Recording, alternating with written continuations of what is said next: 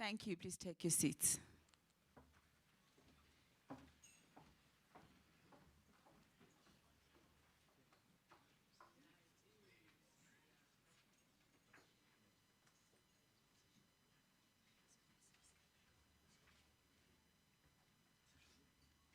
Right. Good morning, ladies and gentlemen. My name is Tepo Tseling. I am the principal at one of our campuses, and we are happy to host this conference. And with me, Ma'am Keta. Good morning.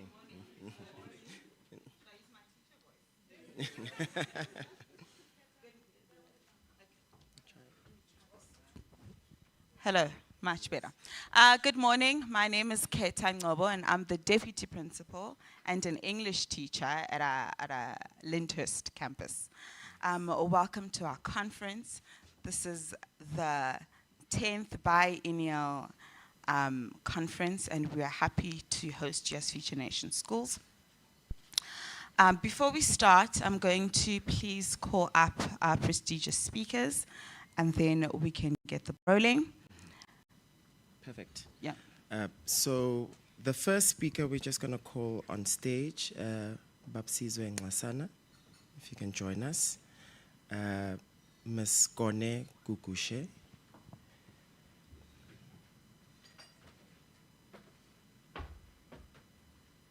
And then we also have our Deputy Minister of Education.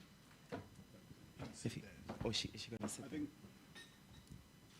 Okay, perfect. And then Dr. Godwin Koza, if you can also just join us, please. Yes.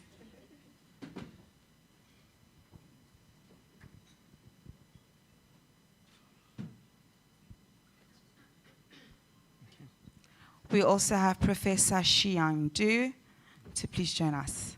Yes.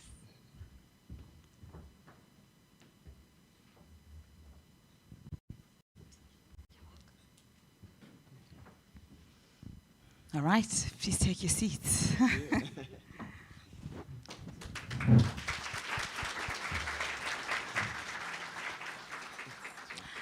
Since its inception in 2008, this is the 10th biennial independent research symposium on project-based learning, where we gather together as teachers, academics, educators, policymakers, and industry leaders across the globe to share best practice and research in advancing project-based learning and making the classroom a real-life exploration. The conference has been hosted in leading institutions. This is in Aalborg University, MIT, Harvard University, Coventry University, and Tsinghua University. And the intention has always been to deepen an understanding in how project-based learning could strengthen education systems, foster interdisciplinary collaboration, and develop skills that are required in the forward digital world. In this year's symposium, it is a milestone because it's the first time it will be hosted in South Africa. And this is a first for the continent, but also it is a partnership with the University of Pretoria. But also, South Africa is hosting the world's first K-12 track conference, which is focusing on preschool to grade 12 education.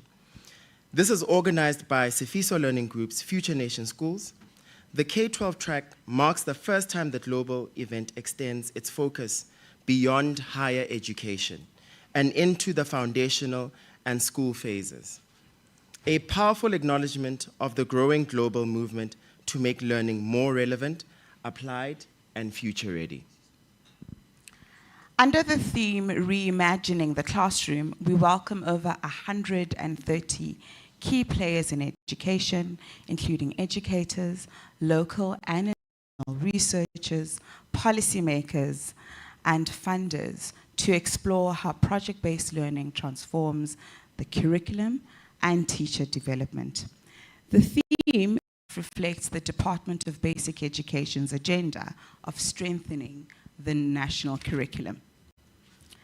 This UNESCO World First is proudly sponsored by the First Rand Foundation, the Alan and Jill Gray Philanthropies, Xenex Foundation, Kagiso Trust, and Tungela, who all share in the commitment of advancing education, innovation, and excellence across South Africa and Africa as a continent. Together, showcasing how African-led education model can shape the international space, changing the teaching and learning for an ever-changing world. Thank you, Ma'am Keta. I'm just going to go through some of the housekeeping rules, just so that we are all on the clear. So firstly, bathrooms will be located on my right, which is your left, as you exit through these doors. Refreshments will be served on the terrace, so that's where we were in the morning.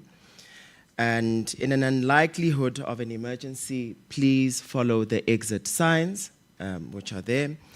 And cell phones to be switched off, or if you can, put them on flight mode.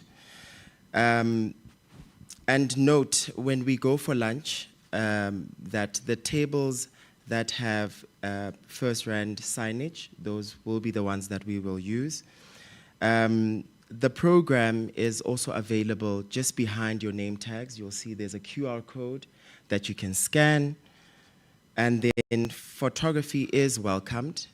Just make sure that your flash is off because we have a live stream taking place as well.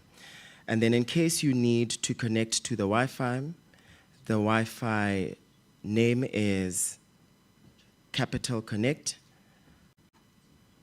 And the password is Connect Me, all capital. Okay, I hope we all have it. Now that we are done with house rules, and those are out of the way, I would like to officially welcome everyone, those in person as well as those live. And I also want to welcome and thank the dignitaries. This is now the delegates from the National Department of Education, most notably our keynote speaker, Dr. Magabo Regina Mhaule, the Deputy Minister of Education. I would also like to welcome Mr. Hubert Matanzi Mamweli, the Director General for Basic Education. I will also like to welcome Ms. Cheryl Weston, the Chief Director, Education, Human Resource Development, the officials from the National Department of Education and various provincial education departments, delegates from the University, Aalborg Commune, India, and China. A special welcome to principals, teachers, education innovators, including the Department of Basic Education National Teachers Winners. And of course, we'd like to thank and welcome our sponsors. Support staff, and they are wearing the black pants. I'm going to ask them to wave. Desire, Karen, Pielo, and Patty. They are wearing black bottoms, the Future Nation Schools white top, and they've got the Future Nation Schools blue cap on. If you need anything, they are here to assist. All right, let's get the ball rolling. So as we begin, I am going to ask Dr. Sizwe Nxasana, who's going to deliver the opening address. Dr. Sizwe Nxasana is a qualified teacher, a chartered accountant, who recently completed his PhD in project-based learning at Aalborg University in Denmark. A former CEO of Telkom South Africa and First Rand Limited, he is also the founder of Sifiso Learning Group, the National Education Collaboration Trust, NECT, and the Ikusasa Student Financial Aid Program, ISFAP. Over the past decade, he has led transformative efforts in South Africa's education system. The NEC supporting 19,000 schools nationwide, and ISFAP funding over 4,000 students from the missing middle backgrounds. Dr. Nxasana remains deeply committed to advancing access, equity, and innovation in education. Ladies and gentlemen, to deliver the opening address, please help me welcome Dr. Sizwe Nxasana.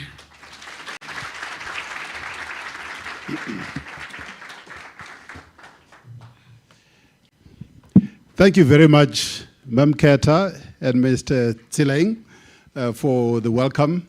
And it really is a day today because it's a historic event. We're hosting this very first K-12 International Research Symposium on Project-Based Learning. But I must say, I'm not happy about our Danish colleagues who brought us this terrible cold weather. We're not used to having coats on in summer. But you know, you also brought it with blessings because rain, so you brought us rain and we really appreciate you. And it's amazing, you know, I know people have been having a good time. Some people have been to game farms and have enjoyed themselves. And we had a pleasure of having a cocktail at Judy and my house yesterday, which was also really just amazing. And so we are really humbled as Future Nation Schools, who are still very young. This is our 9th year of operation, having started in 2017. And to be able to host an international conference of this nature when we're not even a teenager yet, is indeed a significant milestone for us. And this happens at a very important time, the very important time in the calendar and history of our country when we are also hosting G20. And I'd like to just acknowledge the Minister, Deputy Minister Mahabo Regina Mahaule, the DG who's joined us online, so he's joined us on our YouTube channel. He was with us yesterday. It's a pleasure to welcome you, Deputy Minister and DG. But we also want to welcome the director of the UNESCO PBL Center and my supervisor, my teacher, Professor Chang Yun Du, who's sitting here. In fact, I have 2 of my teachers here because we also have Associate Professor Liga Brokard, who's sitting here somewhere. She's also my teacher. And I often said, you know, when I got to university in Denmark, not only was I the oldest student there, I was also older than all the professors at university. The only difference is that I sat with the students and, you know, my professors were very embarrassed on my behalf that I was sitting amongst these 18, 19, 20-year-olds and I'm all gray-haired. So they wanted me to come and join them, you know, where the postdocs actually sit, the post-PhDs. And you have to have an access card to sit there. I'm like, no, I'm not going to sit there. I'm going to sit with the students because I'm a student. So it was an amazing experience. The only thing, I didn't do what students do at night. So that was the only difference, that I didn't do any of that. But it was an amazing experience. And I would go there often 6 times a year, at least 2 weeks at a time. And in winter, so typically I would be there end of November to the middle of December, and it's cold, and then again, middle of January when it's snowing. And the Danish people are all in T-shirts, and I have 5 layers of clothing on me, and they are cycling, and I'm in a fully blown heated vehicle. So you can imagine my whole experience there. Just want to also welcome the DDG of the Department of Education in Gauteng. I haven't seen Advocate Alison Bankson. She may have joined online. Also recognize the CEO of the NECT, Dr. Godwin Khoza. Just to tell you a little story about the NECT. So we started the NECT way back in 2012. And it was addressing the issues that are confronting our country, particularly in education. So we have, as our partners and key stakeholders, all the teacher unions, or we have 5 teacher unions in South Africa that represent 450,000 teachers in our system. We have organized business, particularly recognized and represented by Business Leadership South Africa. Obviously, all we do is to support the Department of Basic Education. And the minister, who is not here, actually sits on our board as well as the DG. So it's really an amazing, it's one of its kind, and it's something that we believe the rest of the world can learn from, how different stakeholders can come together to support especially reform efforts to improve the quality of education in systems. I'm not aware of any other country that has a similar structure. So we have Dr. Kosa here, who's ably running the NECT. We have HODs, the heads of departments of all 9 provinces who have joined us online on our YouTube channel. And we had an opportunity to present to them at HEDCOM, which is the committee of all the heads of department in the country. We have with us here partners that we work with in education. I know Professor Wiseman-Kutlu is not here, but we have Chantal Mulder that we work with in schools. So we have schools that we work with, public schools, where we're introducing project-based learning. She's sitting at the back there. And we've introduced project-based learning in Gauteng. We've started in this province, in Gauteng, but we're now extending it. We're busy in Mpumalanga, Deputy Minister. Very soon we'll be in Limpopo. And in fact, we're now working in 8 of the 9 provinces. The only province that we will start working it in 2026 is the Northwest Province. So that just shows that the network is growing. And all this that we do would not have been possible had it not been for the Department of Basic Education. So when we started Future Nation Schools and Sfiso Learning Group, other independent schools operate on their own. They hardly ever interact with government. We, as the Sfiso Learning Group and Future Nation Schools, the whole purpose and idea of, yes, we're independent schools, but the whole idea is to work with government so that we can learn from government, we can share experiences with government, we can innovate together in areas of curriculum, on teacher development, learning and teaching support material, assessments, all of those key things that make an education system. So we work with government. That's why it's not often, for those people who come from outside our country, that you see a private school working close with government. It just normally doesn't quite happen. But you know, we're quite different because we love our country, we love our children. I'm not suggesting others don't, but that's one of the key things that we do. We have delegates here from China, from Malaysia, yes, Malaysia in the house. We have delegates from India, we have delegates from Denmark, we have delegates from other countries. So this network of the international research on PBL has actually grown. It's now global. It has North America, South America, Southeast Asia, Asia as a whole, Australia is part of it, and Africa, we are now on the table. We're part of the conversation because it's important that we're not left behind. And this happens at a very critical time in our country where we're hosting the G20. You may have seen, for some of you, turned on your television this morning, that we have G20 running alongside. And the key theme of G20 is sustainability, equality, and solidarity. And we are in solidarity with all the countries that are here, as well as all of those that are part of the PBL community, where we're exploring, at the end of the day, how do we make it better for our children? Because it's all about our children, and it's not about us adults. It's all about our children.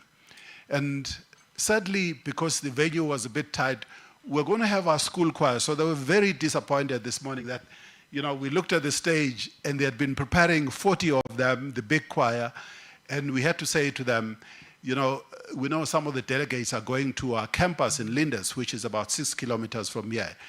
Because it is important that we interact as adults and we connect with our learners and our students. So we'll have some of the international delegates go, in fact, some of them, especially those from Denmark, from Aalborg Commune, on Thursday and Friday, Deputy Minister, they're already at school interacting with our learners in our system.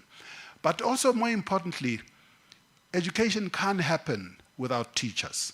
So it's an amazing experience that we have winners of 2024 Annual Teacher of the Year Awards who are here with us. We also have the 2025 Annual Teacher of the Year. These are the best teachers in South Africa, sponsored by the First Rand Foundation. So they are in our midst around the tables. We have a lot of teachers who've joined on our YouTube channel as well, because teachers have to be part of the conversation. It doesn't help for us as officials or leaders to be talking amongst ourselves and teachers and learners are not in the room. So that's really important. And this is all about how do we make it better for our young people? How do we teach in a way that gives them the skills and the knowledge to realize their full potential? So this is all, that is what this is about. So when Judy and I started the group, we wanted to be very deliberate about this. And we wanted to make sure that we can make our own contribution from a country that has benefited us as individuals to be what we are. And it's a way of giving back. And we are really honored that our daughter Nkanyezi, who's be speaking later, who's now the CEO of Future Nation Schools, has joined our journey of making it better for our young children. So I don't want to spend a lot of time other than to say you are most welcome to this amazing event. It's a historic event for us, and hopefully we will learn from you and we'll all learn from one another. We have here teachers also from the schools that we work with, where we've introduced project-based learning, and these are quintile 1, 2, and 3 schools. In other words, these are for those people who are not familiar with South Africa, these are schools that are no fee paying schools where our government makes it possible for families that do not have the means to send their children to school, and they make up the majority. So the children don't pay anything to go to the school, so they serve the poor. We have some of these teachers like Mr. Kanji right here, there are quite a few others of these schools that we work with and introduce project-based learning. And it's amazing what happens when you go to these townships, when you go to these poor areas, and you go to these schools that have energy, where there's learning taking place, where the young people are getting not just the knowledge, but also the skills and the competencies that are going to help change the lives of their families and their communities going forward. So it's an absolute pleasure for us to welcome you and enjoy the rest of the day. Thank you.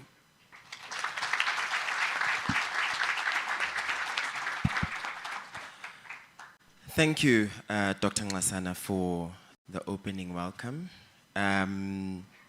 We will move on to our next speaker.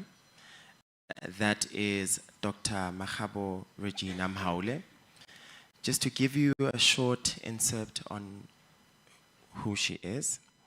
Dr. Magabo Regina Mhaule serves as the Deputy Minister of Basic Education with over 4 decades in education and public administration. She has held leadership roles including MEC for Education in Mpumalanga and Deputy Minister of International Relations and Cooperation. Dr. Mhaule holds a doctorate in public education from the University of Fort Hare, a master's from the University of Pretoria, and a Bachelor of Education honors from the University of Potchefstroom. She remains committed to advancing equitable, quality education and strengthening leadership across South Africa's education system. Ladies and gentlemen, please help me welcome Dr. Regina Mhaule to stage.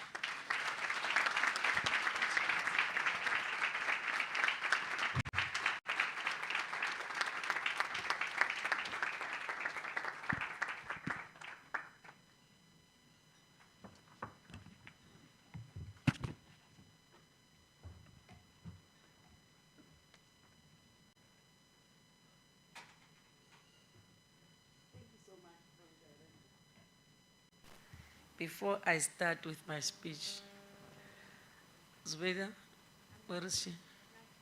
Yeah, you take a video clip, 30 seconds, want to send to the President of the Republic of South Africa. It's his birthday today. So I want all of us to stand up and sing. We'll send to him now after singing. You just take, it starts from me, then it moves around the house, it ends here. It's a happy birthday song to our president, the #1 citizen of the country. Happy birthday to you. Happy birthday to you. Happy birthday, dear President. Happy birthday to you. We love you, President. We love you, President. We love you, President. We love you every day. Beep. Thank you. He will receive it today. We don't have to ask how old is he.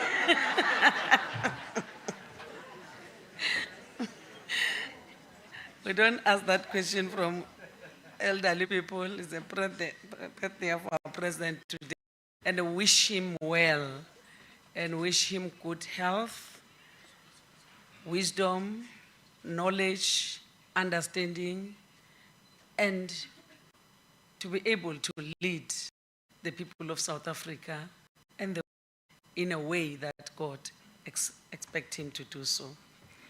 Thank you so much, program directors. Thank you for this opportunity. It looks like I have Dr. Ngasan, greetings to you, and thank you for inviting us. We were going to feel bad to be part of this event. You cannot bring the world in South Africa in education space without us. Thank you so much. Mam Ngasan, greetings to you. I'm told there's a daughter here. I'm sitting with you on the table. Greetings, girl. Thank you so much for supporting your parents.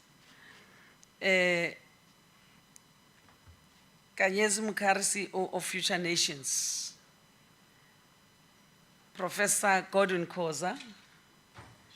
Ms. Cheryl Weston, Chief Director, Education and Human Resource Development. Delegates and guests from Aalborg University, Aalborg Commune, India and China, and other universities that are present, professors, researchers, really appreciate. Officials or DG, I'm told is connected, the DG of the Department of Basic Education, Moeli Matanzima. Our officials from provinces, heads of department and DDGs, I'm told also, they are connected on YouTube. Greetings to you. You have missed out. We are here in Gauteng. Principals, educators, National Teacher Awards winners for 2024 and 2025, sponsored by First Rand Foundation. Greetings to all our partners. Education, whether private or public, it needs partners. There's no way where you can perform this mammoth task without partners coming in. And I always say, Dr. Ngasan, business must come in because whatever we produce for the business. They must come in, we shape this thing together. They must not come and play a play game to say, yeah, you did not give us what we want. Come tell us, let's do it together. So we'll know what you want and you are able to help us. Prof, good morning. When I looked at you, I thought you were a student. My professor, doctor said, hey, it's a professor. I said, wow. You remind me of my days when I was doing my PhD also, doctor. I was with the young girls, I thought they were in grade 12. So I was the only granny there. So, Mama, how many doctors do you have? I said, no, this is the first one. Looking around, this is the first one. But and when you are adult, when you go to defend your research proposal, you go once. I didn't go twice. And these children frightened me because I'm here for the 6th time trying to defend my proposal. So I said, oh my God, if I come for the 6th time, how old will I be then? Then I went in, oh, it was done. So I was afraid to tell them that, hey, mine went well. So I just,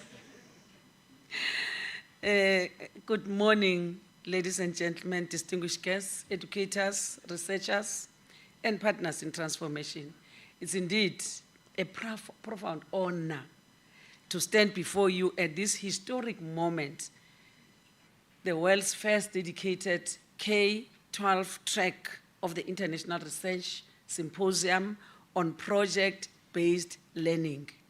I extend our heartfelt gratitude to our hosts, the Sifiso Learning Group and Future Nations for their visionary leadership, to the UNESCO Project-Based Learning Center at Aalborg University. Thank you for your enduring commitment to advancing learner-centered education globally. Sponsors, your investment in education, innovation is catalytic. You are helping us build a future where every child in South Africa learns with purpose, with dignity, and with possibility. The theme of this conference, as Dr. Ngasane correctly alluded to it, Reimagining Classroom, Global BPL Perspective in K-12, is not just timely, it is urgent. We gather here not to tweak the margins of our education system, but to reimagine its core, to ask what kind of learning do our children need to thrive in a world of complexity, uncertainty, and rapid change? And how do we ignite a spirit of inquiry, creativity, and collaboration in every classroom? The answer lies not only in what we teach, but how we teach. In project-based learning, not merely as a technique, but as a transformative paradigm, rooted in constructivist theory and experiential education. PBL positions learners as active agents in constructing knowledge through meaningful engagement with real-world problems. I was in Ghana last week on innovation conference. They were asking me, it's like they went there to interrogate me about AI. I'm not a specialist of AI, but I said, yeah, AI is more intelligent than our children. AI is moving ahead. I said, AI is fed by a human being. It means our children are going to be more innovative and more creative than ever because they cannot just conform to what has been fed on the AI, but they want to take it to greater heights. So they thought, African countries, they think that AI is going to make our children redundant just to be recipient of information. I said, These ones are very inquisitive. They are innovative. They want to think more. They want to change the system. So we must not equate them to us. We might be recipient of information and take it out as it is without assimilating and assessing and analyzing it. They are not like us. These ones, they are very innovative. So picture a classroom in Gauteng. Learners huddle around a table strewn with cardboards, markers, and recycled electronics. They are not preparing for a test. They are building a solar-powered water purifier for their community. A grade 10 learners. When you visit them, they say, no, I want to solve this problem. There's a problem in my community. I came up with this project because I want to solve a problem. Then you can think of the learners that we have right now. So the teacher moves between groups like a conductor, guiding, listening, nudging. This is not a lesson. It's a living laboratory. And it's the heartbeat of active learning pedagogies, such as project-based learning. Project-based learning shifts learning from memorization to meaning, from passive absorption to active creation. It cultivates the ability to ask better questions, synthesize diverse perspectives, and apply knowledge in a novel context. Learners become problem solvers, collaborators, and reflective practitioners, skills that matter far beyond the classroom. These are kind of the learners that we have, and the kind of teachers, of course. Teachers are the cornerstone of successful project-based learning. Their ability to shift from traditional instruction to becoming facilitators of inquiry, designers of authentic learning experiences, and mentors for real-world problem-solving determines whether project-based learning thrives or falls. The transformation demands creativity, resilience, and a deep commitment to learner agency, qualities exemplified by our educators recently honored at the 25th National Teaching Awards. Winning teachers have demonstrated innovation under challenging conditions, integrating technology, fostering collaboration, and inspiring learners to think critically and act boldly. Their recognition is not only a celebration of excellence, but a clear signal that the future of education and the fight against youth unemployment rests on empowering teachers who can ignite curiosity and equip learners with skills our economy demands.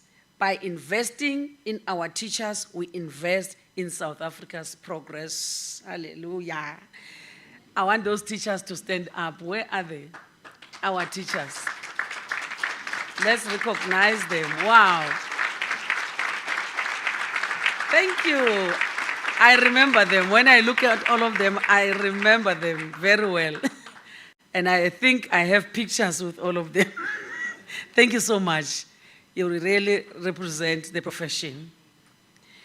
Let us confront a sobering reality. South Africa's youth unemployment rate hovers above 50%. This is not just a statistic, it's a national emergency. Education must do more than transmitting knowledge. It must cultivate capability. Project-based learning responds directly to this imperative. By engaging learners in real-world problems, project-based learning develops the very competencies of that our economy demands. Critical thinking, number one, and creativity, essential for innovation and entrepreneurship. 2, collaboration and communication, which is vital for teamwork in diverse workplace. Number 3, digital fluency and adaptability, key to thriving in a tech-driven economy. Resilience for an initiative, the foundation of an entrepreneurial mindset. Unlike us, we're teaching to school. That's why most of our students, they complain that, yeah, ons soek werk, maar ons kry nie werk nie. We teach them to be innovative, to create their own jobs, to be their own employer and employ other people. So this is what we are teaching them now, entrepreneurship. These are the skills identified by the OECD, the World Economic Forum, and our own national development plan as essential for future-ready citizens. Moreover, project-based learning aligns with South Africa's scarce skills strategy, which calls for engineers, ICT professionals, data analysts, environmental scientists, and artisans. Through interdisciplinary project design, water purifiers, coding, mobile apps, reimagining school gardens, learners begin to explore these fields early, building both interest and foundational skills. On the 12th of November 2025, Statistics South Africa issued an encouraging data indicating a decline in the national unemployment rate by 1.3, which is a drop, of course, but at least it's a move in the right direction, 1.3 percentage points to 31.9. This translates to approximately 360,000 more South Africans gaining employment, a tangible insignia that our economy is on the right path and recovery.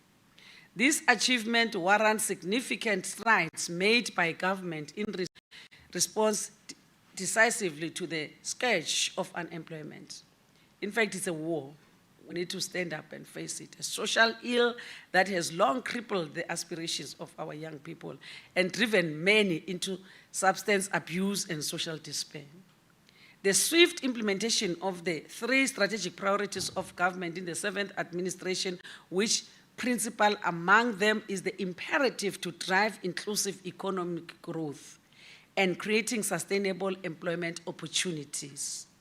The Department of Basic Education is not standing still in the face of this crisis.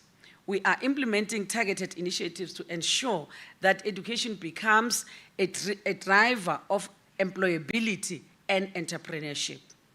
Curriculum strengthening and review for skills development. Number 1, through the 3-stream model, we are diversifying pathway beyond the traditional academic pathway to include vocational and occupational pathways, preparing learners for artisans, ICT, and service sector career. Number 2, to enhance the relevance of the knowledge, skills, character, and values that taught in the current curriculum to prepare learners to thrive in a changing world.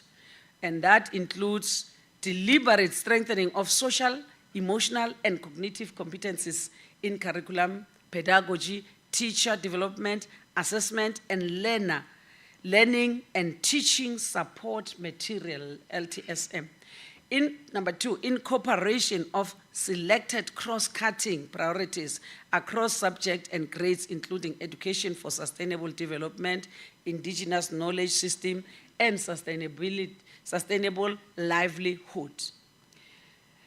Introducing new subjects such as focus on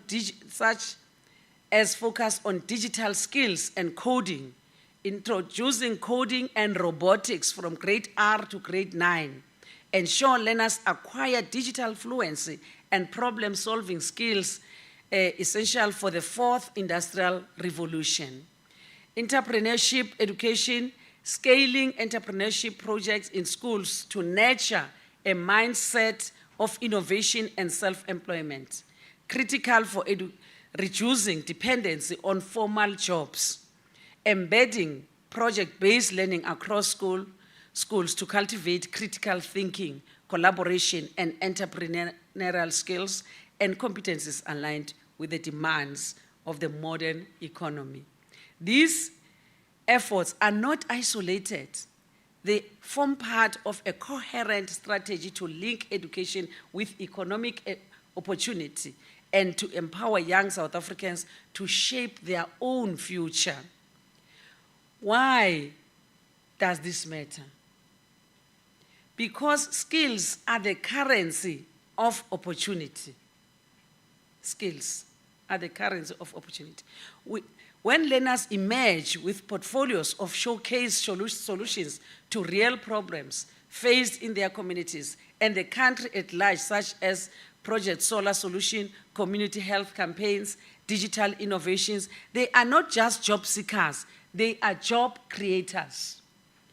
Imagine a grade 11 learner who designs a low-cost irrigation system for local farmers. That project is not just an assignment, it is a prototype for a business. This is how education becomes an engine for inclusive growth in South Africa and the world. Imagine a South Africa where every child learns by doing, where assessment is not just a test score, but a portfolio of growth where learning spills into communities, entrepreneurial space, and digital labs, where teachers are empowered to innovate and learners are trusted to lead. This is not a dream. It is already happening in pockets of possibility across our nation. Our task now is to connect those pockets, scale what works, and support our teachers as they reclaim the heart of teaching. So today, I call on all of us, educators, policymakers, funders, philanthropists, researchers, to walk together in this journey. Let us invest in approaches that are contextual, courageous, and are competency-driven. Let us listen to our teachers, respond to their realities, and amplify their innovation. Let us trust in the power of children and the power of teachers. Because when we do, we won't just improve outcomes, we will ignite the future. May God bless you all. Thank you.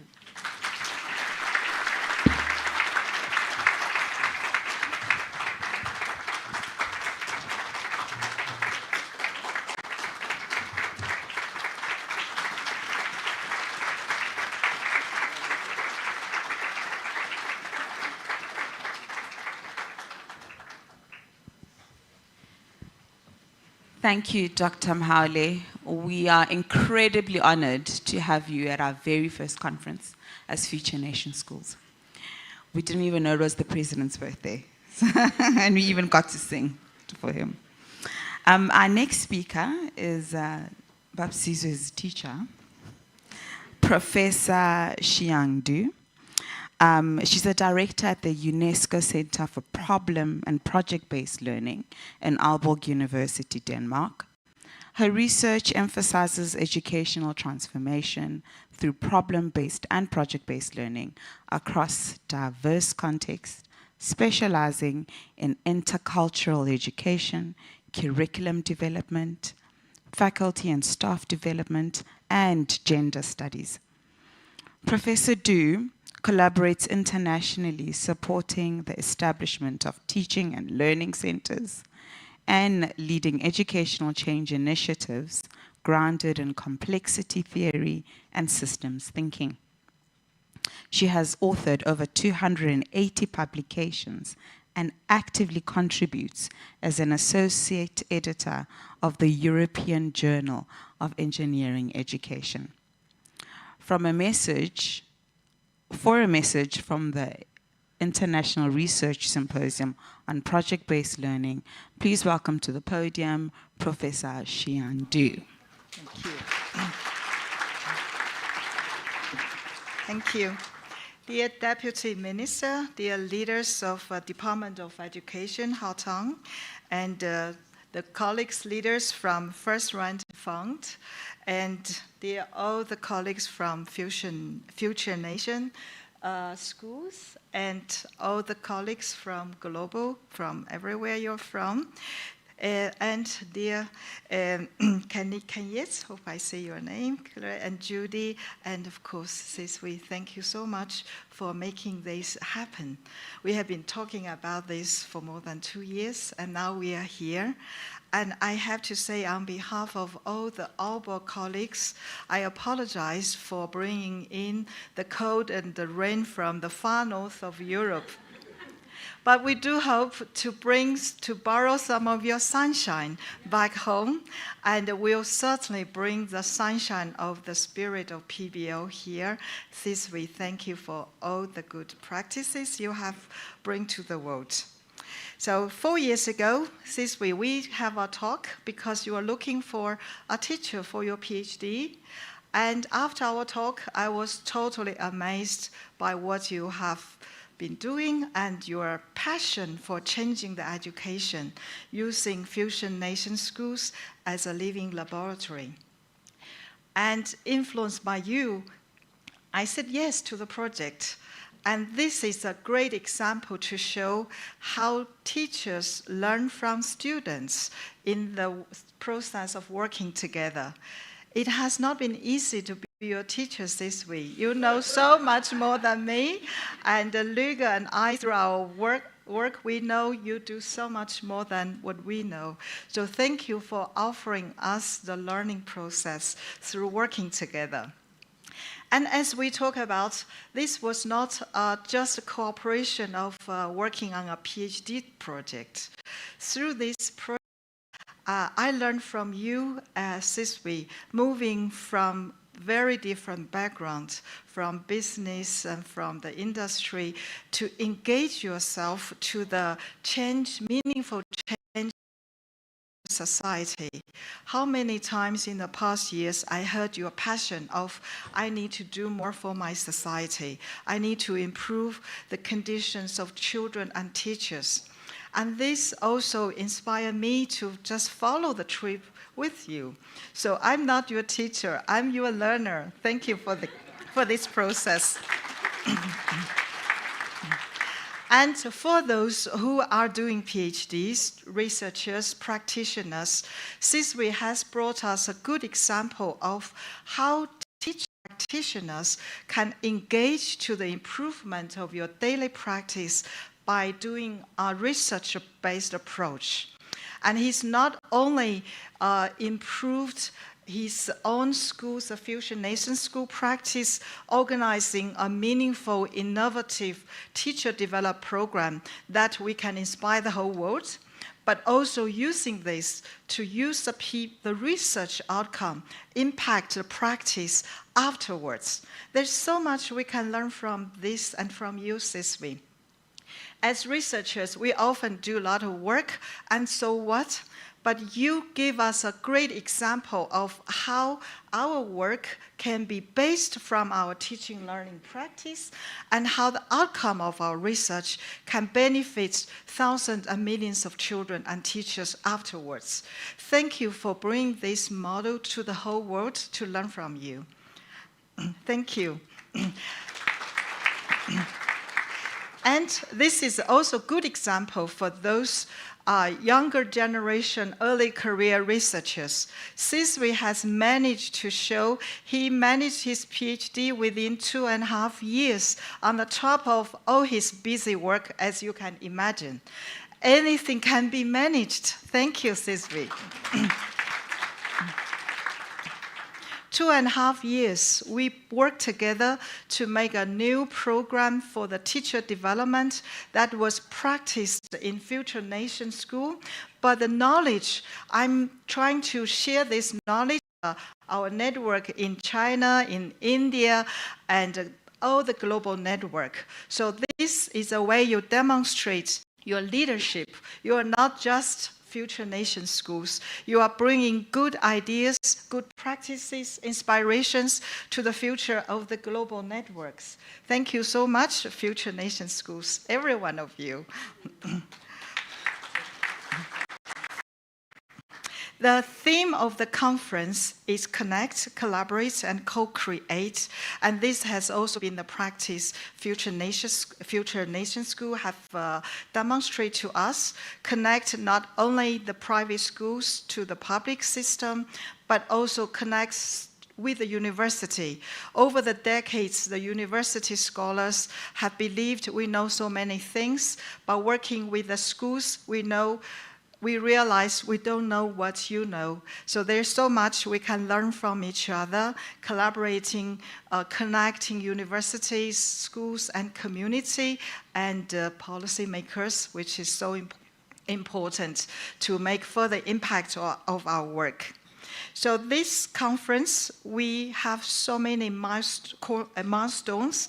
It's the first time being hosted in African continent. Thank you for helping us with the IRS International Symposium of PBL, of completing the global journey, ending to the southern end of the globe, but bringing in the spirit that can be shared further on with all the other continents. And the first time ever we collaborate, involve the K-12. We will carry on this work from now on to show we are connected. And the first time we get such great support from the policymakers. Thank you for the great speech by the Deputy Minister. This is symbolic. And thank you for the foundations. It's so great you care for students, care for those who work on the improvement of teaching and learning. So our center, the UNESCO Center of PBL, hosted by Aalborg University, over the decades, we've believed we are sharing our knowledge globally, but through our work with you, Future Nation Schools, we learned so much. We also learned you can bring us so much things we didn't know before. So we believed we have been connecting, but thank you, Siswi, and all your colleagues. You are the true ambassador of PBL, and not just PBL. I learned from you that PBL is a goal, but it's not just a goal. It's a means to connect all of us. It's a way we handle our local challenges, but using the shared methodology, learn from each other to address and contribute new knowledge to the globe. So you are the true ambassador. So bring in this new approach to change to meaningful, sustainable education.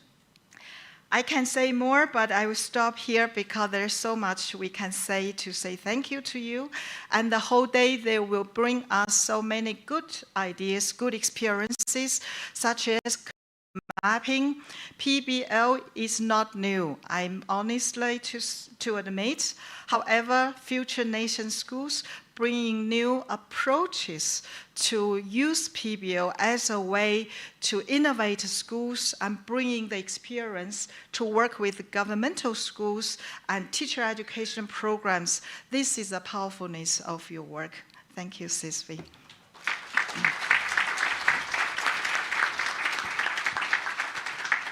Thank you very much, Professor Xiang Yundu. That was an excellent speech. I think you've mentioned a couple of things there to say that Future Nation Schools is not just a school, but it's a living laboratory. And it's certainly that. And it has impact not just to the students that we teach, but also the teachers themselves are forced to be innovators. They're forced to think outside of the box, you know. And now that Babsiso has finished his PhD in 2.5 years, I think he's also changed the game there. So in case we want to study for our PhDs, I think we are forced to think of our timelines. Okay, I think we'll move on to our next speaker, Dr. Godwin Khosa. Dr. Godwin Khosa has been the Chief Executive Officer of the National Education Collaboration Trust, also known as the NECT, since 2013. He was previously CEO and Program Director, respectively, at JET Education Services. From 2001, he honed his research skills as Research Manager of the Human Sciences Research Council, also known as the HSRC. Prior to this, he served as Policy Analyst and Senior Manager at the Center for Education Policy Development, known as the CEPD. Dr. Godwin holds a PhD from the University of Sussex. He also holds a Master's in Management from the University of the Witwatersrand, specializing in Public and Development Management, as well as a postgraduate diploma in Public Policy and Administration, a BA Honors in Geography, and a BA in Education. Ladies and gentlemen, please help me welcome Dr. Khosa to deliver a talk on the importance of teacher training. Thank you.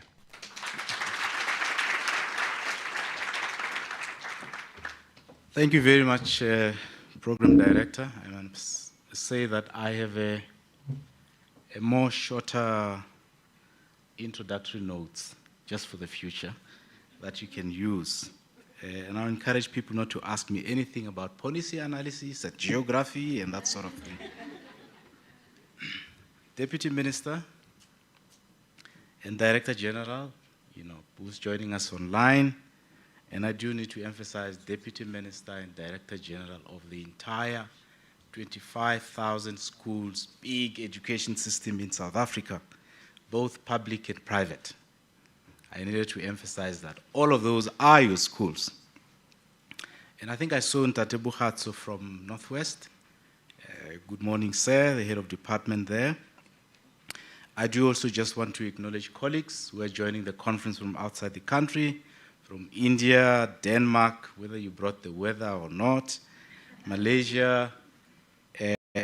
Just recognize colleagues from First Rand, Alan Gray, Tungela, Xenex, and I think I saw Hannah from UNICEF, in case you thought you were hiding.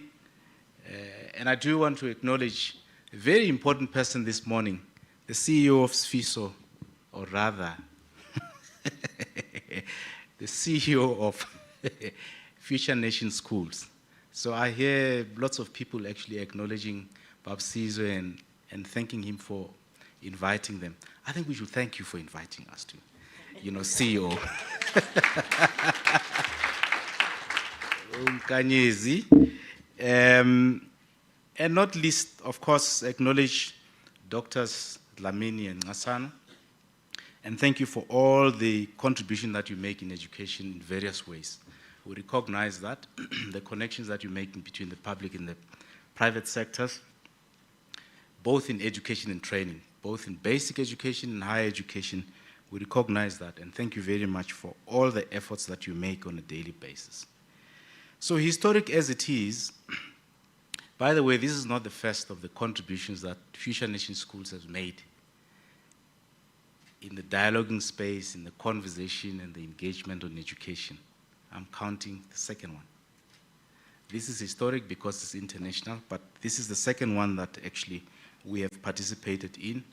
I also just want to express and record our appreciation for the spearheading efforts that the SFISO Learning Group is making on the future of learning and teaching.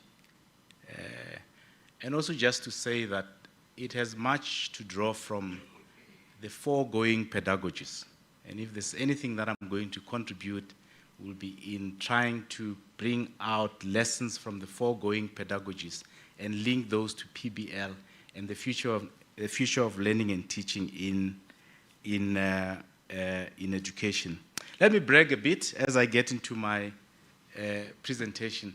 By the way, I have two of my trustees who are so integrally involved in the PBL UNESCO network. Dr. Ngasana himself and Professor Figaji. Both of them sit on our board. I'm so proud of them and the spearheading work that they actually do in this space. I have been put down to talk about the importance of a teacher development. And like a good CEO of an organization like the NECT, I have to start there and just add on to what Dr. Ngasana has said about the NECT and who the NECT is, so that whatever I'm going to say, it's understood within context. Program Director, once I'm left with 10 minutes, please approach me. I'll look at you and I'll know I'm left with 10 minutes and I'll cut things too.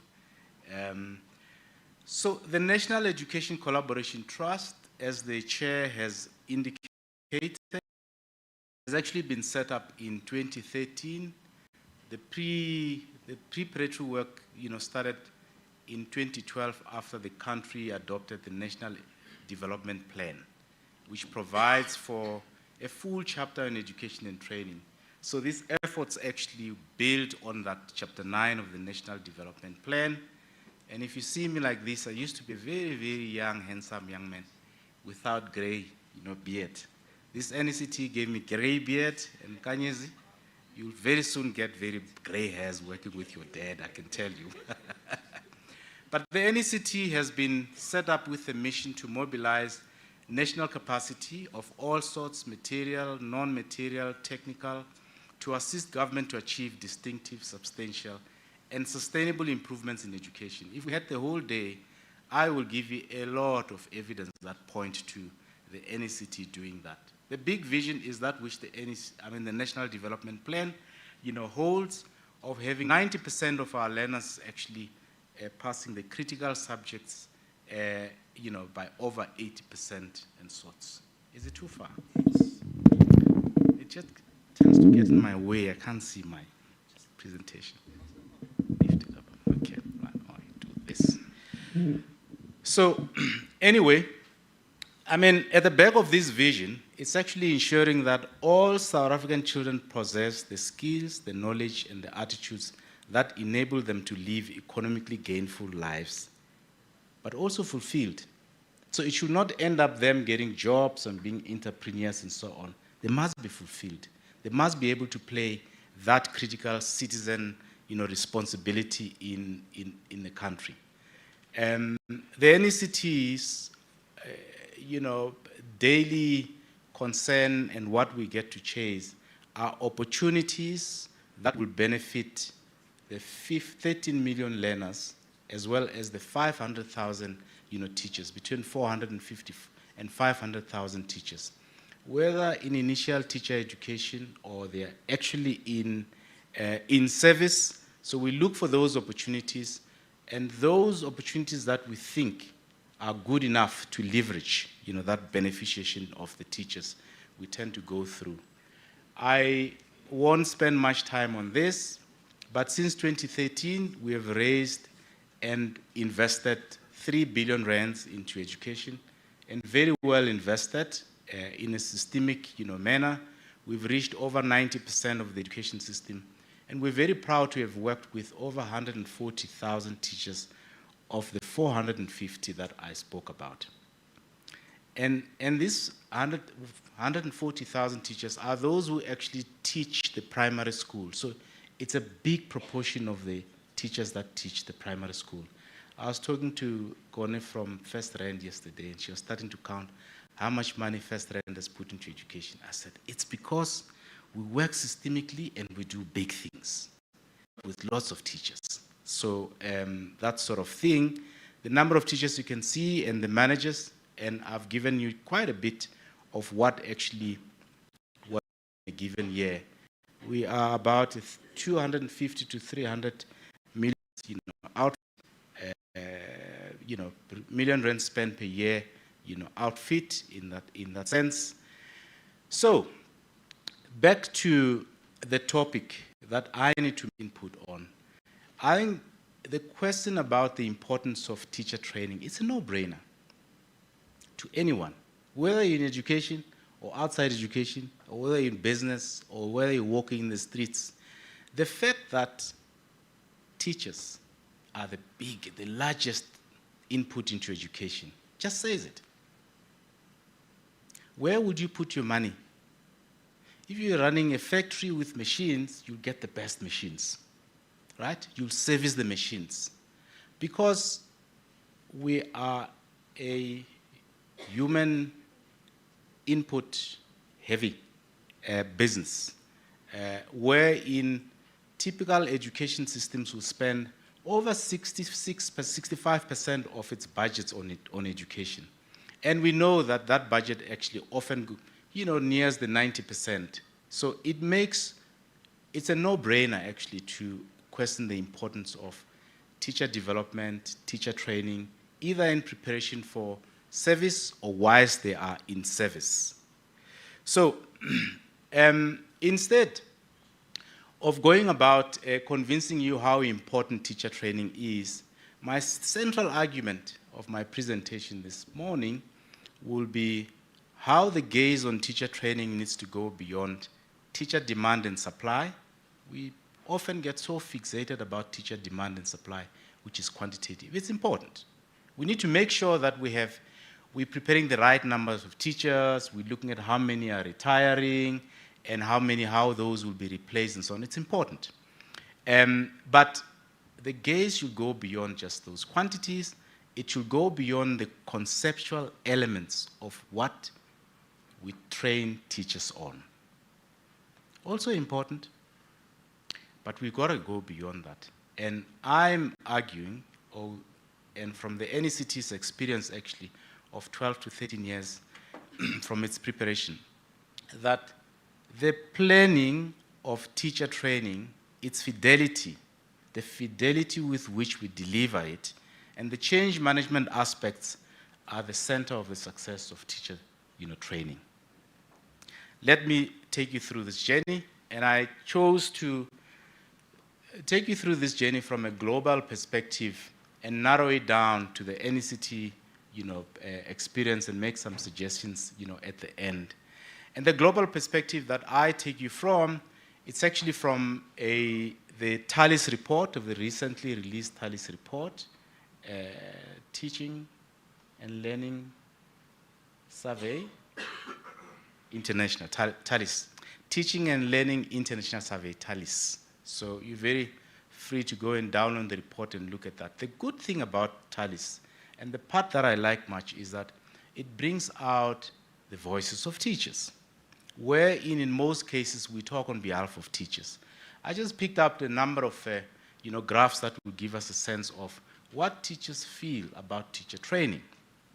So the first of those is it's actually becoming a teacher, and what you'll see there, it's an emphasis of fast-tracking programs that gets more people joining teaching, and in particular those who actually join teaching as second careers.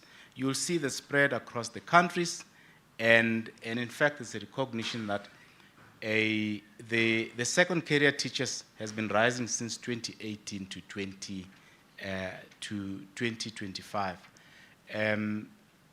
We've got to look at what that means, but I think it's a positive growth that we're able to attract people into the profession.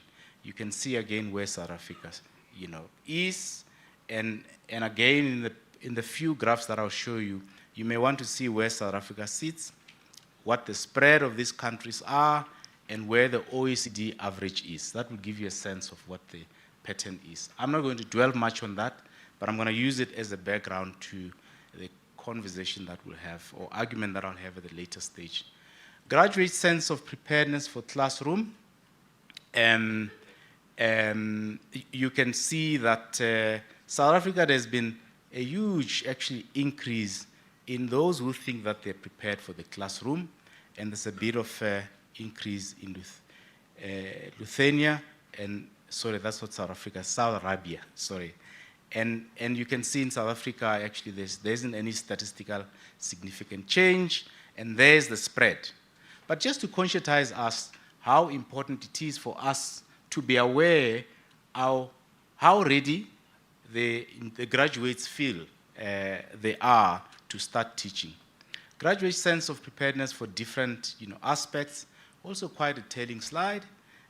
You can see the focus on the traditional areas which have to do with content of the subject and how they teach that, the pedagogy of the subject, which will differ from one to the other, general pedagogy, and you can see the two bottom ones that are somewhat suppressed. One is teaching in multicultural or multilingual settings, and two, supporting students' social and emotional development in classrooms and the preparations of that. I'm not a specialist in PBL, but the speakers that were over here did touch on multilingualism, teaching in those multiple, complex, social, contexts. And that's how graduates think they're prepared on those aspects. And I think those two particular areas are important in your multicultural settings that are typical of urban, environments and so on, and the question about how we take teacher development, training and teacher development forward. Participation in induction programs amongst teachers, new teachers in schools, quite a spread, you know, some teachers are doing well, others aren't doing well. What's also interesting is the spread between formal and informal induction, and also conscientizing us about how we need to actually bring the mix of formal and informal induction, professional learning activities as they happen and as they experienced by teachers. Again, knowledge of subjects, as we've pointed out, you know, it's actually taking quite a big, you know, focus, or enjoying quite a big space in our professional learning activities, and how teaching in multicultural environments and using artificial intelligence, it's right at the bottom, okay? And I'm sorry you can't see the bottom part, but believe me, it's right at the bottom, right? Change in novice, you know, teachers' learning needs regarding classroom management. So classroom management, you know, often emphasized in our training, because we do train on content and pedagogies and so on. We just did a survey of about 130 schools, randomly selected in a province I won't mention at this point, to see what actually was in the learner books by July last year. And all we could pick up, what is a bit concerning, is that in the first 2 terms of the year, half the year, the teaching in the classrooms, as demonstrated by what was in the learner workbooks, was less than 40% of the available time. So you train your teachers, they're very good, but actually they don't translate that good training into value because of poor classroom management. And I think that goes to show how we need to strike a balance between pedagogies, content, classroom management, and sorts in our training. Barriers to teacher participation, as seen and reported by teachers: lack of time due to other commitments, highest of them, work schedule conflicts, cost of learning activities, and the lowest do not have the prerequisite, which is the least of our challenges. But all of that, you know, give us a sense of how actually teacher training and teacher development is being experienced by teachers themselves. I spoke earlier about how, I suggested earlier how the debate and the agenda around teacher training should actually go beyond what we train, and many of us who've been in teacher training will know how we've been fixated in the design and the content, you know, of the training. And just to give you an example, we do know we got to actually focus on a balance, and we have practiced that, a balance in training teachers across the PCK, knowledge, you know, how they teach, and I showed you a very, very complex actually design that UNESCO uses to think about teacher training. It's quite complex. It's comprehensive. And I'm convinced that if we did all of that, making sure that, you know, we've brought in the understanding of policies and so on in our teacher training, we should be doing better. But here's the argument I'm making, and the conclusion, towards the conclusion that I'll be making, is that we've got to go beyond excellent designs to start thinking about how we excellently implement those. Because if they aren't excellently implemented, it actually doesn't translate into value at the classroom level. So anyway, again, not going to give a lecture on these complex methodologies. Let me move on, and now towards, oh my good Lord. Am I back? Yes. Towards, making my final, conclusion. I think the big challenge on teacher training is actually teacher development at scale. I think the complicating thing here is scale. I think the complicating thing here, it's taking a well-researched methodology and make sure that it is implemented in over 200,000 classrooms by over 450,000 teachers in about 25,000 schools. This business of scale it's the complicating part. So at the NECT, we like to wrestle with complex stuff and people who don't want to look at it. So this business of scale is something that we've been wrestling with. The reason we've gotten to 140,000 teachers, it's because we wanted to wrestle with the issue of scale. Taking these very good ideas that are tested in small context and drive them to a point where they benefit more teachers and more classrooms.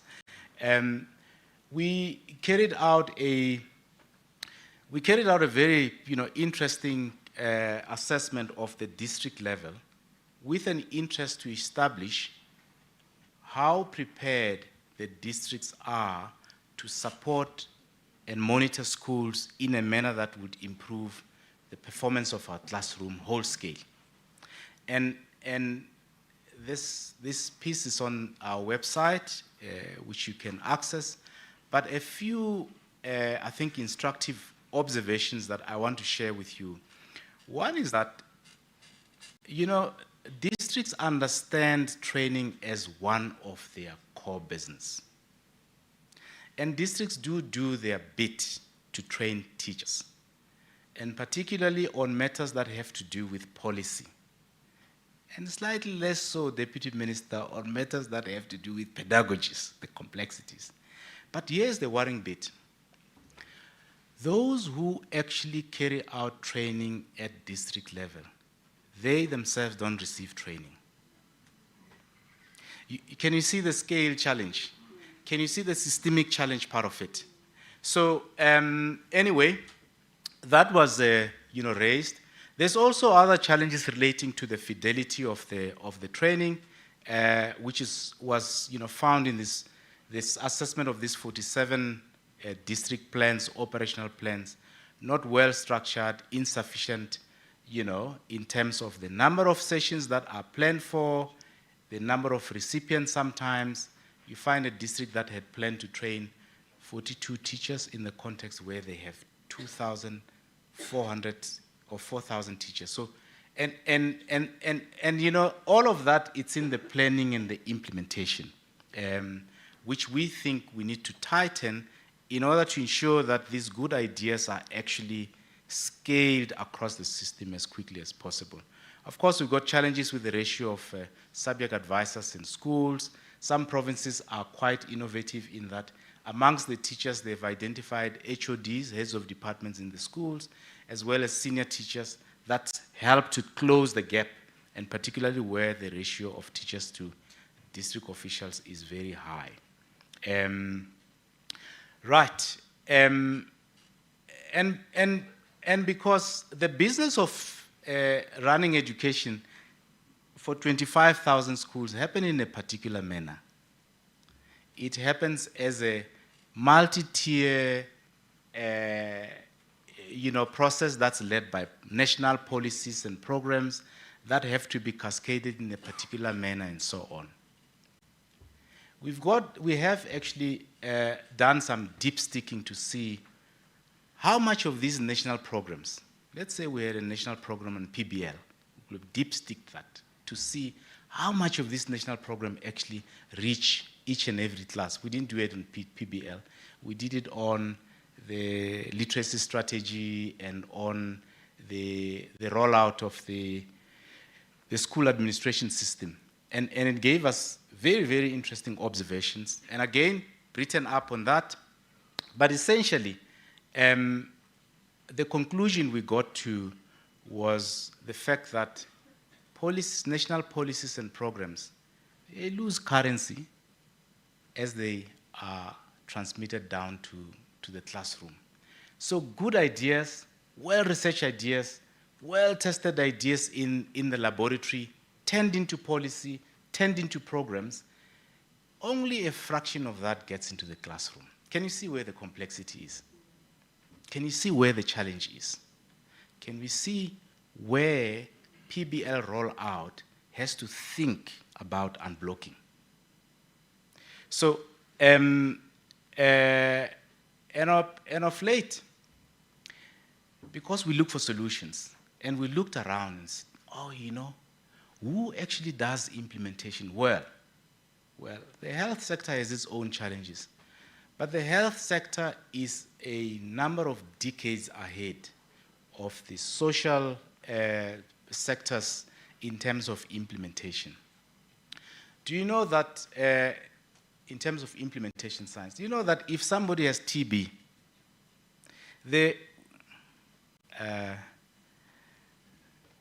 how's Judy? Don't put on your doctor's hat now. You ask me very difficult questions. But if somebody has TB, some researchers have spent so much time looking for the solution to TB, isn't it? Up until they say the cocktail of these four would actually remove from you. Right. Here comes the complexity. Then you have to take that laboratory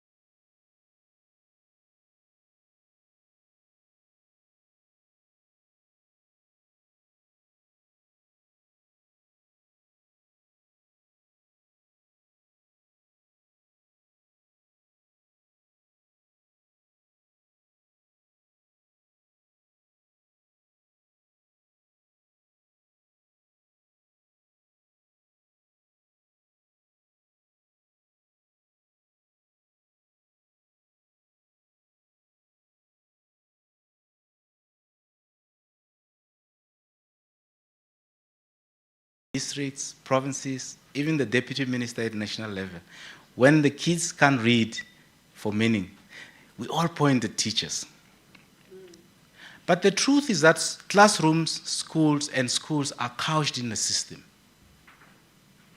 So it's on that basis that our board actually has given us a go-ahead and some seed funding to go and understand what bottlenecks and possibilities are there to understand, are there to improve the performance of literacy and mathematics at school level. Because we believe this thing works in a system. We believe that this thing works in an integrated manner. A classroom that does not have a maths textbook points to how the end-to-end processes are dealt with for ordering textbooks at provincial level. It has to do with how much money is allocated to textbooks. It's got to do with how much money is allocated for training teachers. So the truth is that if all of that is not happening at system level, who First Rand, with its big, good heart, can help and help and help.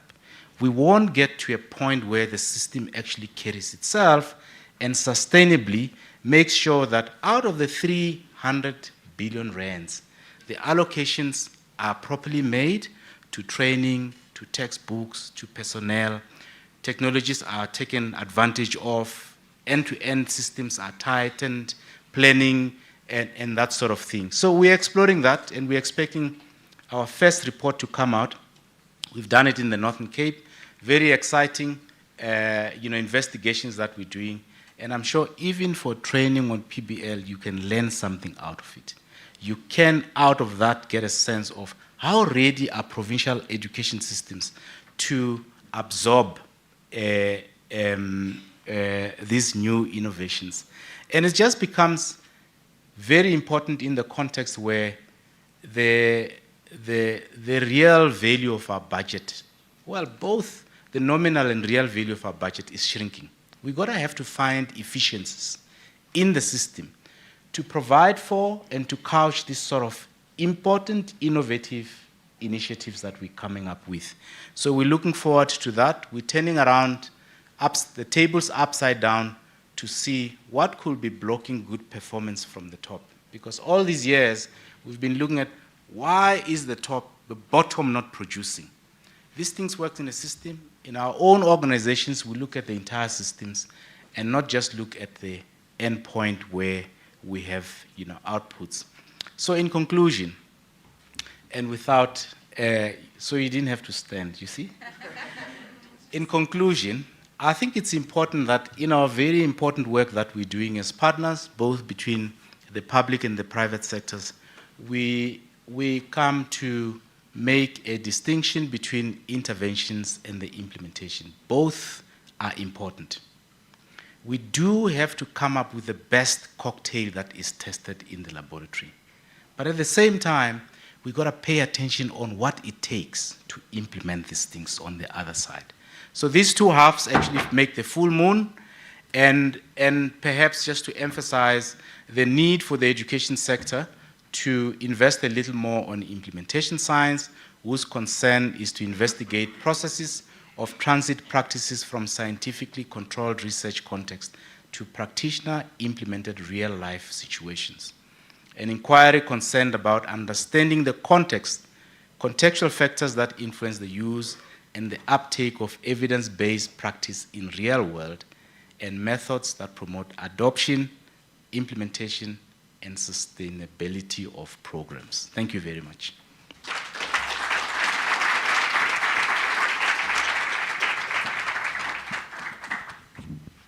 Thank you, Dr. Koza, on highlighting the importance of teacher training. We could have the best policies, the best buildings, the best management, but without teachers on the ground being trained continuously to up their game, we are going to be behind. Thank you for that. In fact, under this FISO learning group, we have already started that scaling problem of training outside of our own teacher training. Thank you for that. Our next speaker is going to be Kone Kukushe. Kone is the head of social investing at First Rand Group, where she leads the group's strategic social impact and investment initiatives. A chartered accountant, she holds a BCom from Rhodes University, a certificate in the theory and practice of auditing from the University of Natal, and a postgraduate diploma in accounting from the University of Cape Town. Previously Chief Risk Officer at Land Bank, Kone has also held senior roles at Nedbank, including Divisional Educational Corporate Social Responsibility for the Nedbank Foundation. Her career spans finance, risk management, and social investment, underpinned by a deep commitment to inclusive economic growth. To speak on behalf of the First Rand Foundation, please welcome to the podium Ms. Kone Kukushe.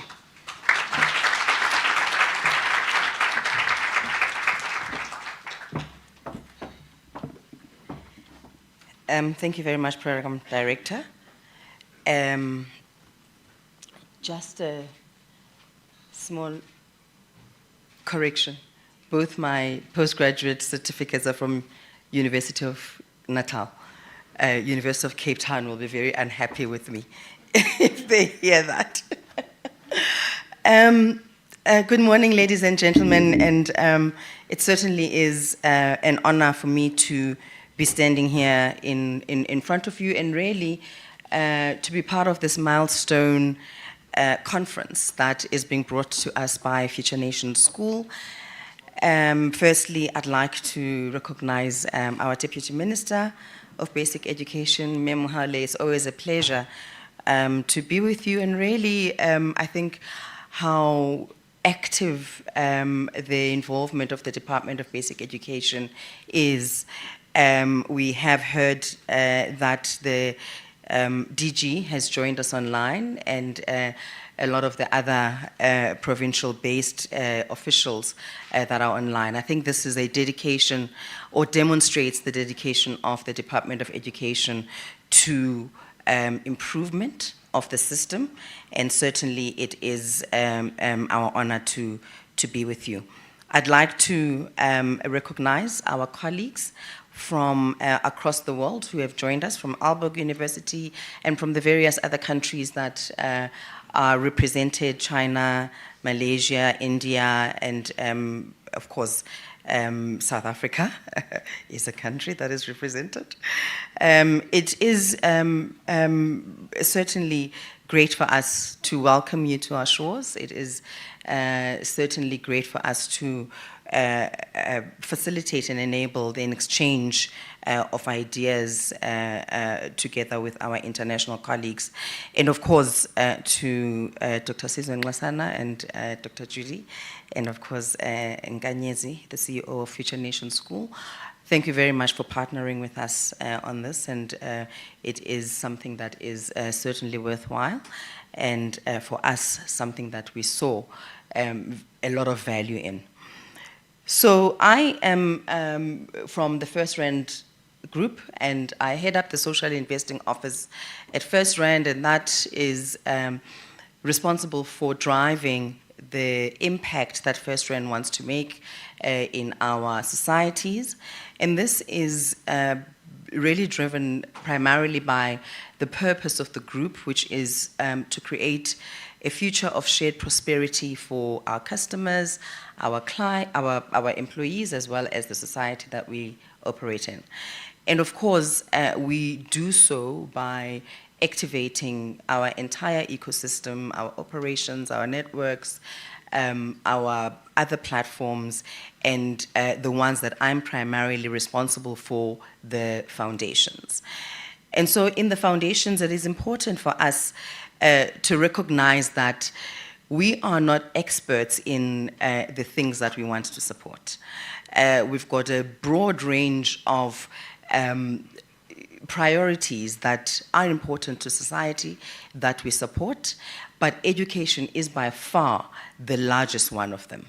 And this is because we recognize that for our society to progress and improve, it has to be on the foundations of good education.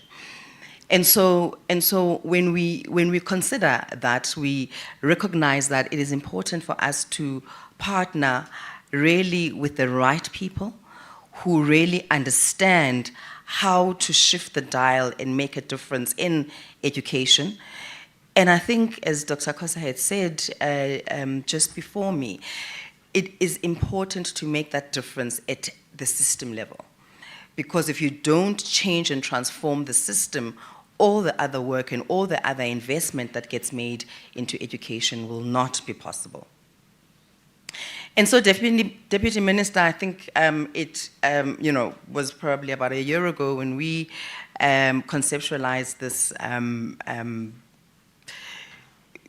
reward of teachers in a way that is enriching for them, that culminated, of course, in the international exchange in partnership with the Sifiso Group. And so it certainly is for us very gratifying to not only see last year's winners of the National Teacher Awards, but see this year's winners as well, and really to help enable and facilitate the growth of these teachers, not only in themselves, but also what they will bring into their schools and overall into the education system.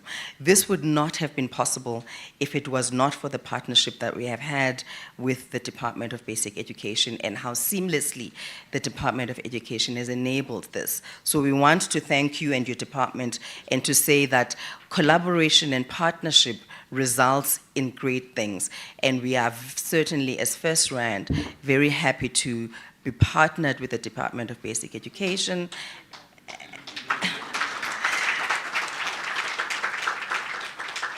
And of course, to be partnered with people that know how to implement things. We've just heard how important it is to really be the masters of implementation. And so without the Sifiso Learning Group and without Future Nations School, that implementation would not have been possible. So thank you very much. So our support for education, I think, is very broad, and it stretches across the continuum right from early childhood development right through to higher education. And a lot of it, we have recognized that it is important to put the teacher at the center of the support that we provide. And so in the various interventions that we engage with and support in various provinces, you will find that the teachers are at the center of that, because it is the teachers that shape what happens in the classroom. It is the teachers that really drive the improvements of the quality of the education that is given to our learners. And so really, I think the message that we want to support here today is to emphasize that in our minds, we recognize our role as being enablers of the progress that needs to be made in the systemic change, but also the progress that needs to be made in ensuring that the teachers that we have in our classrooms are the best teachers, are developed with the best competence that they can, so that they can impart the skills that are necessary to our learners. And so, we want to just say that we are grateful to be part of this program, and we are grateful that the teachers that are here are not only the best teachers in the country, but they are also having an opportunity to engage in international exchange, learn new things, learn new ways that they can bring back to their own schools and improve our overall education system. And with those few words, it's just to say that as partners to the Sifiso Group and to the Department of Basic Education, thank you very much for the work that you do, and we wish you all the best for the rest of the conference, for the rest of the week. Thank you. And since I'm the only one that's left on the stage, I'm going to make my way down too. Thank you very much, Gone. I have taken a bit from what you've said, and it's that there needs to be some sort of shared responsibility, and it can't be done by one person or one organization. And I think those partnerships we can all acknowledge are very important. And if we're going to work in silos, the chances are the bit we do will not reach where it needs to get. So thank you for that. We have come to the end of the first part of our program, and so we're going to now move to the second part, which is moving into breakaways. So the breakaways that we have, we've got 3. So the first one will take place in the Diana room, which is as you exit through those doors, you walk down the passage and you turn right, going up the stairs. And in that breakaway room, the topic will be on laying strong foundations, learning through play, and PBL. And this is focused to primary school, so your grades are to 7, and this is K to 7th grade. And then the speaker will be Charlotte Storsum Ollison, who's an educational advisor at Stigsborg Scholar, Denmark. And then breakaway 2, this will be held in the Coliseum, so it will be in this room. And the topic will be how SLGs, so Sifiso learning groups, project-based, learning-based ecosystem cultivates deep learning in a tech-powered era. And our speakers here will be Nkanyezi Makari, who is the CEO of FNS, as well as Xoliswa Mahlangu, Head of Digital Learning and Technology at Sifiso EdTech. Right, and the final, can you hear me? Yes. Yeah, and the final breakaway is going to be a group of delegates going to our Lyndhurst campus. It will be a full PBL immersion. So if you've got 3 stars on your name tag, that is you. That is delegates from the Aalborg University and delegates from China.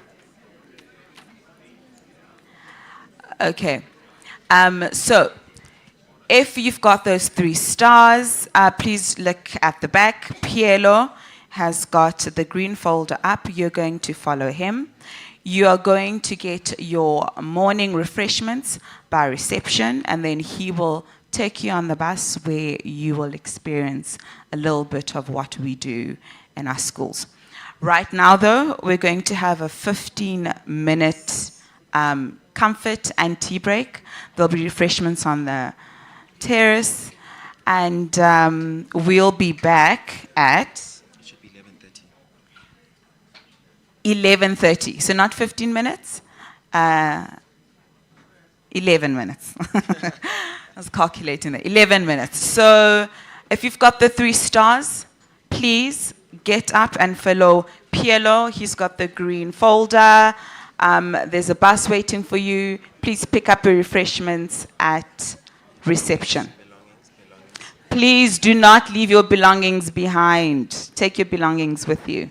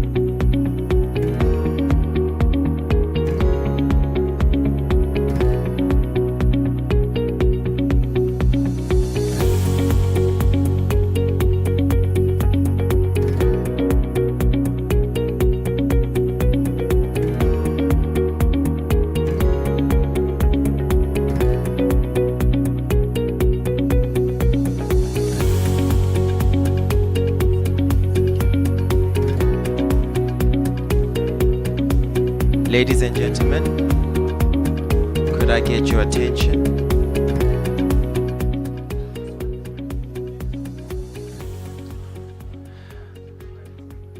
Right.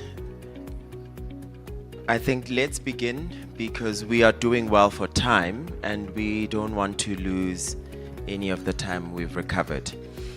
So how the session will be structured is that we will have a 45-minute presentation from our speakers, and this will be followed by a 15-minute Q&A.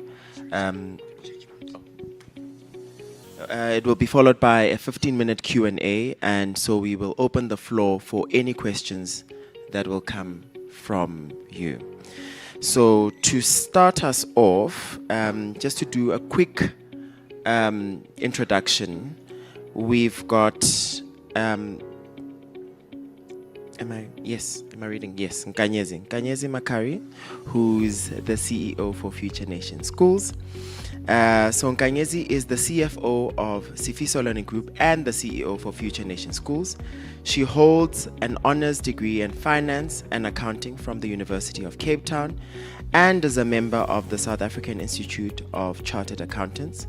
Prior to joining Sifiso Learning Group, Nkanyezi was a transactor at Ethos Private Equity and at JP Morgan Chase in the Johannesburg Corporate Finance division. Passionate about delivering quality education, Nkanyezi believes that empowering teachers is a fundamental to driving learner success and long-term systemic change. Right, joining Nkanyezi on stage, we're going to have Xoliswa Mahlangu, who is the head of digital learning and technology at Sifiso EdTech. Xoliswa is a passionate software engineer cum teacher. As the head of digital learning and technology at Sifiso EdTech, Xoliswa leads training initiatives to make coding and robotics accessible and engaging for learners and teachers of all backgrounds. Beyond her technical expertise, Xoliswa is a dedicated mentor, championing youth and women in technology while shaping an EdTech curriculum from grades R to 11, that's K to 12th grade to 11th grade. With a Master of Engineering in Software Engineering, she drives innovation in digital learning and teacher training, blending education with technology to inspire the next generation. Please help me welcome Nkanyezi Makari and Xoliswa Mahlangu on stage.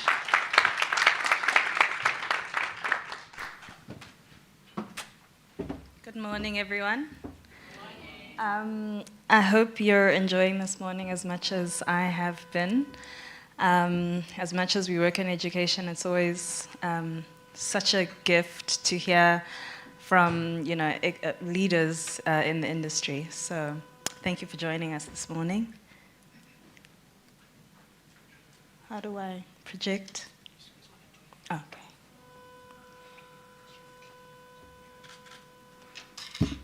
Do I need to click? Oh, there we go. So the topic this morning is about how Sifiso Learning Group's PBL-based ecosystem cultivates deep learning in a tech-powered era. And I just want to introduce you to who we are as Sifiso Learning Group. So at the foundation of our group is Future Nation Schools. Sifiso Learning Group was incorporated in 2013. And then 4 years later, in 2017, we launched Future Nation Schools. And really, as Mr. Koza had said, Future Nation Schools is that TB cocktail that we use as a proof of concept. We've got 2 campuses in Gauteng, and really we see it as a laboratory of innovation. How we came to be is in the years between 2013 and 2017, we traveled the world, and I used the royal we because I was still in my previous life in banking and corporate finance, but I was with the group in spirit. We traveled the world. We went to India, we went to Peru, we went to Amsterdam, we went to the US, and finally, just looking at schools and how what was best practice in terms of learning and teaching across the world and how it would relate to South Africa. And finally, we found a school, HTH, High Tech High, in California in the US that taught project-based learning, and that really resonated with us and what we wanted to do. And so we came back and we employed employee number 1, which was Mampolanga, and she's our head of schools. And really, when she came back, I mean, she tells the story of how project-based learning was fantastic, but we're not Americans, right? Their problems are not the same as our problems. Their classrooms are not the same as our classrooms. Their teachers are not the same as our teachers. And so, as wonderful as what we saw was, it was really important that we contextualized project-based learning to our community, our country, our city, and our local communities. So that's really the crux of PBL, is contextualization. And so what we've done over the past 9 years at Future Nation Schools is make PBL our own. And when I say PBL, it's project-based learning, it's play-based learning from an ECD perspective, because all play and projects are very much intertwined. It's all about observing your environment and applying it to how you learn and teach, and as well as problem-based learning, right? Because in the projects that we do at FNS, we're constantly trying to solve problems that are related to our community. And so those projects are around problems. So it's more like a triple PBL, right? And so that is the foundation of our schools. Ikamva is our preschool that obviously takes early childhood development practices, and that's where we roll that out. We take students from 12 months, as long as you're walking, you can come to our preschools, and all the way to 5 years old. And then we've got our Nation Next College, which is our teacher training college, and that really is the vehicle that we are using to take that TB cocktail and implement it at scale throughout the 25,000 schools we have in this country. Our tagline at Future Nation Schools is, someday all schools will teach this way. If you think about South Africa, we've got 25,000 schools. Less than 10% of those are independent schools. So really, the schools that we're talking about is those 23,000 odd government schools that we really want to make the real impact through. So yeah, I mean, of the students that make up those 25,000 schools, less than 7% are in those independent schools. So you're dealing with most of these schools in government schools in quintiles 1 to 3, and that's where Nation Next College is focusing on. And then we've got Sfiso EdTech, which is really the tech enabler of all the things that happen across our group. We import robots from China, and we then implement a curriculum into schools across the country around coding and robotics. So Nation Next College has courses in coding and robotics, early childhood development, new venture creation, which is entrepreneurship, senior management team leadership, and project-based learning. And really we use the more than 100 people that we employ across these 3 different entities to advance education in this country. So really, when we look at project-based learning, we have to look at what has been traditionally taught in the classroom versus what project-based learning is all about, which is deep learning, inquiry-driven learning, problem-solving, hands-on projects, and real-world application. So the days where the teacher walks in and just lectures to students are gone. Memorization, rote learning. We had a meeting with one of the department officials, and she kept stressing the need for repetition in the classroom. And repetition without context is useless, right? You can't have students sitting in a classroom saying, 3 + 1 is 4. 3 + 1 is 4. Because what does that mean? right? You need to contextualize it. And so at an ECD level, we are counting leaves, we're outside, we're learning the importance of, the environment around us, but we're incorporating mathematics into that. And we're putting different context to this 3 + 1 = 4. 3 leaves plus another leaf, how many is that? Setting it in different scenarios so that the repetition sticks, right? It's not rote learning. And really, this aims to solve a lot of the issues that we have in this country, low literacy and numeracy outcomes, high youth employment rate that we've heard tons about today already, and traditional teaching is still very much dominant. Even when we established Future Nation schools, we were hiring teachers that had taught in traditional schools, right? Because the concept of project-based learning was very nascent in this country. And so a lot of the teachers that we employed had to unlearn a lot of the ways that they'd been taught and what they'd learned in university and put their minds around this new way of learning and teaching that really puts the learner at the center of, how things are done in the classroom.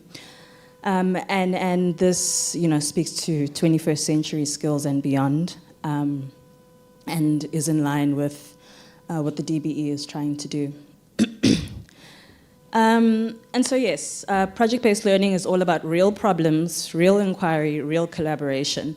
You'll see pictures there of students. We use a lot of our facilities to have the students create and build an environment that they have helped create.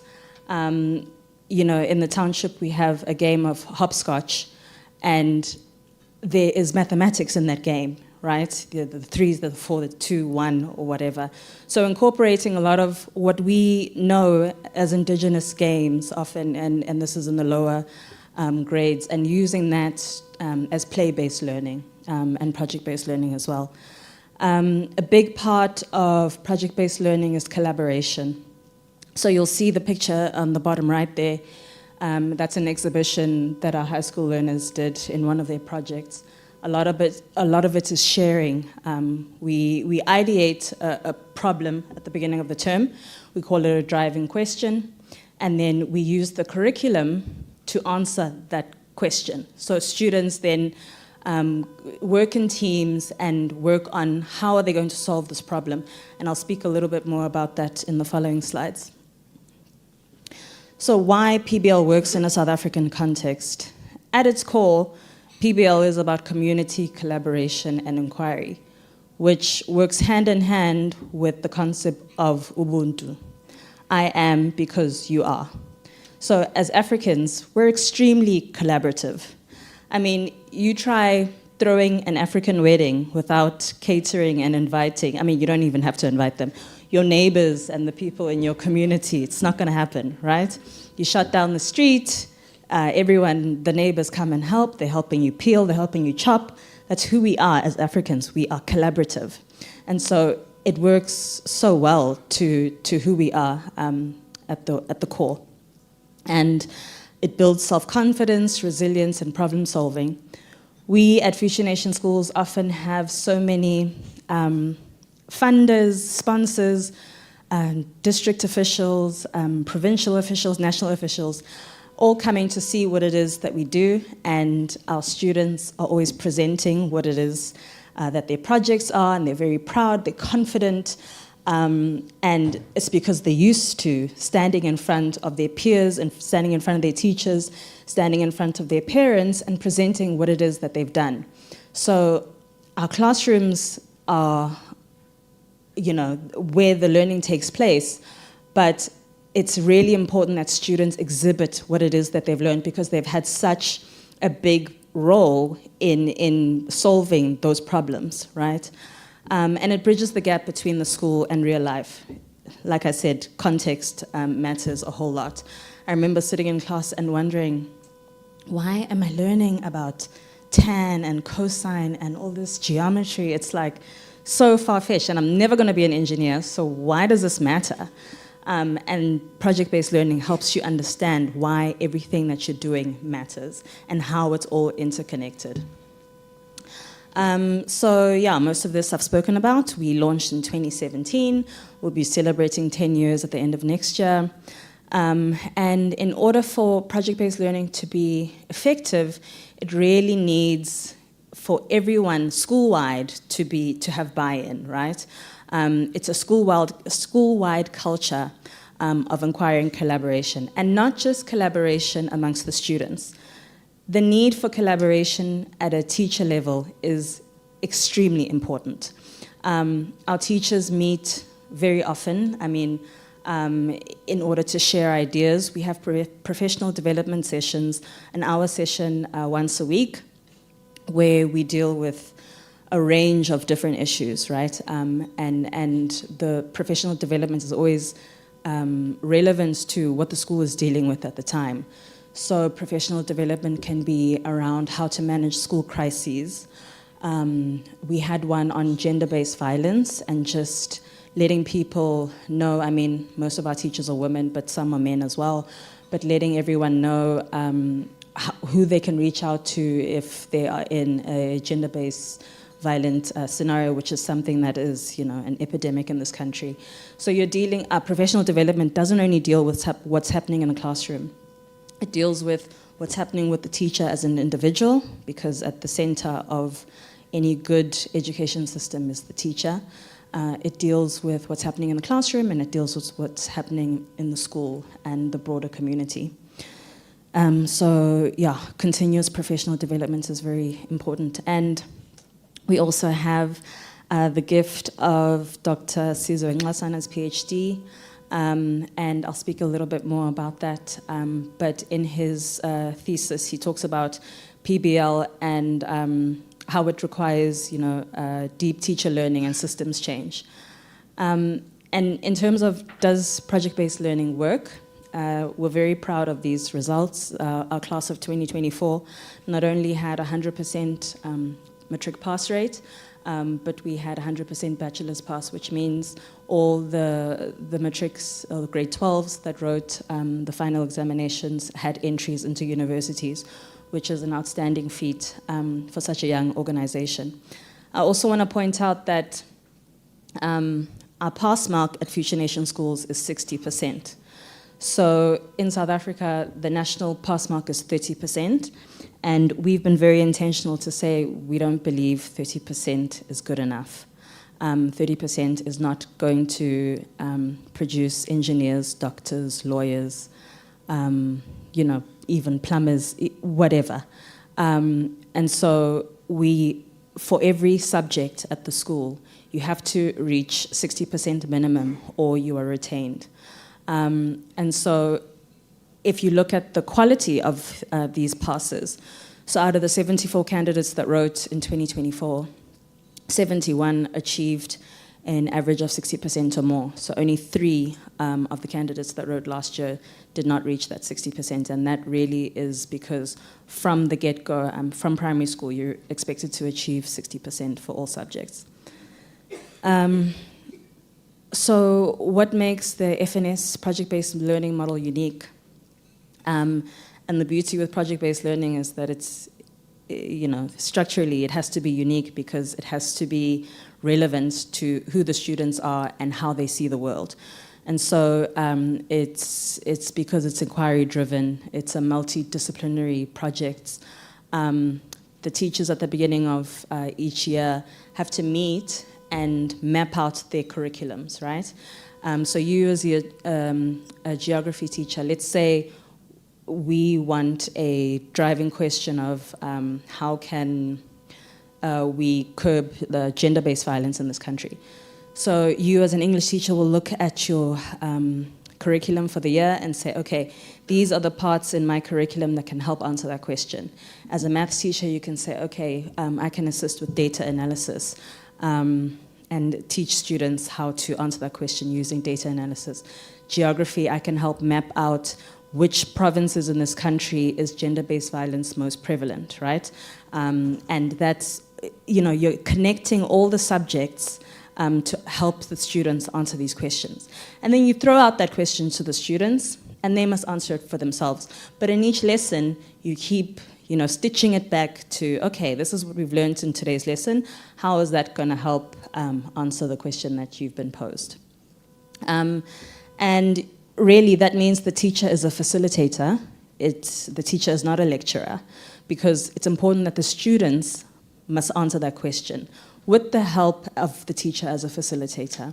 And I've spoken about the need for collaboration, and a lot of reflection is required, because it's not a straight line, it's not linear. You don't get to the answer immediately. There's a lot of, okay, perhaps we should do it like this. No, that's not going to work. Fail, go back, and you restructure your thought process. At the foundation of, well, not the foundation, but a layer that we put on top of all this project-based learning that we do is technology and entrepreneurship.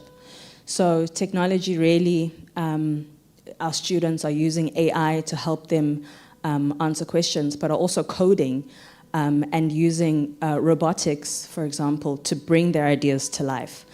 There was a robot that was designed by one of our primary school students that was a recycling robot that would help sort and organize waste in order to more efficiently dispose of waste. So everything, the prototypes that they come up with can be brought to life with robotics. And that's the beauty of coding and robotics, is that it brings STEM to life, or STEAM rather, to life. And we teach the fundamentals of coding and robotics from ECD, from as early as preschool. And it's not with gadgets or devices. It's really around pattern recognition and sequencing, right? Because when you code, sequence is very important. And so we've got these sequence cards in our preschools where you've got maybe 10 different things that are happening throughout the day.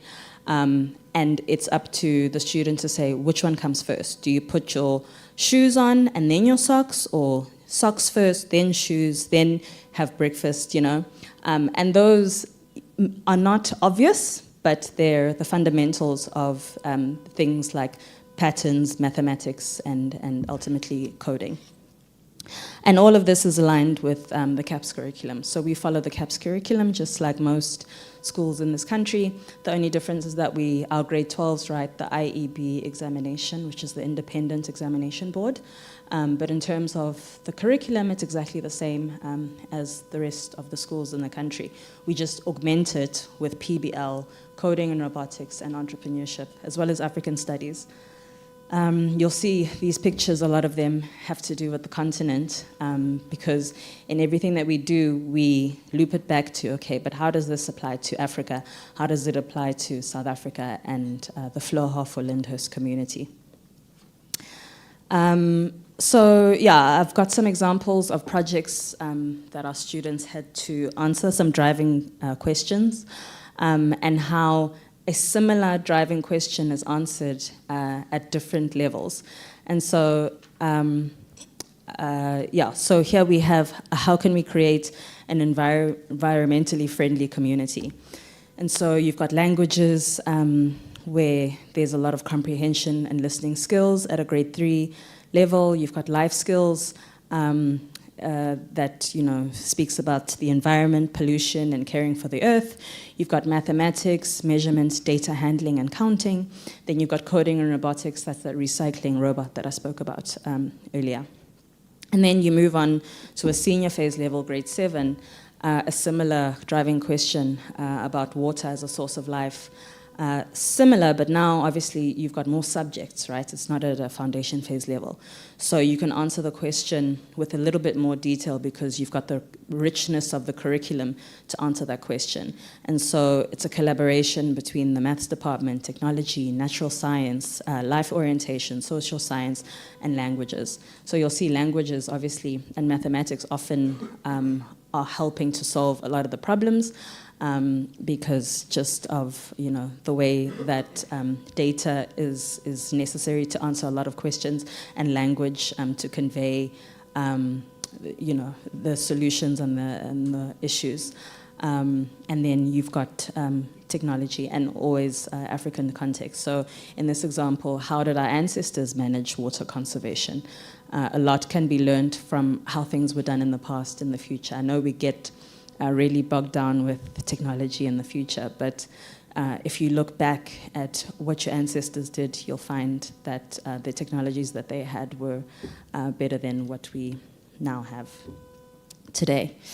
And then this is just a grade 9 example. So how can we sustain water usage in our communities? And similarly, you've got maths and English coming in there. You've got natural sciences and geography. Looking at population growth rates in geography, climate change, etc. So this is how the school has to work together. The teachers have to work together. The students have to work together. And we also have vertical collaboration as well.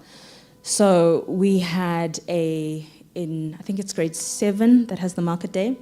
And it's in the grade 7 curriculum that there must be a market day. But a lot of what is required to run a business is things that you haven't dealt with at grade 7 yet. So things like strategy. They would then ask the grade 11s to help them with a business plan.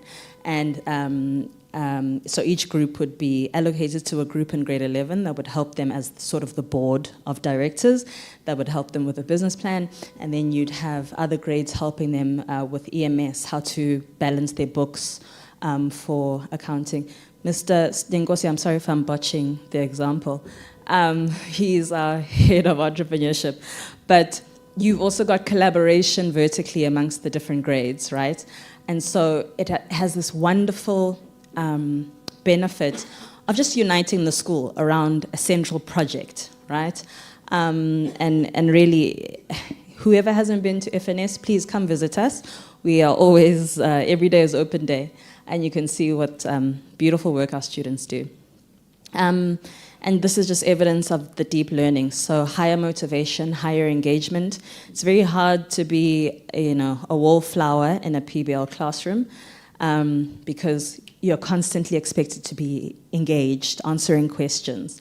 And sometimes the teachers use technology to solicit answers from the students. There's an app called, a website called menti.com. Where a teacher can pose a question in a classroom, students log on with a code, and then you answer the question anonymously. And then you see whether the subject that you're teaching the students on is actually sticking. Because, if most of the students are answering wrong, you can course correct and say, okay, no, you guys are not getting it. And without the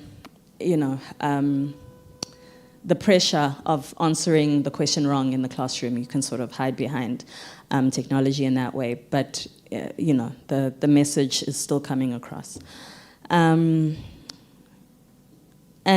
yeah, so these are some of the findings from Dr. Nqasana's PhD, that we've seen that teachers support PBL in theory, but struggle in practice. And that's because you need a lot of support as a teacher in the classroom. If you're delivering PBL, you need the support of the students, you need buy-in from your students, you need buy-in from your colleagues, you need buy-in from the parent body, and all of that. So when I'll talk about it a bit later, but collaboration is very important, mentoring is very important from a NNC, Nation Next College point of view. You can't just sit in a workshop and teach teachers project-based learning and say, good luck, you're on your own. Mentorship, so we have a mentorship program for 12 months that helps, address the issues that teachers face in their classrooms because they're so unique. And so, yeah, it's not one size fits all. It's unique to the teacher.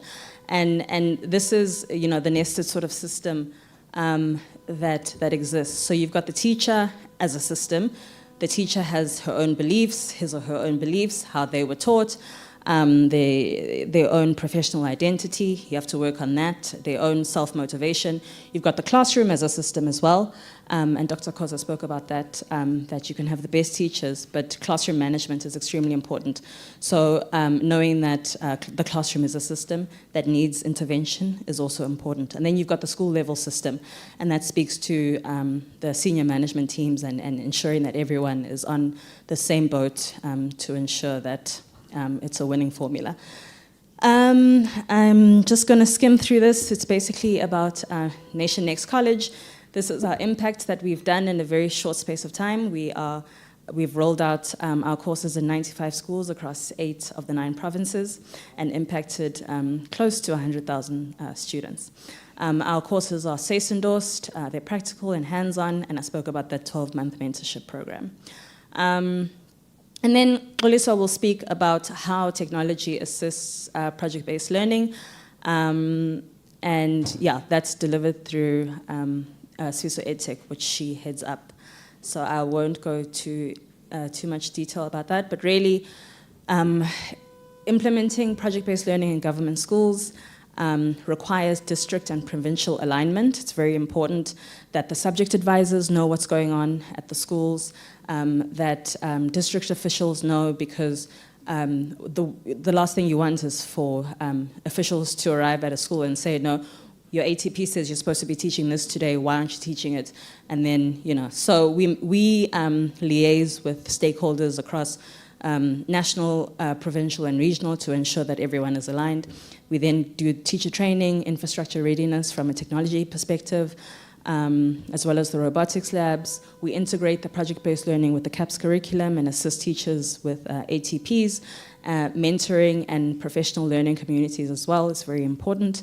And ensuring that assessments align with project-based learning, because if you're changing the way you're learning and teaching, you have to change the way that you're assessing as well. It's very important. As well as parent and community engagement. And the benefits are quite obvious, and they align with the National Development Plan of 2030. I'll stop there. Thank you very much. I'll hand over to my colleague, Xolisa, to take us through the technology part.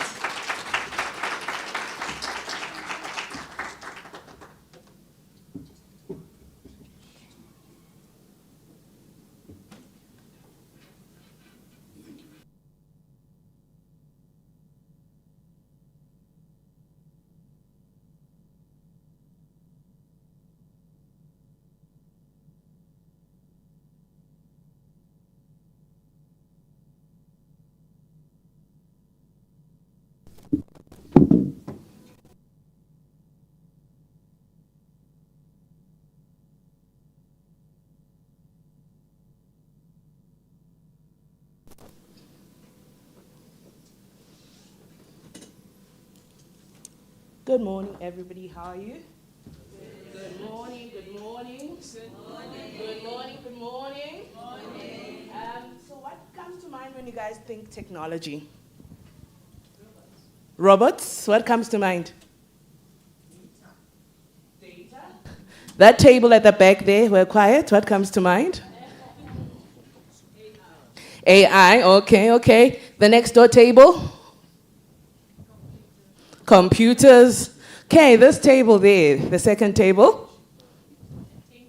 Attention. Okay, this table over here. Efficiency. Okay, did we get an answer from this table? Okay, cool. So, a lot of the tech answers have to do with computers, right? Computers, machinery, efficiency. But tech is not just that. Right? So just allow me for 5 minutes or less to take you to a grade R coding and robotics class. Are you guys ready to be my students? Are you ready to travel back in time and be in grade R? Okay, so we're gonna play a game of Robot Says. So I am Robot, and I'm gonna give you a few instructions. Can we stand a bit? Shake it off a bit. No, people have been sitting. Okay, so it's very similar to Simon Says. We know it, right? We've all played Simon Says. You only do what the robot says. If the robot does not say that, you don't do it. Okay, robot says clap your hands. Robot says jump up. Sit down. Okay, we've got a few people who did not listen to what robot was saying, right? You do not take instructions if they're not from robots. Okay, so let's go again. Robot says wave your hand. Robot says touch your knee. Robot says, okay, robot's out of instructions, we can sit down. We can sit down. But with that tiny instruction, it's what we would teach in a grade R class, right? Grade R, we're introducing algorithms and giving robots or computers instructions, understanding the sequence and understanding why it's important for things to go step by step.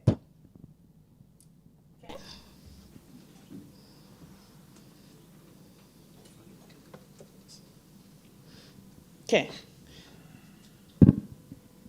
So, from devices to deep learning. So a lot of people, when they think of technology, they're thinking it's just devices, but we want to look at the effects of technology, right, on the whole system. So when we look at technology, it's an enabler. It's something that we use at our schools for thinking. It helps our kids think, it helps them to interact with the technology, interact with the AI, interact with the software that is there as a thinking tool. It's a tool for creation, right? PBL requires a lot of solutions, and technology is an enabler for that. They might be creating a website, they might be creating a poster, they may be creating a video. It's a tool for creation. One of the first projects that I worked in, I think this was like 7 years ago, was when our grade 8s were learning HTML. And instead of just teaching them HTML, they had to go out there and actually find a local business and build a website for them. So using the skills they were learning, they were actually creating tools that were going to help their community. It's also a tool for designing.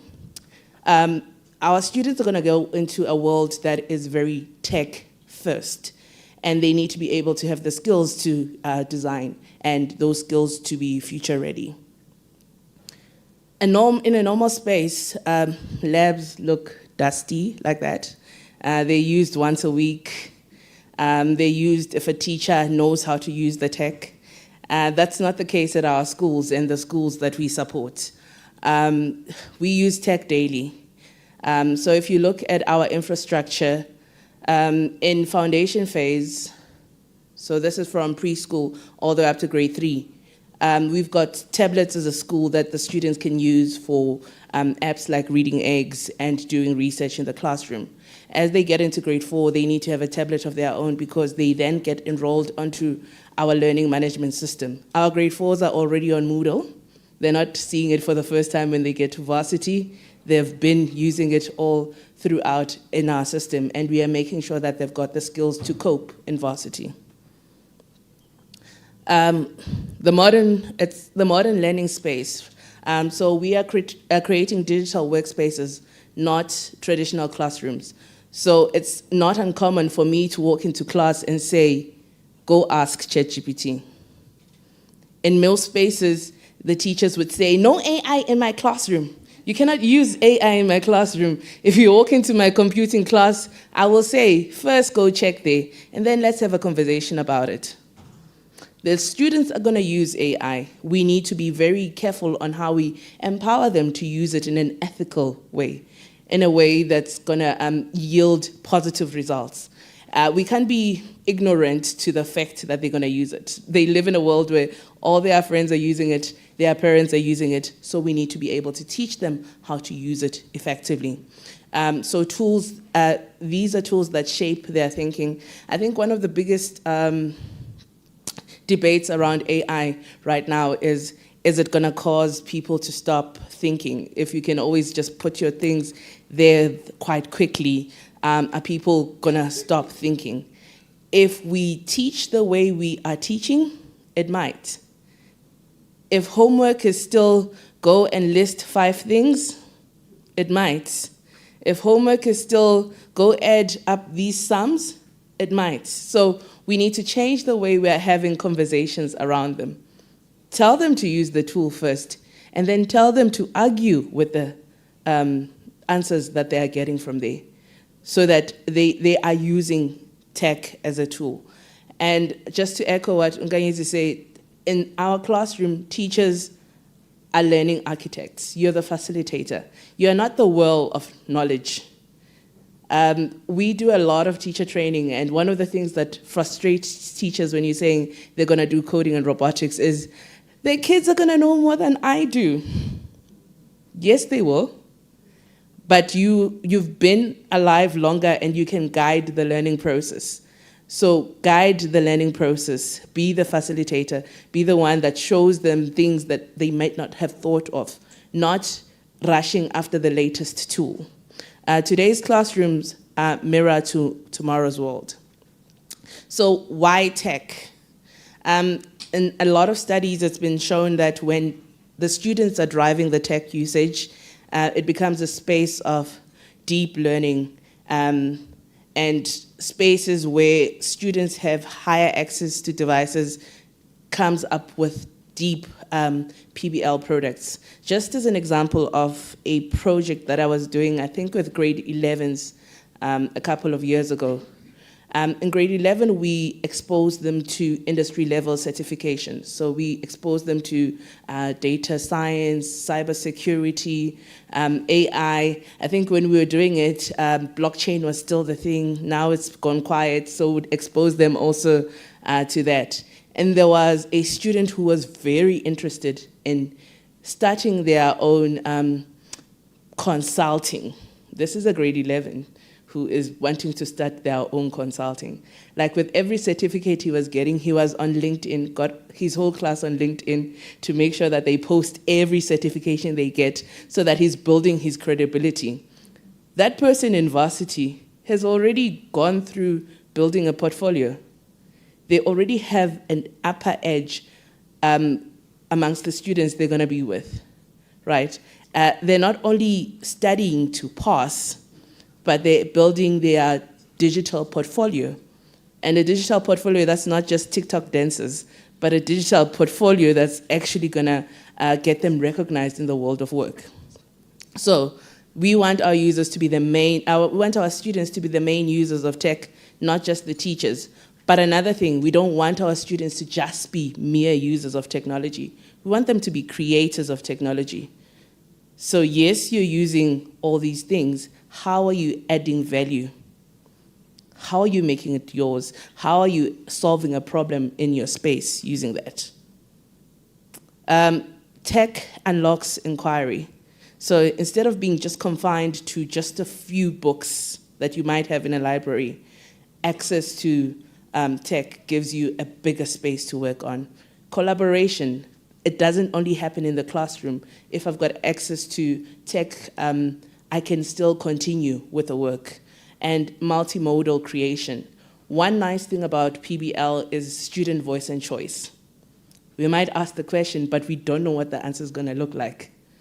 One student might answer it by building a robotic model. Another one might build a website. Another one might build something else that's different. As long as we've clearly stated out what are the requirements of the project, what they need to submit, and also given them enough freedom to be able to express it in their own ways. Beyond the lab, so we are building a culture of learning, digital learning. As much as reading and numeracy are the foundations, and I know that government is now putting a huge emphasis on numeracy and literacy, but digital literacy, and not just digital literacy, digital fluency is one of the life skills that we need to make sure that our kids have. You know the misconception that we say, they are born into technology, they'll know how to use it. There's nothing as a digital native, if all you're giving to your kid is access to a tablet, they'll just watch YouTube. It won't be used for good unless you steer it for good. So access without direction does not mean good can come out of it. Yes, they'll know how to make a call, they'll know how to go onto YouTube, they'll know how to bypass the VPN, but is it working for good, right? So digital literacy now sits alongside reading, and we wanted to mirror the workplace and prepare our students for a digital economy. There's been a lot of evidence from around Africa. I was speaking last week at the Africa Tech Festival on how there's a number of hubs that have actually started increasing access to students and structured instruction. And so much is changing. The employment rates in those spaces are changing. Like localized solutions are coming up from what students, like students at school, can do. They don't have to wait until they've gotten a computer science degree to be able to effect change. What does meaningful tech look like? You know, when most schools are thinking of their tech infrastructure, people run to interactive boards and all these fancy things, right? They run and spend lots and lots and lots of money and then come back and say tech does not work. It's very important when people are implementing tech to come up with a strategy. What problems are we trying to solve? Before we go and purchase, like even with AI, a lot of people, lots of companies paying big, big money to have AI consultants that will say, these are the new tools, go use these new tools. But if we were to ask the company, what's the problem? They don't know what the problem is. The problem is we don't want to get left behind. Everybody's talking AI. We don't want to be the last ones there. But how is it enhancing the efficiency? How is it growing? So in our case, we found that having our LMS, so having our portal houses all our work. It's got presentations. Not only does it have recent presentations, it's got presentations from years back. So if a student wants differentiated learning or another resource, they can actually go back there. So having that. Having dashboards that help us.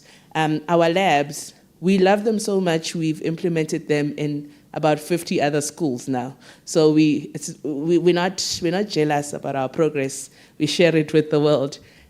So we've got labs in our schools, but we've also helped 50 other schools get labs and start their coding and robotics space. So the new literacies that are of a tech-driven generation, AI, coding, and robotics matter, and they matter as early as preschool. The child is learning how to build Lego without using a lot of words. They can learn how to build a robot and get comfortable with the technology. One of the things that I fully advocate for is making sure that we demystify tech, that it's not this big thing that people are thinking that you need to know all the syntax in Python to be able to make things work. You don't need to know all of those. You need to know how to start with a simple algorithm. So getting the kids started quite early. It's not optional for our people. We need to build their confidence and their capability from as early as 3 years old. We've got kits that we use with students in preschools from as early as 3 years old. Kids that just understand that red means stop, green means go, purple means celebrate. That's their favorite. Like when their robot gets to purple, it starts spinning, and you can see them also spinning because they now understand, okay, there is cause and there's cause and action. So if I'm seeing this, I'm doing that. When it's introduced in varsity, it's called an if statement. When it's introduced at preschool, it's just that red means stop, green means go. So making sure that they understand those things. Tech fluency needs to begin very early on. So we've got the whole roadmap from grade R all the way up to grade 12. As I said, in grade 10 and 11, we do industry level certifications. So when we were working with our curriculum, we've been doing coding and robotics since we started in 2017. And when we started, the country didn't have a gazetted curriculum. So we had to go search what the international trends were. So even now, yes, we are offering coding and robotics, and it is CAPS aligned, but it has spice, some extra spice, some masala nyana, some six-gun nyana, just to make sure that we are giving it more than what is expected. Because when you look at the curriculum, it's great, but it's also a one-size-fits-all. We want to build innovators. We want to make sure that they've got access to more than just what is prescribed. So we're building people that can build solutions for the future. Also, a benefit, it does deep thinking. So one thing that is a guarantee in a coding and robotics class, you're going to fail at one of the experiments. It's a guarantee, right? And failing at one of the experiments might mean you said 30 degrees when you were supposed to say 45 degrees, or you said 60 degrees when you're supposed to say 90 degrees. That, for the first few days, totally irritates the smart kids. Those ones that normally get it at first try, for coding, sometimes for them, coding is like, okay, I need to have the right answer. I need to have a recipe that's going to work, and this thing does not have a recipe that works firsthand. So it teaches the resilience. It teaches them to find the problem, come up with an algorithm, code it, test it, and be sure that it's going to have bugs, debug, and improve. Don't we do that in our lives anyway? Aren't we always improving the things that we do? So it helps them with breaking down the problems, designing algorithms, and testing and debugging. It also gives them creativity and agency. They move from just watching the content to being creators of the content. So creating games, stories, prototypes, gives them that hands-on feel with the technology, gives them future-ready skills, collaboration. Everybody who's in a workspace collaborates on some level. With robotics, you can't do it by yourself. You need to collaborate. Resilience, it's gonna fail. What happens when it fails? Communication, how do you communicate your solution, and how do you change it for different situations? We start early, and we make sure that they understand how systems work, how data works, how do we evaluate our output and make sure that you change it based on that. Tech gives us a space to investigate using local data, digital tools, and make decisions based on data. So that inquiry becomes evidence-based. We're not just saying this works because it's supposed to work, or the textbook says it's supposed to work. We've tested it, we've seen it, and we know that it works under these circumstances. Gives them the space to prototype. I don't know how many times we build and destroy our robots. I know when I do coding for the, training for the first time, especially for teachers, you'll get them to build something for 30 minutes, and after that you like dismantle. Like, what? After we've put so much effort into this, you want us to break our great piece? Yes, dismantle it. Get used to the idea of building, testing, dismantling, and coming up with something that solves a different problem. They work with different types of microcontrollers and different types of robots, and they are building functional solutions. For some people who might look at it from the outsider's perspective, it just seems like toys. I think I cringe every time somebody says a robot is a toy. No, it's a laboratory. It's something that people are experimenting with and building functional prototypes with it. Communication happens all the time. The kids are always simulating, they're always presenting, they're always coming up with a different way of expressing their products. So ideas become shareable products. The grade 6s were so excited when they created Canva websites the other time, and they could just go share the link, and their work was outside and people could access it. Collaboration, again, I can't stress it. In your typical robotics project, you've got your builder, you've got your coder, your tester, and your person who does documentation. We always advise that they change the roles, but there are people who gravitate to some roles. So they start seeing their strengths. They also learn from their peers. Sometimes you can try and explain something, but the one who's more gifted in code can always explain it better than, okay, this is what's actually happening. There's the shared responsibility. You hear them negotiating, especially when it's competitions and they want to do better than the next team. And then problem solving. We are building resilience, right? So try, fail, adjust, and succeed. That iterative mindset, confidence through persistence, and making them aware that failure is part of the journey to success, right? So robotics encourages that positive attitude to challenges. And AI is a partner. It's not a threat. You know, a lot of people always come and say, but AI is going to take our jobs. Which jobs? Which jobs? Is it the ones that were giving you a headache? Is it the ones that you are using AI now to make sure that you do them in 5 minutes instead of 3 weeks? Are those the jobs that it's going to take? It's not AI that's going to take the jobs. It's somebody who knows how to use AI to their advantage who's going to take your job. And making sure that our kids are the ones who know the AI and have got the upper hand is what we want to do. So in our spaces, we see AI as a research assistant for our teachers as they are designing the projects, as an idea generator for our learners as they are coming up with their solutions, and as a feedback partner. So with AI, you can always say, this is what I've started with, help me refine it, show me what's wrong, and how do I come up with something that's better. Tech enables authentic products. So this is one of the projects from a school that we've trained, and they're very excited. They're going to Singapore in a few weeks, and this was one of their winning solutions. And this is actually a greenhouse made at a small scale.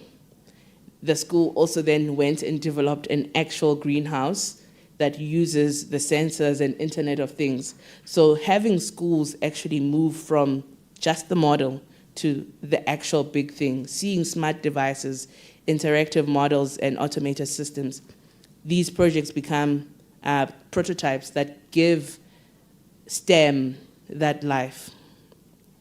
And you can't do that without equipping the teachers. So one of our biggest models is actually scaling teachers through innovation. We do quite a lot of upskilling and coaching and classroom models where we've got lesson plans, assessments for the teachers to use in their spaces. And this aligns not just to our mission, but to South Africa's mission, to Africa's mission, and the global mission, where we're creating PBL ecosystems that are empowered by tech. We are building the next generation of problem solvers, and we do it by tech-powered environments that are using it as the basic infrastructure, AI, coding, and robotics as the new languages of problem solving. And in PBL, tech turns projects into rehearsals for the future. Thank you very much.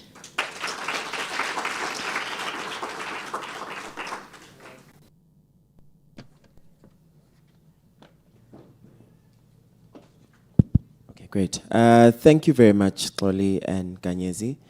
And please don't worry, the presentations will be made available, just so that you can go over them if you wish to.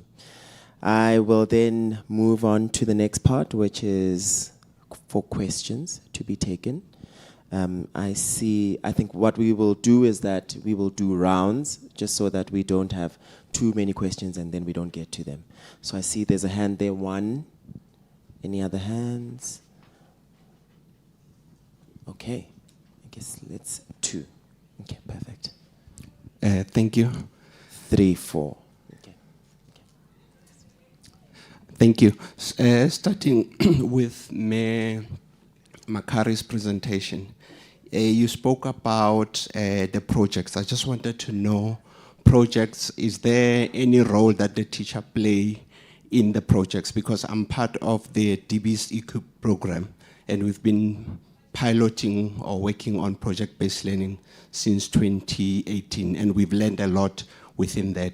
Some of the things include, we've done training for teachers, and we did not do a separate training for SMT. And they're saying, I don't know what my role is, and you did not clarify my role so that, and I cannot be sitting in the same training as a teacher, with a teacher as an SMT member.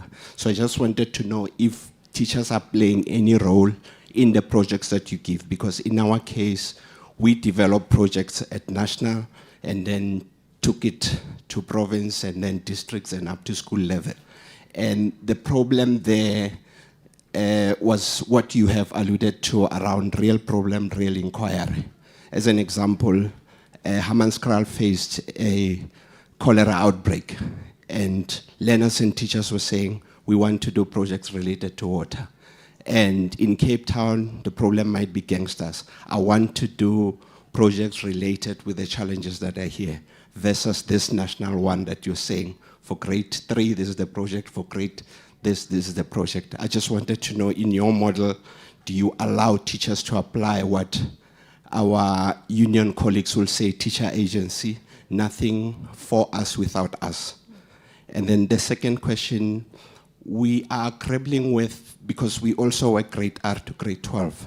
So the hypothesis that we are going with the learning so far is that you need to teach entrepreneurial thinking, grade R to grade 6, and then entrepreneurship education, grade 7 to grade 12. Is that in line with your learning so far in the 9 years that you've been in this game? The last question for you is around the teacher training that you offer, because the teacher training we offer, it's also SAYS approved. It's 10 SAYS points online. It requires 10 hours. It's 3 days face-to-face, 15 SAYS points. But the challenge is reaching this 450,000 educators. It's a very expensive approach. That's why we do both online and so I just want to know the length of your ones that you offer. And in terms of, you alluded to system change. We entered into memorandum of understanding with 5 universities to say that, please, this is the type of teacher that we need now, the 21st century teacher. This is how they look like. You need to adjust your curriculum. You know, institutions of our learning around their autonomy to say, no, I'll do it this way, I'll do it this way. At the end of the day, we get this cocktail of teachers. I'm interested to know, in your approach with the next college, how different is the approach versus the main universities. The 5 that we chose supply 74% of teachers that are in our payroll. And then coming to Mema Hlango's presentation, it's just one last question.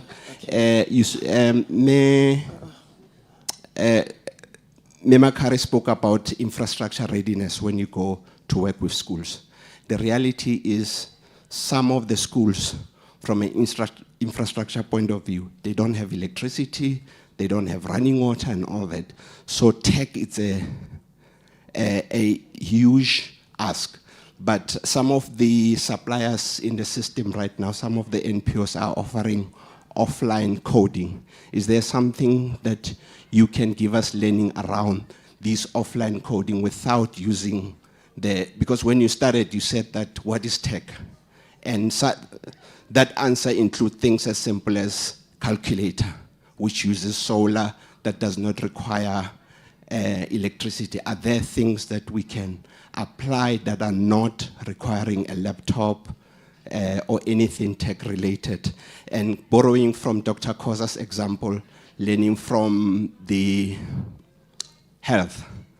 During COVID, remember there was this vaccine that you needed to use USSD code. Some of the schools next to the border of Botswana, they don't have any of our networks.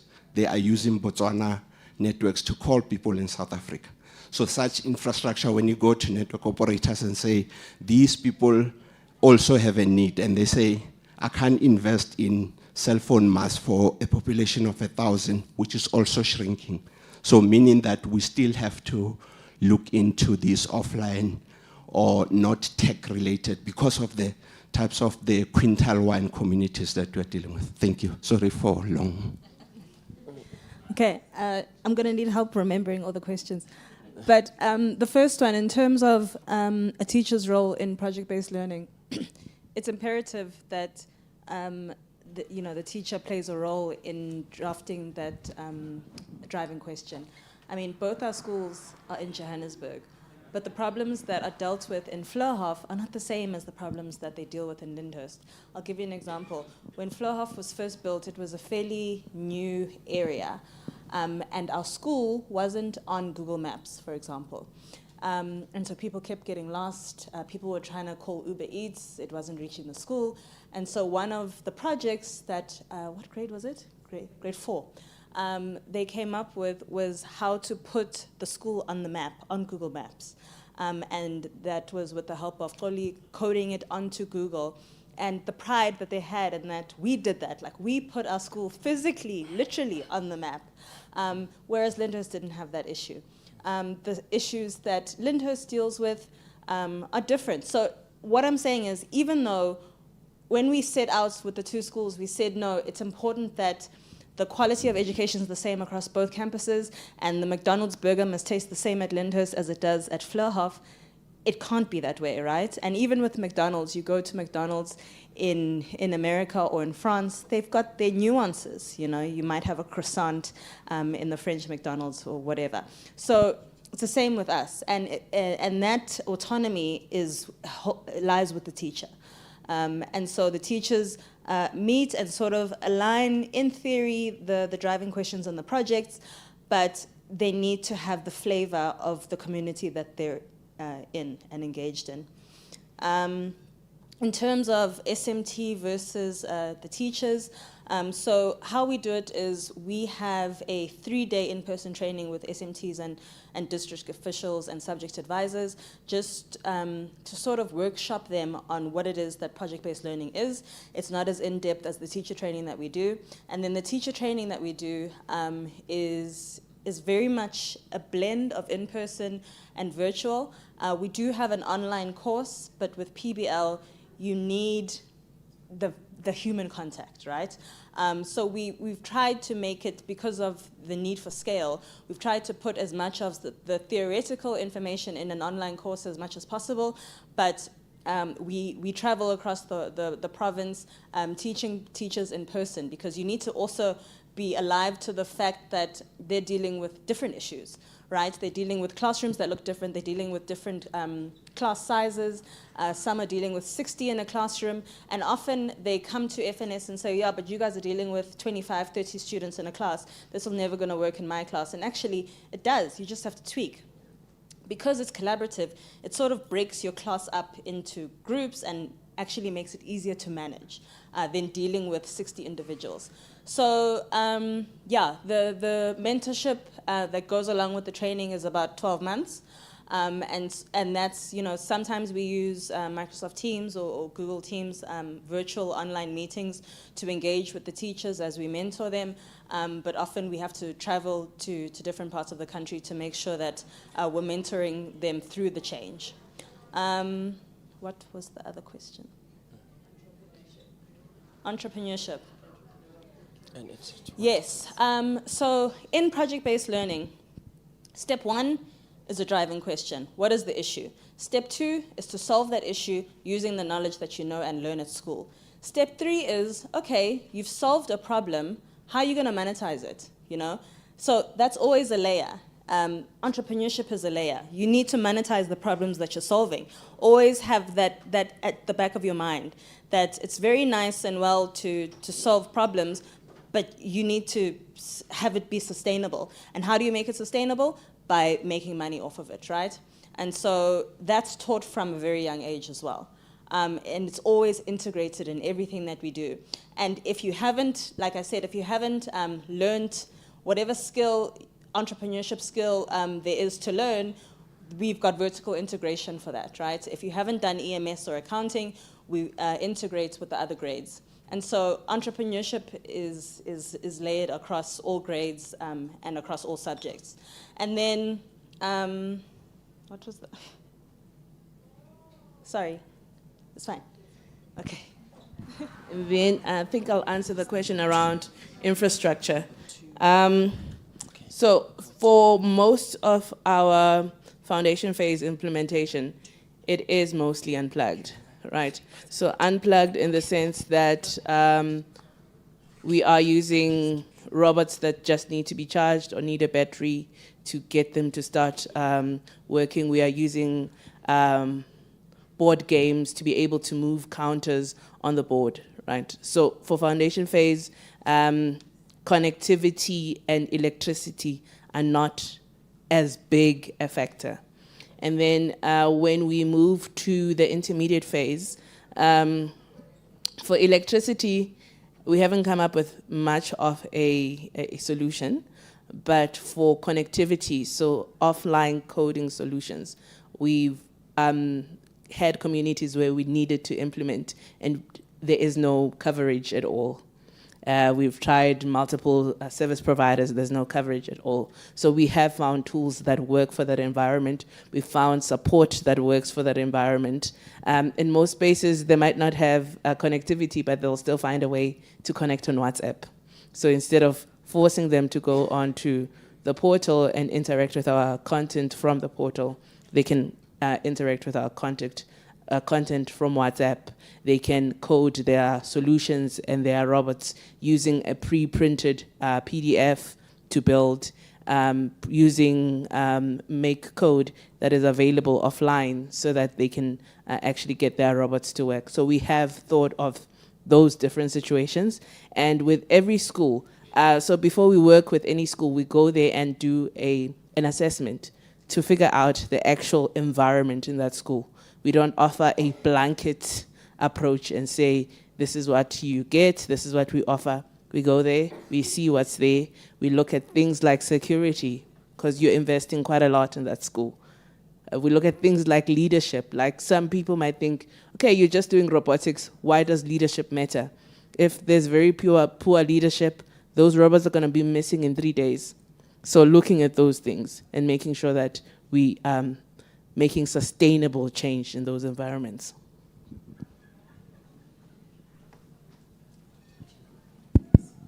Hi. Thank you so much for the presentation. It was super insightful. I didn't hear you say you take over 30-year-olds, so some of us can't enroll. Nkanyezi, I was really interested in how you were talking about the cocktail, to use, I think it's Dr. Zondi, if I'm not mistaken, his example. And I think it's a great way to talk about PBL as part of an ecosystem, that you create an ecosystem for PBL to thrive in a school. But what I wonder from the cocktail that you shared, I just took a picture so I can reference, there are 8 elements, and the first is district and provincial alignment. The third is infrastructure readiness, and the fourth is a robotics lab setup. I do wonder, just from a scale perspective, if there are schools in the room or even in the ecosystem that want to partner with you to help you scale this model, and if in the cocktail there are things like infrastructure readiness, is the idea that you would help those schools to get infrastructure ready, or is the idea that at a national or provincial level they would have to work with government to get their schools infrastructure ready? Because we know that infrastructure readiness is not actually dependent on the school unless it's a private school.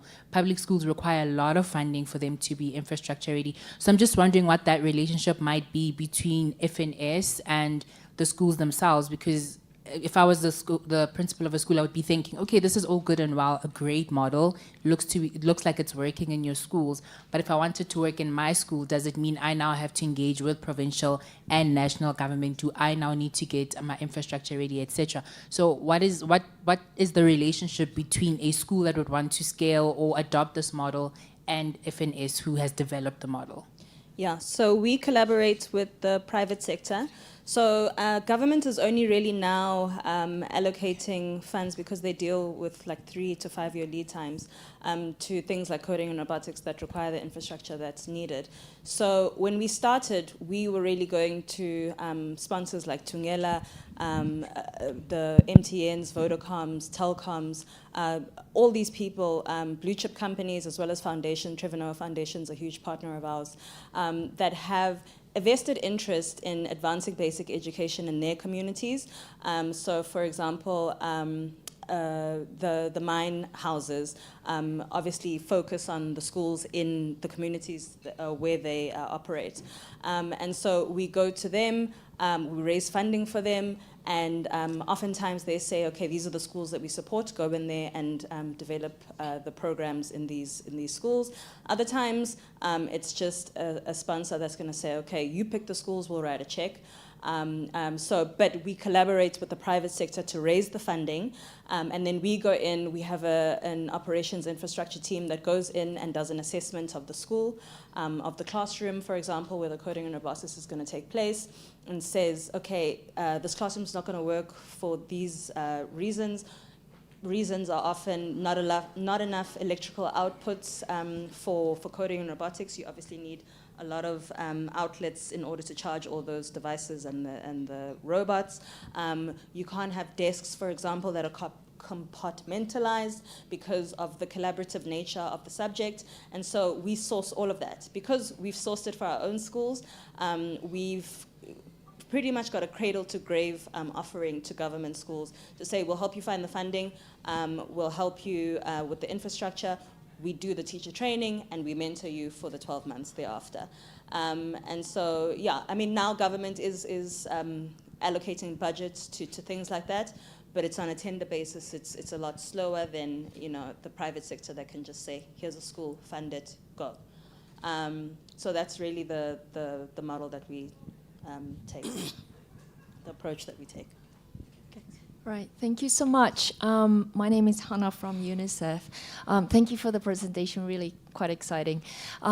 Question on how you measure the impact, whether at the learners level or teachers level, because you know, one of the key things that you emphasize through the PBL approach is the whole skilling bit, the whole the life skills or soft skills, that you, whichever term you want to use it. So when it comes to knowledge, yes, you can test it with exams, etc.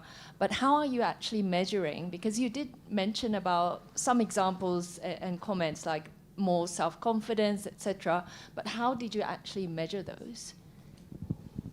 Okay, so I'll take it from the coding and robotics space, and we do projects there. One of the things that helps us a lot to measure the impact, we've got Robo Day that we do every year. So schools that we've trained, we actually invite them to come and exhibit the projects that they've worked on. And there we've got rubrics as the team that we can go and actually measure the impact of that. And then we've also got the Innovation Challenge that we also run. So that's an actual competition, and there are categories and things that your robot needs to be able to do. So those ones are measured. Over and above the competitive aspect of it, we also do have assessments. And another thing with PBL, yes, you're trying to solve the project, but because you are teaching content, you can also merge it with the content and actually see how the content is being absorbed. On our school reports, there's also a space for projects. So parents also get an indication of how the kid is doing confidence-wise, how they're doing presentation-wise, how they're doing in their problem-solving skills. That is something that is assessed and also communicated with the parents. So it's something that's, yeah, we measure it in our spaces, and when we go do training, we also advise the schools that we train to also incorporate it into their reports. But I also just want to flag that a lot of it is not directly measurable. For entrepreneurship, for example, often people think, well, how many entrepreneurs are you producing in your school? And they don't realize that the entrepreneurial mindset and skills that you're teaching often apply to professionals like doctors, lawyers, people in private practice.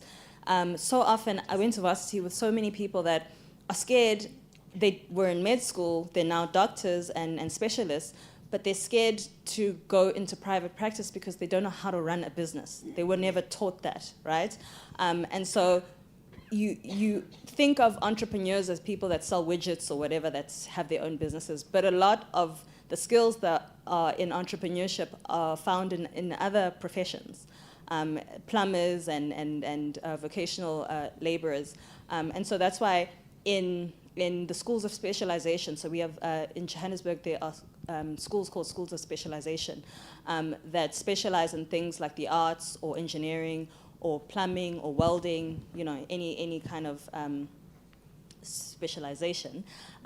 We teach entrepreneurship in those schools because it's all good and well to have a certificate that says, okay, I'm a welder, but do you know how to run a welding business? And we teach that from a high school level. So it's not directly measurable, but it goes a long way.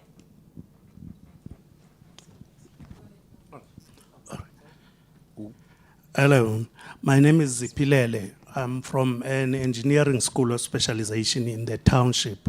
Mr. Zondi promised to give me 2 minutes of his slot to answer some of the questions or maybe give examples from the perspective of my school. Maybe some of the questions will be answered there. But my questions, because we can say we are privileged, we are a brainchild of Future Nations, and we are a little bit advanced in terms of implementing PBL. But I've got just a few questions because PBL is like you learn every day. You identify problems every day, you encounter challenges every day. And part of the challenges that we are facing as a School of Engineering, two things. There is what they call dark effect. The dark stays in the water the whole day, comes out dry. Now, training, from my experience of being a coordinator, PBL coordinator, I've been training teachers and learners and parents. I've realized that it's much easier to train a learner than to train a teacher. And part of it is the attitude of where we come from. So change management is very, very important. So part of my question is to find out from Future Nations, how much leeway have you gotten in terms of training teachers, not on PBL, but on understanding change, that change is inevitable, and with the right attitudes they can learn. With the wrong attitudes, it will be a dark effect. The second one is another layer where you guys need to have an influence. Subject advisors. Subject advisors still operate like back in the days. Doesn't matter what you do there. Like I've clashed with mine because my file was like a soft copy, and I had to print out everything and write everything by hand because that's the world she's operating in. So how much influence do you have in terms of influencing the subject advisors to understand that the world is shifting and we need to start doing things the PBL way? Secondly, still on this one, ATP influence, annual teaching plan. I have a strong feeling that teachers will respond better if PBL appears on the ATP. Then that will make things much easier for them, because now I'm battling with getting them to understand that PBL is a methodology of teaching. It's not a new subject. But they want to treat it like a new subject, and the minute you understand it as a new subject, it becomes a burden. And they don't want to be burdened because they feel overburdened already. And then the other one,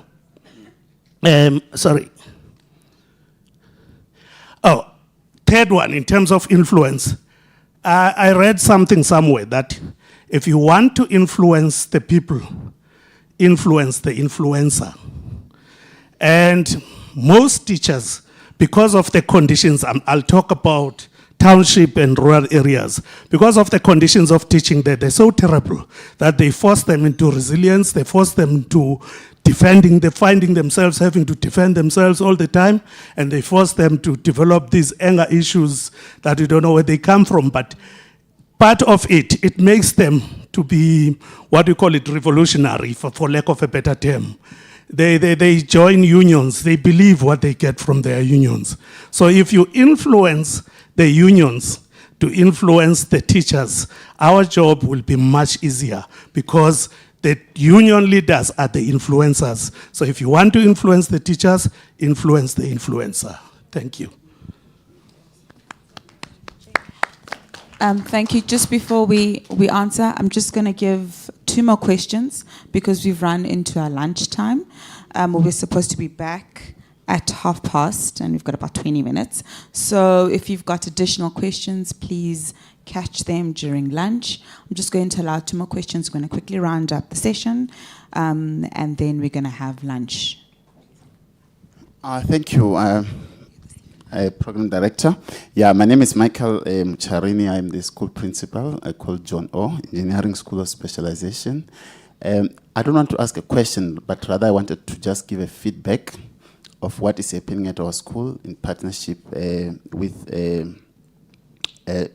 Future Nations. We are the school that was very fortunate to be adopted by Future Nations, and we are part of PBL. This has brought a lot of excitement to the school. Unfortunately, we being a school of specialization, already through the Department of Education, we were operated almost in a PBL style, in a sense that every year our school is expected to come up with something out of ordinary, something unknown. However, that would have been limited to just fewer group that is involved in that project. So what PBL did is to broaden this whole thing to all grades, where we have identified a driving question as water purification. And something very exciting is going to come from our school through the PBL. We are planning to launch our own water brand very soon, I think before end of next year. And it's because of this kind of engagement, our learners across subjects will be dealing with this matter. And we believe that is going to bring something very exciting. And while we are not deviating from our mandate as a school that explore, energy and in terms of renewable energy and other energy sources, our learners are going to be part of a group that will develop water purification system that will then generate and develop and purify water, which will then sell. And we just want to say, when you hear of this new brand, please buy our water. You are our clients. Thank you very much, Program. Thank you. Thank you very much. My name is Tandi Olaine, and I'm a trustee of the Zenex Foundation. Firstly, I would like to thank you for both presentations. I stayed in this session because I thought I know nothing about what you're talking about. And secondly, Uzipelele referred to a township. I would like to claim the township because I'm very proud of the work they are doing. It is Katlehong, and my husband always says he comes from the dusty streets of Katlehong, where I was accepted as Umakoti. So you must say, because people may think it may be Soweto. My question is, I'm a pensioner. Now I'm thinking of those teachers in my age group because I'm grappling with this issue. How do you manage, Xoliswa, to get them to kind of empty themselves and start afresh? Okay, I think, I'll start with the last question. So it's not emptying themselves. I think part of the trick is making them realize just how much of coding and robotics is there in pattern recognition, in numeracy, in things that they're already doing. I think the classes go a whole lot better when you show them the similarities. So before I get them to build an actual robot that they might feel is something that's hard, we start with storytelling. We start with the example that Nganyezi mentioned of putting on the socks before you put on your shoes, or turning the lights on. That simple storytelling is the basis for an algorithm. is the basis for algorithmic thinking. So starting and making sure that you are pinpointing what they're already doing, because they're actually doing quite a lot. And the expectation with foundation phase teachers is that they're actually going to teach coding and robotics in their classroom.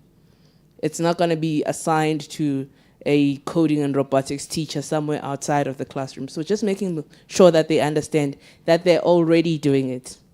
It might not have the tech element as they imagine it, but as we spoke about tech is just those instructions and making sure that they understand the instructions.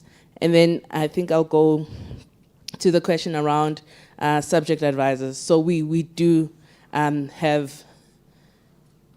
attention to subject advisors.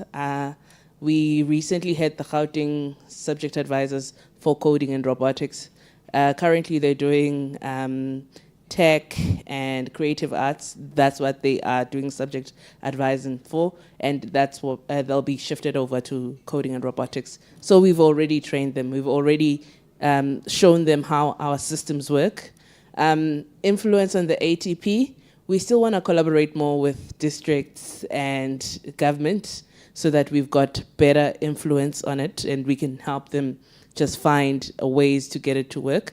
But also we need schools that are willing to just take the plunge. So one thing that we do with coding and robotics specifically, when we go to the assessment on the infrastructure, we also do an assessment on the teachers and their attitudes towards tech, because that's quite important for us to know what type of environment we're going into and how we're actually going to work with that environment. Okay, the MC has said, cut it. Thank you. That concludes our session. If you want to ask some questions, please find them in the restaurant. I'm just going to give you what we're going to do after the break, and then you're going to swiftly move to the restaurant. Please sit on the tables that have the First Rand Foundation branding on them, and that is where you will be served lunch. When you do come back, we're going to have 3 breakaway rooms. I'm going to start with entrepreneurial thinking with Mr. Zondi. It is in the Diana room, so you're going to go through the double door and to my left, my right, your left, up the stairs, and there's the Diana room there, and he'll be talking about entrepreneurship and entrepreneurial thinking. And then in this room, we're going to divide the conference room into 2. At the back of the conference, we're going to have Dr. Ji Nyan, Director of PBL Teaching and Research, who's going to be telling us about how to empower new teachers, novice teachers in PBL instructional design and AI, generative content-driven approach. And in the front of the conference room, we are going to have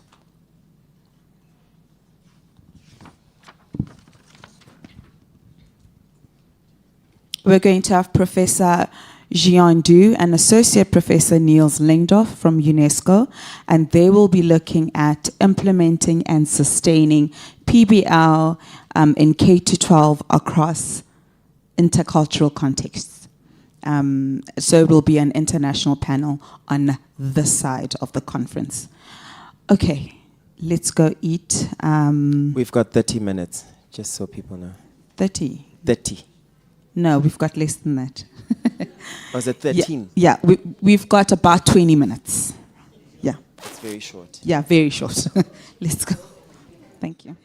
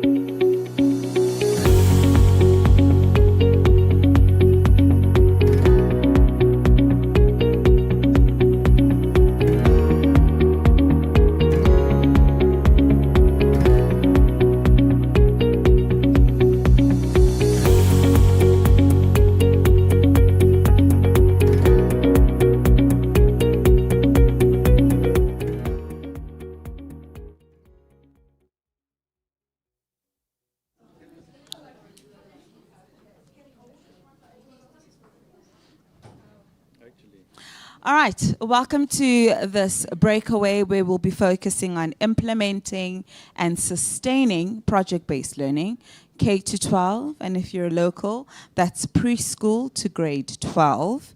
And we obviously have Professor Xiang Du, who is with Associate Professor Niels Lengdorf, and they will be moderating a panel discussion.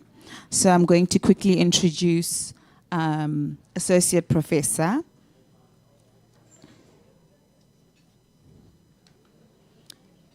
Niels Lengdorf, and then they will introduce their panelists. Okay. Associate Professor Niels Lengdorf is at the UNESCO Center for Problem and Project-Based Learning at Aalborg University, Denmark. His research explores transformative potential of digital technology in higher education and its influence on educational culture, values, and practices. He investigates how digital innovations reshape teaching, learning, and institutional structures, with a particular focus on their integration with problem and project-based learning. His work spans pedagogy, curriculum design, organizational change, policy, and contributing to a deeper understanding of how digital transformation is redefining higher education worldwide. Please help me welcome our moderators, Associate Professor Niels Lengdorf and Professor Xiang Du.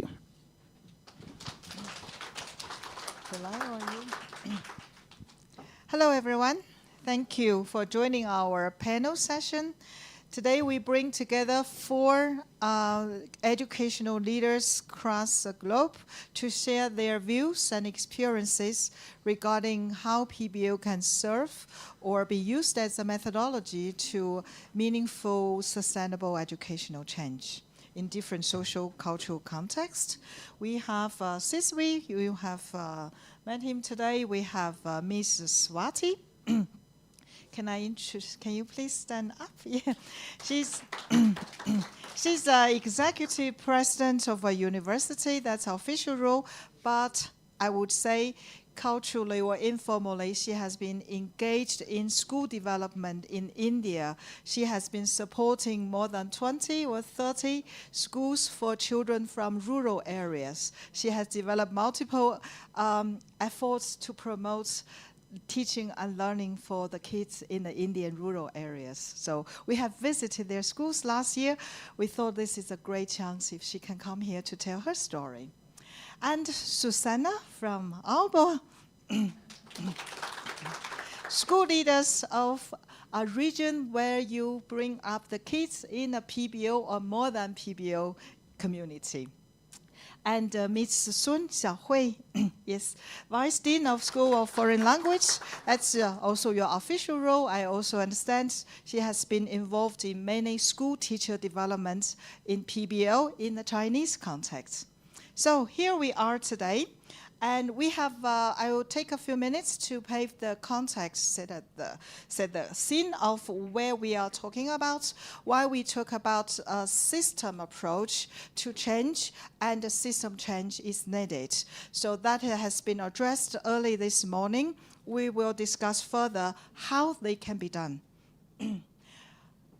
Institutional change, I mean, there are different ways. When we talk about change to PBL or change using PBL as a way to support change to wherever you target to go, we talk about readiness to change. Are your teachers ready?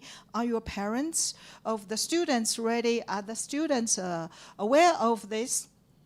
There are different ways, there are different aspects to address. Are people interested? Do they have experiences? What have they been their experiences? Sorry for this, you can have the slides. Do you have a constructive alignment in the school context? And do you have a professional development activities where teachers can play an active role? And do you have the peer learning environment for the teachers and administrators to work on? Do you have a champion group and in the GEMS that can be used? So, do you have a mentorship process? All these are important. And Siswi has all of them. When I met him, we talk about his good experience, but we talk about how much do you know? How do you know your current practice has an impact? He was not sure. So we started, in the past years, we started a few years research-based approach to development. So, we try to understand how his teachers really believe, the future nation school teachers believe in what they are doing. They are practicing PBL because Siswi has supported them. But do they believe what they are practicing? And then do they practice what they believe in? All these are very interesting questions. Our research results showed us life is complex, and there's the dilemmas for teachers to struggle between what they believe and what they actually practice. So in the past years, we worked out some program to involve the teachers to be structured, involved in the curriculum mapping, as you have already been experienced, and also different activities. So we pilot them, we explore teachers' feedback, how they grow in such a system. So this is Siswi's work, so I'm telling his story from my tone. What we learned is the change and teacher development, school change is complex. It's so complex that we have to involve all the actors. It's pre-service teaching, it's in-service development, it's a whole profession, community. How do we bring all these factors together?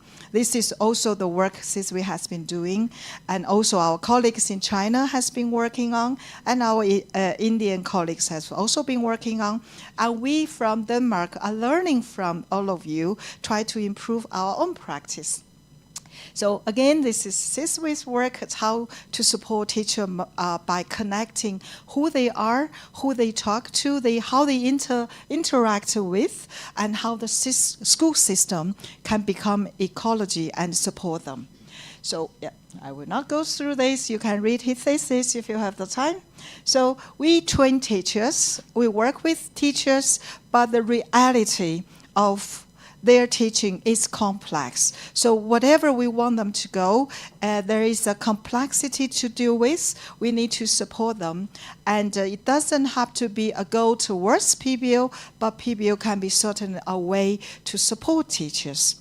So this is our network. Through our global network of our UNESCO Center for PBL, we connect different levels of education and different social cultural contexts across the world. And we also learn from each of our collaborators. So the next panelist session is our panelist. Can I invite the panelists to come over here and share your insights, views, with the colleagues here. And our colleague Nis from the same center with me, he will moderate the next session. He's our expert of intercultural communication. Now, the floor is yours. Thank you, Xiangyun. Good afternoon, everyone. Thank you for opening and framing this session. This second part of the session will try to cover two things. Firstly, how we prepare for change. How do we get ready for change? And secondly, how do we sustain change? So the panelists, they were given these questions beforehand and have prepared some answers. Yeah, please keep it here. So we only have limited time, so I'll be a bit strict on the time taking. You'll have 3 minutes each to answer each question. We start with question number 1, readiness and professional development. What factors shape schools and teachers' readiness for pedagogical change, taking an example of PBL? What strategies have best supported teacher learning and institutional change? And I think we'll start with you, Siswi. No, thank you very much. So in the context of Future Nation schools, we had a clean slate. So our first group of teachers when we started in 2017 spent some time at High Tech High in San Diego in the US. But, this is not California. So they came back here, and in fact, a head of school who's sitting over there will tell you that as they were flying back from the US, there are a lot of people who were saying, well, this is never going to work in South Africa. And they came back, and we spent some time, about 6 months, tweaking PBL in our own context. And obviously, we've embedded it over the last 9 years. We have PD every week. So our teachers spend, on average, about 160 hours of PD. And a lot of it is about elements of PBL, whether it's teaching practice, it's assessments, it's how you plan, it's how you do interdisciplinary or multidisciplinary teaching and all of this. So it's a very rigorous, continuous process. Now that we've started working in government schools, there are a couple of things that we do. You know, the first thing, the commitment from the top, from national, we have 3 layers in our system: national government, provincial, and then districts. It's been really important to get buy-in from all those layers. And as well as train, so at the district level, we've started training, especially in this province and Gauteng, district officials on PBL, so they understand what it's about. It is in line with what government calls the curriculum strengthening process. So at least there's policy which supports what we're trying to do, because very often teachers will not necessarily fully buy in if it doesn't come from the top. And then at a district level, we do the same. We train subject advisors and so on, so that they have buy-in. At a school level, there's a change management process, and we're working with other parties. Like, for instance, we work with some of the consulting firms like Deloitte, who help us with change management in a very professional, structured kind of way. And we're learning from that so that we can scale. We can then do it ourselves to scale. We take it slowly because change is daunting. So typically in a lot of the schools that we're starting, it's either in primary schools in the transition phases, grade 3 and 4. There's a big transition in our country between grade 3 and 4, because the subjects then increase quite a lot from grade 4 onwards. And then grade 8, which is where children go into high school. Because those transition affect both teachers and learners, and therefore introducing PBL methodically, slowly, holding people by the hand, continuous PD is really, really important. So I'll just stop there for now. Thank you. Okay. And next is teacher Sun. Yeah. Okay. Good afternoon, everyone. And so, just like since we have mentioned, you have mentioned the policy, right? The policy support, and actually, for our Chinese situation in 2018, we have published, a senior high school curriculum standard, and also in 2022, we have published, for elementary stage, the curriculum standard. Okay, so this is one of the factors, because based on these kind of documents, they have mentioned inquiry-based, language learning, or also mentioned the project-based PBLT.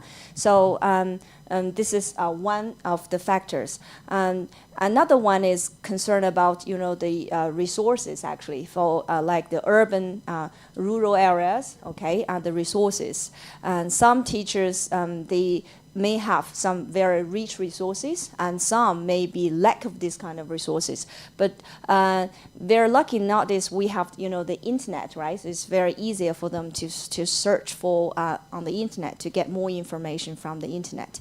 And another one is from the teachers, their own abilities is very demanding actually for teachers. Some teachers maybe they are interested in PBLT, and then they may try to find more opportunities to get this kind of training, even from the internet. And maybe some they may learn from kind of the projects, like for our Beijing Normal University, we have this kind of project based on the lesson study. In many cities in China, we have this kind of projects, and then we have a kind of collaboration between experts in the university, and then those English teachers in the schools, and also we have another group which is called teacher researcher, okay? And then, so this kind of collaborations, and then they can help those teachers to get more, knowledge concerned about PBL, okay? And then they can just implement those PBL in their own classes, okay? So that's why we say there are some readiness preparations for PBL in China, okay? And next is Ms. Swati. Yes, thank you. If I have to speak in the context of my country, India, I think with the national education policy introduced by our government in 2020, though we are not yet, I cannot say that we have PBL as yet implemented in our schools, but the national education policy definitely has defined a similar kind of program which is expected. And because in our country, the federal government as the state government both have the say in the policies, it's taking little time, but surely the readiness is there. And because we are a developing nation, we do need this approach of project-based learning. Probably with, for the teachers, as you said rightly, I think it's about their approach, their aptitude, and the willingness of the management as well as the policies that can help the teachers really, try to learn more things. So for PBL to be implemented in our country, we are looking forward to get associated, and that's why I'm here today. I could see that in the future schools, I visited the school, I could see the impact on the children, which is really amazing when I interacted with them. What we see in our country is, in the school education specifically, it's more about rote learning, but that is slowly changing. And that's because the rote learning is not really helping our students to develop an acumen, to question, to apply what they learn in the school. So this concept of project-based learning definitely is very helpful, very nice. See in the school here that the children were able to apply the subjects that they are learning in the projects. The projects were defined by them, they are identifying the problems, they are trying to answer those problems. So yes, definitely with our country, I think for the teachers, when we show them the roadmap, they show the willingness, and I think the collaborations with the institutions across the world who are already working in this space will help us, and that's what I'm looking forward to. Thank you. And Susanne Claessen. Yes. I think in 2018, we were giving a gift at my school. I'm a principal of a public school from year 0 to year 9, and we were told we were going to get a new school, like a 500 million Danish crown. So, and at that time we were talking about what kind of school do we want. And we had some of the teachers and some of the pedagogues trying to do this pedagogical vision, and it turned the way of the PBL, project-based learning, because we could all see that it was making the sunshine in the eyes of the kids. So, so why I'm telling that is because to make these changes, leadership is very important, and we are the development of the leadership to make sure what are we going to do, and what is learning, what is not learning, and how do we want learning, and what is PBL in our context. But when the teachers and the pedagogues actually pointed the way, it was easy for us to say, okay, we are going that way. So when I don't know what has been in yours, but when you told about the thing you've been working about is the teachers actually doing what you want them to do, or what they actually believe in. So this time we could say, this is what we are believing. So we're going to do the frame, make sure that they could, that the teachers always can get development, they can get educational. So we're going that way, and we make a support of each team and each teacher, and we we also make sure that they have the time to work with this. And you said 160 something. I mean, we spend 1 or 2 hours a week to work with PBL, so it makes the teachers be ready to work with this, and they're pretty proud of it. And they're working together. They're working together in a small team, and they're working together in all the teachers at the school. So I think we have. I think we know when we're in the management, the leaders, we're going first, and then we are showing the way. Yeah. Thank you, Susanne. So thank you for your interesting answers. I think we had a little bit about the policy level, the ministerial levels, government levels, and also some more hands-on in the school level. And the last answer led me to think about how do you actually work with it on a bit more hands-on level. In my experience working with staff development, you would always meet different teachers. You would meet different teachers. Some are more passionate. Some are already on the PBL train, but some might also have resistance. So how do you work with different type of teachers in getting them ready? Do you have some strategies for that? Yeah, so, in any situation of change, there are always 3 groups of people, generally, and I'm generalizing here. There are early adopters, those people who say, oh, let's go for it, let's try it, and we'll learn as we make mistakes and so on. The second group of people are those who sit on the fence. They say, well, let's see if this is going to work, and they're not sure. They sit on the fence. The third group of people will say, it will never work here. Forget it. I've been teaching for many years, and I'm producing results in a traditional way, so it's not going to work. I think it's a question for us. It's always been a question of the first 2 groups, the early adopters and the fence sitters. If you can get the early adopters in, and you get those who are sitting on the fence to cross the line, then you've won the war.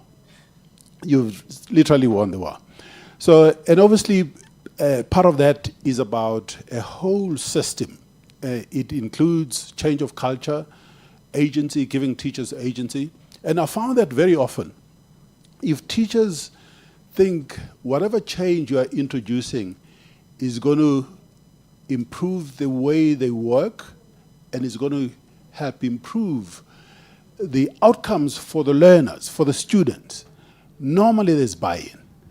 So it's not just about their personal growth. Like in our schools, for instance, it's not just professional development. All teachers have to have personal development plans. We support them. We pay for them to do whatever, academic sort of pursuit they want to follow and so on. So there's a lot of personal growth, there's a lot of agency, there's a lot of support, which is aligned to this. And normally when you do that, you find that the third group either leave, right? So often they're like, this is not for me, and they leave, which is okay. Or otherwise, they change. And we help support change. And it goes back to the point that Prof. Chang Yun was making, that, we found that change in beliefs takes very long. Because, yes, you may have a top-down process of saying, well, we are PBL school, this is what we're going to do. They may even do it in the classroom, but they may not necessarily believe in it. And you find that over time, they start to see what happens and maybe the positive side of it. Because one of the things that's a positive in PBL, interdisciplinary teaching and so on, suddenly you're sitting with colleagues, you're teaching the same grade. Maybe I'm teaching maths, someone else is teaching languages and so on. And suddenly all of them understand what the other one is doing. And that's part of personal growth. So we found that that's really been very effective in just suddenly teachers understand across different subject domains what actually happens in others. And that is quite motivational.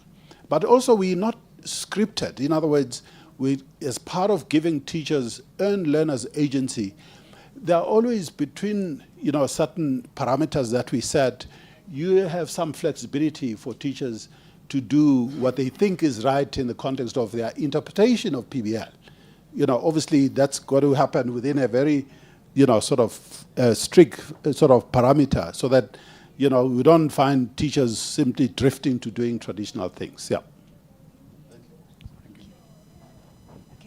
So I agree with, since you have mentioned, the top down, right? And this part, actually, in China, let's just take English, this subject, as an example, okay? So we try to actually keep the balance between the top down and also the bottom up, these two ways. So I want to share with you the 4 points. The first one is actually we have this kind of curriculum, integration, okay? I mentioned as English as the subject, okay, as an example. So we have, which is called unit design, okay? That means based on the curriculum standard. So English teachers, they need to implement this kind of unit design. For one unit, maybe there are many lessons, okay? And then, then for PBL or PBLT, it's not just a kind of, we say a method, actually. It's a kind of, the integration. We use PBLT to integrate English, this subject, with those content, the knowledge itself, okay? So we want students and also teachers to use PBL and to solve real problems, okay, based on the specific authentic situation, and then to realize, we call it the deep learning, actually. So we hope students, they can really use English in their daily life, okay, and to solve some problems. So that's why we have this kind of unit design. Also, by use this kind of design, we want to save a little bit time, okay, since time is very limited for our class in the classroom. The second one is, like I've mentioned, we may use the lesson study. We have a kind of collaboration. We call it UDS, okay, university and also district and also school, okay. So there's 3 aspects. We have a kind of collaborations. Like I've just mentioned, we have a lot of projects based on this, okay. And then we, like university, those experts, we can just give more suggestions for teachers, and then they can implement PBL in their real class. And then for the first trial, and the second trial, okay, and by using this kind of lesson study, they can improve their kind of understanding and also abilities how to implement PBL in the real classroom. And the third one, I think, just like you have mentioned, top down maybe is not enough, because for teachers, they want to see the real efficiency or the effectiveness. So that's very important. So we have this kind of way, which is called data-driven, okay? We need to tell those teachers, okay, you can see the data, okay? You can see your students' changes, like for our English abilities, okay? So based on this, and then teachers, they can implement PBL in their real classroom, and also they can find those data. We call it evidence-based learning, okay? They can find evidence in their own classrooms. For example, students, maybe they just finish a kind of poster, okay? And they can use English to introduce the topic, which is concerned about environmental protection, okay? So then based on this, you can see your students' performance. And this is kind of the evidence you can find, right, from your classroom. So it's kind of the data-driven. And the last one is the teacher training or teacher learning. Like we have a lot of lectures, we have this kind of workshop, and also in China, like in our Beijing Normal University, like we have this kind of center, okay, and they have done a lot of actually projects and also collaborations with schools, and actually to advocate the effectiveness of PBL. And also we have some projects supported maybe by different levels, like by the government or maybe by even teachers, their own schools, okay? And they can get kind of like the fundings, okay, fundings, and then to implement PBL, and then to see the effectiveness, okay.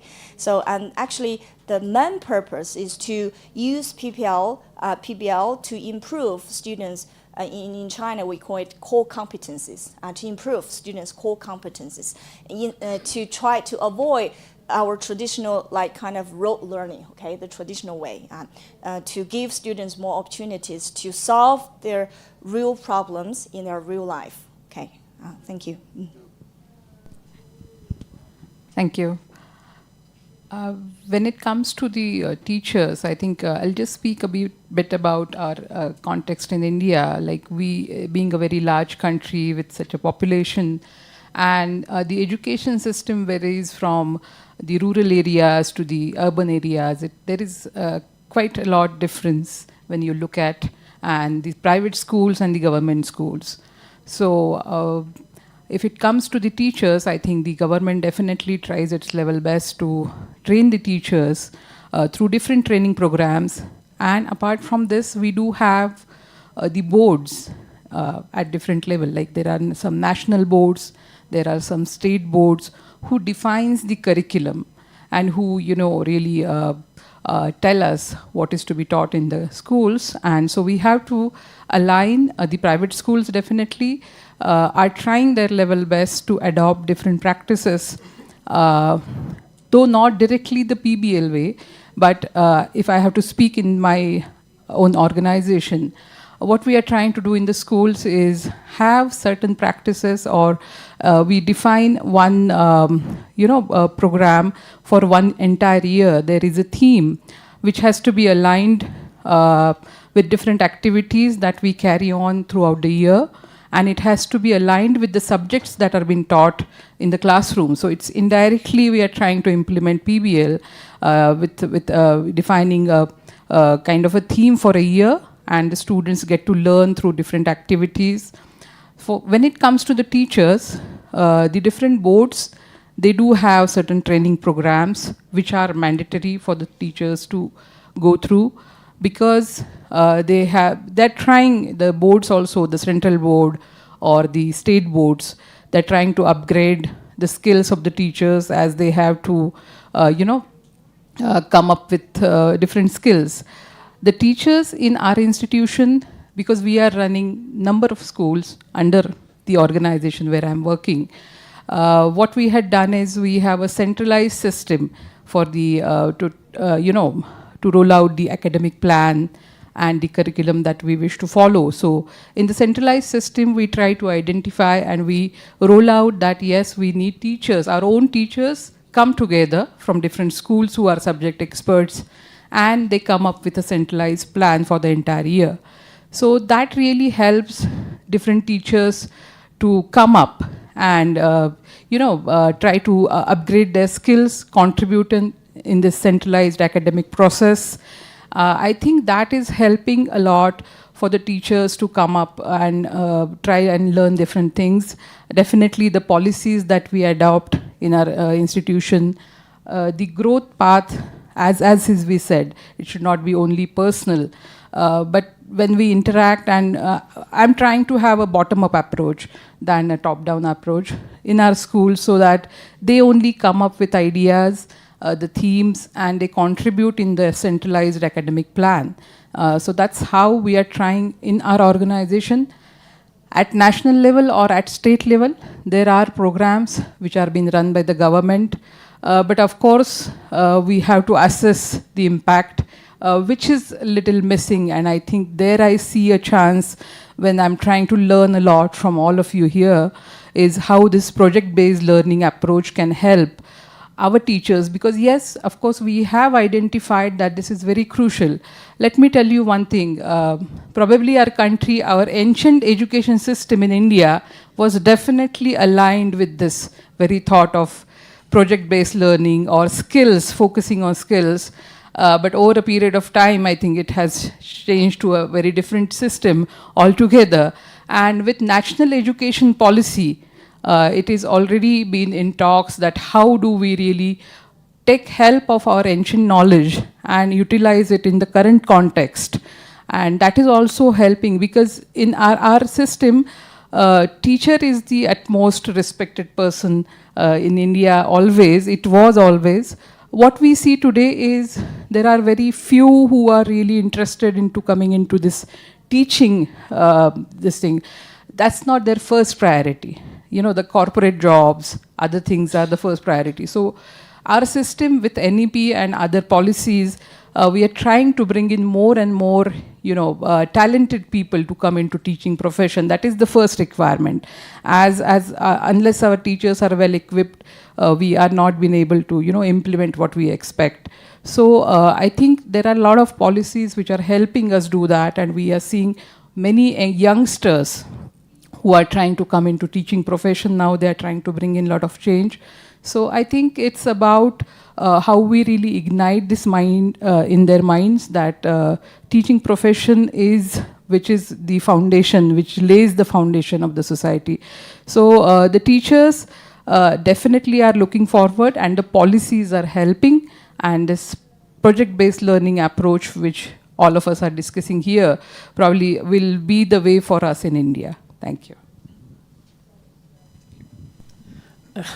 I think it's nice to hear that teachers actually is equal all over the world, because you said it, and I'm going to say it too. I mean, we have teachers who want to do PBL and who know how to do it. We have teachers who doesn't know how to do it, but they want to do it. And then we have those who said, why? It doesn't make sense. The students aren't getting any better. I can't do this, and so on. So that's not difference. And we actually do the same. We have, in my school, I have four leaders who's, I've been looking to England, where they have those middle leaders, where they have some time in classrooms as well, and they're going to see what's going on with the teachers and the students, and they're close by to see, okay, what are you actually doing? Is it so hard? How can we help you? And we look at the data as well. Every time we had a PBL project, we actually trying to hear the children and the teachers. How has it been? What are we working with skills? And we can see that they're actually getting better. But we also have teachers, and then I could look at my colleague who's going somewhere else. Maybe they're trying to tell us, no. You're going to do something else and try to make some of the other teachers go along with them. But in the end, they're actually finding another job because not all schools are working the way we are. And then I want to say we do a lot of onboarding for teachers when we have new colleagues and doing, maybe it's not onboarding during the whole year, but we're having to stop up and say, where are we? How do we manage to work together in the whole school? Because I don't know, one of you said something about the subjects where you don't know what the math are doing or what the English are doing. When we do PBL projects, we have to put all subjects under the same headings. It has been difficult, but I think I'm looking at I think they're getting really good at it, and the children are seeing that this is actually getting together. So, yeah. That's what, and then I wanted to say that collaboration is a very important thing in my school. So they have to do this. So you can't just hide and say, no, I'm not doing this. Or math doesn't matter because they're doing a lot of the other subjects. Because it is the way we work. Not only when we have project-based learning, but also when we have other weeks when we are doing other kind of education. Thank you. So with those words, we conclude the first phase of the panel about getting ready, preparing for change. For the second panel phase, we should imagine that now we have implemented PBL, maybe successfully, hopefully, but we need to reflect upon how do we then sustain this change. The main question is, how can PBL practices be sustained over time? And then the sub-question for that is, what are the affordances, in your opinion, within your context, policies or partnerships that help sustain meaningful change? Yep. So in our situation, I'll talk about sustainability in the context of at a micro level at Future Nation schools. It obviously is, because that's what we do, that's who we are. So there's no choice for anyone to do anything else. That's what we do. So it's quite easy at that level. since we started working in public schools about 2 years ago now, introducing PBL, you know, there are a couple of things. Let's just talk about affordances first. I mentioned, you heard Dr. Kosa earlier today. You know, having an organization such as the National Education Collaboration Trust, which is outside of government but includes government. So in the NECT, we have the minister sits on the board, I chair the board, but the minister and the DG are part of the governance structure. And then we have teacher unions. There are 5 teacher unions in South Africa. They sit on the structure. So the 2 biggest unions sit on the structure, and one of them represents the other 3 unions. And that's really important to get buy-in at that level. And then we have organized business. And just sitting around the table and getting inputs from organized business about where the world of work is going and what they need is really quite important. And it's an amazing structure that allows us, talking from an affordances standpoint, to have this consultation process of major issues, policy issues, practice issues, things that are not working, and how we can together as key stakeholders sort those things out. So if you talk about curriculum strengthening as an example, and you drill it down to, for instance, even subjects, like for instance, you know, we have a crisis in mathematics. Xenex Foundation is one of the organizations that is supporting the Department of Basic Education to improve mathematics learning and teaching in the country and improve languages as well. So just working with different stakeholders, Kagiso Trust, there are a lot of others. Some of, you know, in fact, all the sponsors that have sponsored this conference, you know, from Kagiso to Xenex to Tungela, you know, to the First Rand Foundation, you know, all of them are supporting this movement. So, and these are really important affordances that it's not just government from a government policy saying, yes, we want to do this. There's a whole ecosystem that's behind the movement. And it's now starting to really, and I'm just mentioning a few of the corporates, there are a lot more, you know, out there. In the previous presentation, you know, we went to our school. We have typically all the major industries in South Africa. In other words, banking, mining, services industry, all of them are behind this. Because, why? Because obviously they have a vested interest in getting young people who can solve problems, who can think for themselves, who can integrate technology, who are confident about what they do. And they're starting to see the impact of that on the ground. As these young people, for instance, go to university or become entrepreneurs, there's now data, talking about data-driven, there's now data that shows the difference between those young people who are coming from a traditional system and those that are coming from this system in terms of the skills and competencies which they are able to demonstrate, you know, not just in the workplace, just in managing their own lives. So that's a particularly important thing. And that will drive sustainability because people are seeing the positive results. At a teacher level, at a micro level, when we started with PBL, and it's the same in the public schools in which we work, people normally think, oh, you're introducing something new, is going to create a lot of work. We just had a very quick demo and participation by the delegates who went to our campus on curriculum mapping. What our teachers have found, actually, is that by collaborating, I teach accounting, and if I can get the mathematics teacher to teach certain principles for me, all of us eliminate duplications, because there's a lot of duplication in different subjects. So through interdisciplinary and multidisciplinary teaching, your workload as a teacher actually reduces. And that's quite an amazing thing, because suddenly teachers think, oh, okay, now I have time. I have time to think about stuff. I have time to think about projects and things that I should be doing, as opposed to the previous system where I was just busy every day and I was chasing my tail. Yeah, thank you. Okay, so I want to mention 4 points, and the first one is actually for sustaining change.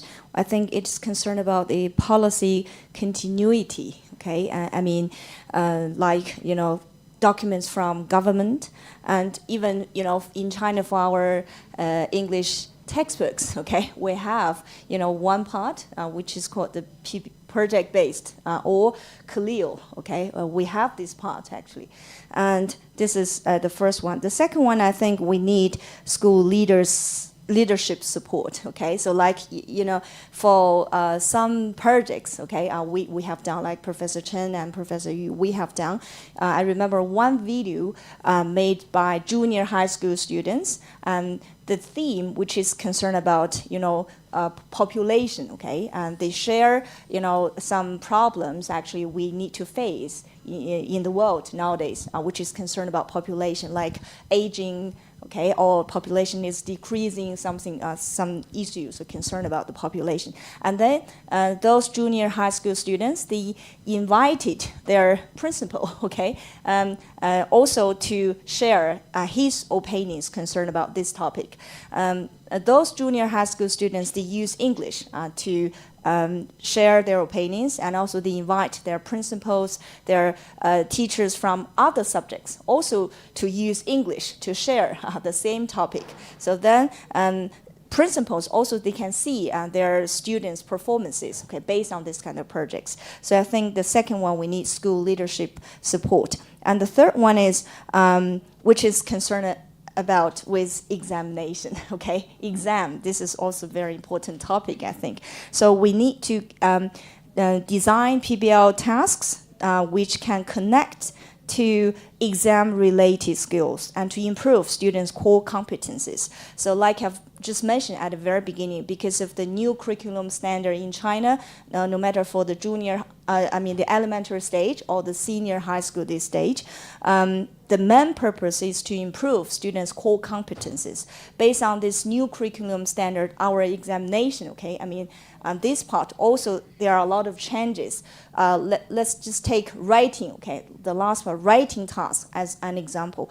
Before that, actually, for writing task, usually we may give, those information actually we have given to students in the instruction part. Okay, imagine you are Li Hua, okay, like in China, okay, we say one name, and then all those information we have given to students. What students need to do is just to translate those instructions into English, okay, for the writing part. So this is not a very good way actually to improve their core competencies. But nowadays, those writing tasks, they are actually concerned about the like PBL, okay, to ask students to solve real problems, okay, and based on this writing task. So this is kind of the change. So when we talk about PBL, also we need to think about how to connect it with this kind of exam-related skills. And then students, and then teachers and students, they may have these kind of agencies. So the last one I want to share with you is the teacher agency. Like we invite those students, teachers who have implemented PBL and to collect their projects or students collect projects, and then to have this kind of publications. And then they may have this kind of high motivations and strong interest, and also their agency and also has changed. So I think many ways actually we can use to sustain this kind of change for our PBL. Thank you. Yes, I think for the sustainable model for the country like ours, which is so diverse, which is with so many languages, because still in our, most of our part of our country, the schools are vernacular medium, then the urban areas have different kind of boards, including the international boards. Definitely, the PBL that I think with the efforts of Zhang Yu, our Vice Chancellor, Professor Joshi, people like you are trying to get it in the country, in higher education space. With the K-12 space, I think the PBL can be sustainable because our government is definitely very forward-looking with this NEP, National Education Policy 2020, and the boards that, the Central Board of School Education, which is the largest in the country, also has come up with different ideas similarly on the lines of project-based learning. So I think if we could, we have to learn a lot from what CISV spoke, what they are doing here in Africa. They're also trying to, get it in the government schools. For us, I think it's a model to study for our country, and how do we make it happen. In the private schools, in that space, people will be very eager to understand. I'm sure we will be, taking this to our country through different forums now. That's why I'm here. And the private schools will be eager to have such a model, and that itself makes it sustainable in our country. At the policy level, we'll have to, the government will be very keen to understand and do it. As I said, the Central Board has already initiated such a thought process through its curriculum, though directly not called a PBL. And I think because our country at this point of time, as I discussed, the rote learning approach, it's been always said that our youth is not, the larger chunk of the youth is not employable, they say. And that is happening because I think we are not able to implement such a model. I think this kind of a project-based learning model will help our youth. Yes, our gross enrollment ratio has improved a lot. There are a lot of girl students in the education space than earlier, and it's growing at a very fast pace. So this kind of a model of project-based learning is very much required in our country, and it will sustain because the government is already keen and the private players are looking forward for such models. Many adopt IB curriculum, the international baccalaulates, because we believe that that curriculum offers such a model. So for other schools, like the Central Board schools and the State Board schools, it will be really a good idea to have a PBL model, and it will be sustainable through government policies, as well as the private schools have the freedom to implement. So I'm sure it's possible. Yeah, thank you.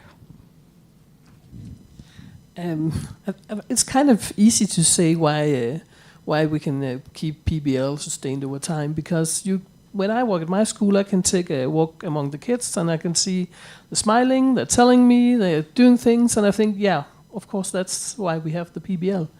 It's the easy way to say it, I know, but they're proud of what they're doing. And then I'm looking at you because your children were proud when we went to Lyndhurst on Thursday and Friday. And so are our children. We could maybe practice a little bit about the presentation. But we're not supposed to copy South Africa or your school, but we could get inspired. And then in a Danish school, I don't know if it's like the same in other schools, we got a lot of offers. Somebody wants us to be a part of different things, and the Parliament has they're getting ideas as well. So every time we get those offers, we are stopping up and saying, okay, can this be a part of PBL or can it not? And then we have to choose and say, no, we cannot go this way, and because we want this way. So it's a way we're trying to make sure that PBL has its place and its time. And then all our teachers, before a new PBL project period, they have the project tuning where they are thinking with their ideas, what do we want to work with, and they're asking or telling some colleagues we are thinking this, but this is a problem, can you help us? And they get a lot of reflection and a lot of ideas, which is going on, because you don't, if you think it's a problem, what you want to work with, then it could stop it. But you have some colleagues to help you the other way around. And in the middle, often in the middle, but also in the end of the PBL project, the teachers are showing their colleagues what they've been working with. And it's a month ago, I think, I saw it, and I haven't been that much around students or teachers because of the move of the new school. But I was actually getting touched, because it's so touching to see how our teachers actually are working with our students. So I think one of the very the thing not to be is not to be shaky. when in the leaders, because if somebody comes to tell you, oh, do you think we could do, and I have to make sure, but it's not only to be firm, I also have to know why to be firm. And then I think we got the third group of customers, the parents, so we always have to remember to tell the stories of why we're doing what we're doing. Thank you very much. So I think we have a couple of minutes left before we wrap up.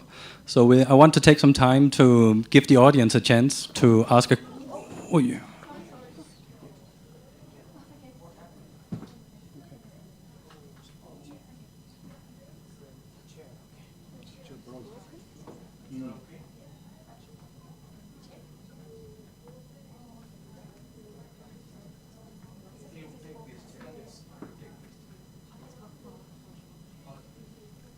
Okay.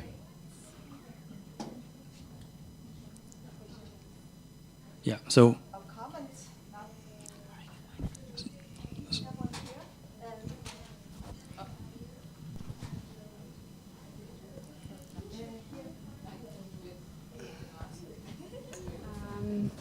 Good afternoon.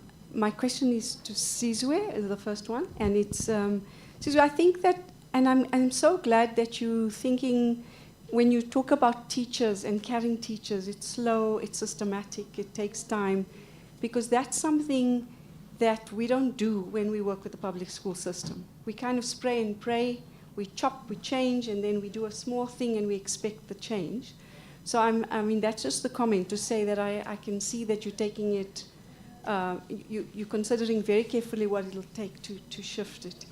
I think what I wanted to ask is what are the kinds of dosages and costs do you consider would be, as your guess, to getting public school teachers up and running in this program? Okay. And then just for anybody who wants to reflect some of the difficulties and challenges, I guess particularly in India and South Africa, with very strict curriculum guidelines. Because it's one of the difficulties of a very, very tight curriculum is that it becomes a binding constraint against this. Now, in a private school, you've got some flexibility, but in the state system, it's a very overloaded and very structured curriculum. And how do we then manage the difficulties of that? Yeah. Yes, sorry, Oh, can we take a hear few. 2 more questions? Then we collect the questions, meanwhile you prepare. Yeah. So, let's see. Thank you. I'm Bettina Dahl-Søndergaard from Aalborg University, and thank you for, it's really interesting to hear. I want to ask about, I mean, you talked about that the pupils like it, but I'm from Aalborg University, and we sometimes have students dropping out, leaving, because they say, PBL is not really for me, it's too large group, too much, I mean, and, you know, there's also an experience when you try to implement new things that it's the students who are the most conservative, if I may use that term, because they like, oh, we don't, and then the teachers follow after because the students are like, oh, can we not have it the old way, or, and then the teachers, okay, I'll do it, and so I'm just wondering, is there any like issues like that? Do you experience, and what did you do about it? One more question, yes. Hello. It's not a big question. I've forgotten the Denmark. Yes, thank you. You spoke about onboarding, and I was just interested to know what does onboarding take? Like practically, how long does that take? How do you manage onboarding when people come in? Let's say it's an established school, and somebody comes in and they've never done this, and everybody else is well versed. How long does something like that take? And does it just mean they observe, or is there actually a program, or anyone can answer that? Thank you. So we had 3 questions. One is about the fixed curriculum. How do we work with that? One is PBL is not for me. And then about onboarding. Yeah, so working with a fixed curriculum, I mean, we're quite fortunate, and there's going to be a presentation by the Chief Director of Curriculum and Teacher Professional Development later. Because one of the things that we are slowly having conversations, understanding that it takes long, is to have conversations at different layers of the system, from national to provincial to districts to the schools, around the need for change in continuing teacher professional development. Because typically, I mean, you use a very appropriate term, spray and pray. And the spray, normally in our context in South Africa, is you take teachers into a 1 or 2 day workshop, you do a workshop for a day or two, and then they must go home and go and implement. And that never works. So what we now introduced, just starting in Gauteng, where we're introducing PBL, is to have a whole battery of professional development approaches that support teachers. So you can't just have a 2 day workshop. So we created, yes, we still have workshops, we have seminars, we've created professional learning communities. Some of them are formal, some of them are informal. There's regular feedbacks, there are mentors. So each group of teacher have a mentor or mentors, because sometimes they need to be comfortable with a mentor because there's a relationship of trust and that kind of thing. And it's a whole ecosystem of not just spray using one size fits all. It's different approaches that talk to the different and complex nature of how teachers learn and how they then implement and act what they have learned in the classroom. And that obviously requires, like, one of the part of continuing professional teacher development is in our schools, as an example. It is not just allowed, it is required that you as a teacher in one term have sat and observed. You can walk into any teacher's classroom, you observe, you give feedback. In a particular way, it's not personalized. We coach people how to give feedback. It is expected. So a classroom is not your territory as a teacher. You have other people who are going to walk into your class and they will give you feedback of how you are doing PBL in your class, good and bad. And that we found that really powerful. And then obviously, Prof. Chiang Yun talked about constructive alignment, because there's planning. So in the country, we have annual teaching plans. They're rigid, they're structured, they're scripted. And then there's what happens in the classroom, and then there's assessments. So it's important that that whole ecosystem of, planning, lesson plans. So you can't, we've now started working with district officials, because those are the inspectors who inspect the ATPs, the annual teaching plans, to say, if today is the 17th of November, and you expect, for instance, in mathematics, today they are doing factorization. They may not be doing factorization today because it falls out of sequence with a project or PBL that they are doing. So there's a need, there's a bit of negotiation around these structured and scripted lesson plans to make sure and provide for interdisciplinary and multidisciplinary teaching. Otherwise, PBL doesn't work. So, and that requires a little bit of flexibility in the system. And we are quite fortunate that where we started with a category of schools called schools of specialization.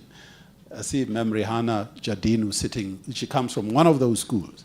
So there's a little bit of flexibility in how they interpret this structured and very scripted thing to provide a bit more flexibility. And that's how we continue to do it and then roll it out throughout. But it cannot be a one-size-fits-all. 1 or 2 day workshop, and you think teachers have learned, does not work. Yeah, I would like to answer the second question the lady had asked in the Indian context and about how challenging is it with the government schools, with the structured curriculum of the different boards.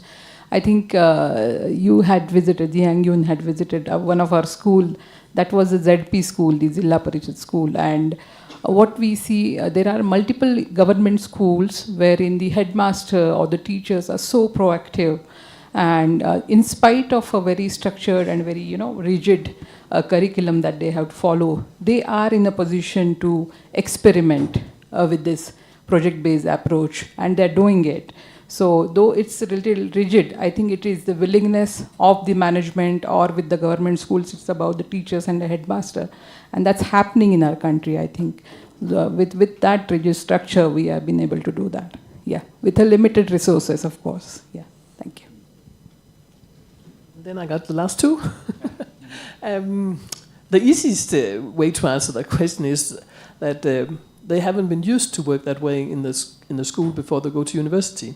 I mean, we've been working this way 5 years, and the student you have now at the university, they haven't. It's easy way, I know that. But of course, it's not like it's easy for all our students, but for the teachers, they have to make sure that every student can be in a part of the project. So yeah, I'm not.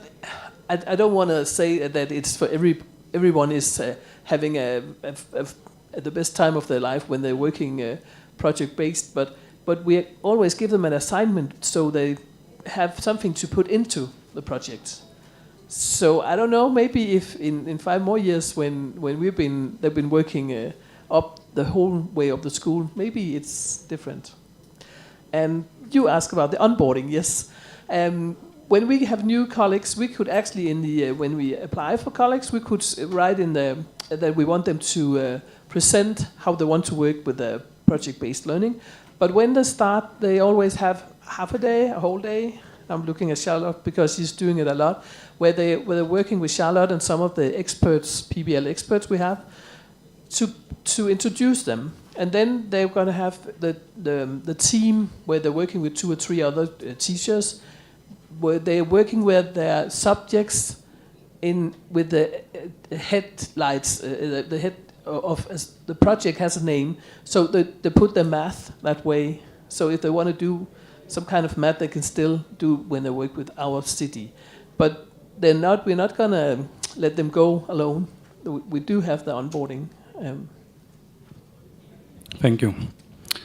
And with those words, I think we have to end this interesting dialogue. I want to say thank you to our panel. So please join me in applauding them.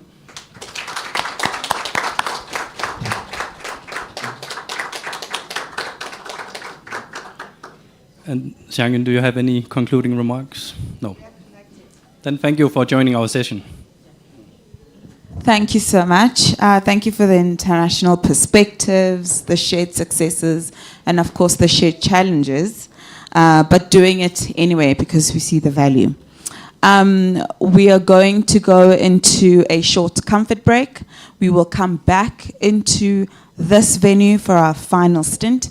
When you come back, the walls would have collapsed and the room will be open again, and we'll have a TED Talk style kind of presentation to close off today's conference. See you at 3:30. Thank you.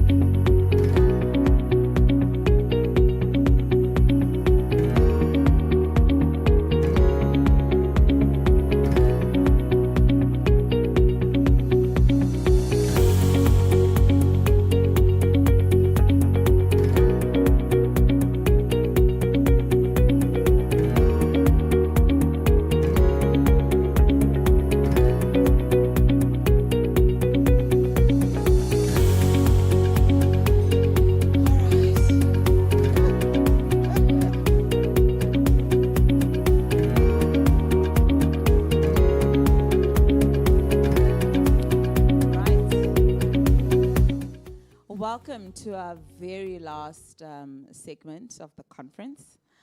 This last segment, we're going to have a TED Talk style from multiple voices across the globe, where they'll be talking about multiple perspectives across project-based learning. Our very first speaker is Cheryl Weston. She's the Chief Director of Education Human Resource Development for the Department of Basic Education in South Africa, and her topic will be curriculum strengthening. Cheryl Weston is the Chief Director for Education Human Resource at the Department of Basic Education, overseeing curriculum strengthening, including the 3-stream model, teacher and teacher development initiatives.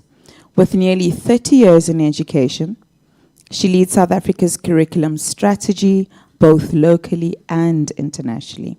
She serves as Deputy Chair of the African Union's Continental Education Strategy for Africa Curriculum Cluster and plays a key role in the G20 Education Working Group.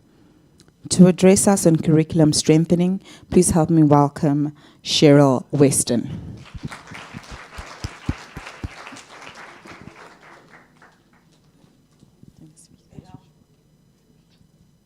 Good afternoon, everybody. I hope you've enjoyed the conference as much as I did. Lots of learnings this afternoon. Thank you, and I'll be sharing the journey of South Africa that began a few years ago. And when I think back to my own time as a learner in a classroom, one still remembers the smell of chalk. Who remembers that? The blackboards, the silence in our classrooms, with mostly only the voice of our teachers breaking that silence. I also remember a system that required us to recall rather than understand. A system that told us what was important to know, rather than valuing what we could relate to, the perspectives, the inherent knowledge, experiences that we as learners bring to the classroom. Fast forward to today. The world is changing. And it's not just the change itself, but it's the pace of changing that is threatening and facing education today. Our children are growing up, as we heard today, in a world of artificial intelligence, climate crises, unparalleled societal changes. And we have to prepare them for careers that doesn't even exist yet. The question is, are we preparing our learners for that world? And that question sits at the heart of what we term curriculum strengthening. It's not about tearing down what we have as a curriculum in South Africa. It's not about a revolution as such. It's about an evolution. It's about building on our strengths, and we've heard a lot of them today, to create a curriculum that ensures every learner in our classrooms in South Africa can thrive, not just in exams, but in life. Let's be honest. Our current curriculum has given us stability as a system, as a country, and that's very important. Over the years, we have seen incremental changes, improvements in learning outcomes, particularly for learners in our, what we term, under-resourced schools. But we also know that many learners drop out of school. Along the way, far too many learners leave school without the skills, attitudes, and knowledge to truly succeed. Low literacy and numeracy levels in the early grades continue to plague and set off a chain reaction, one that demotivates many of our learners and leads to many young people exiting the system without adequate preparation for life. And that in turn fuels one of our biggest and painful realities in South Africa, youth unemployment. How do we break that chain? The answer is simple. We need to rethink how we teach, what we teach, and why we are teaching it. We need to connect learning to our learners and also to real life.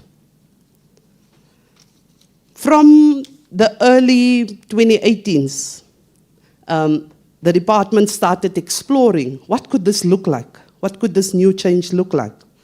And in 2023, the department made a very bold decision to move towards a curriculum that's not only based on high knowledge and high skills, but also that very deliberately incorporates skills and competencies for a changing world.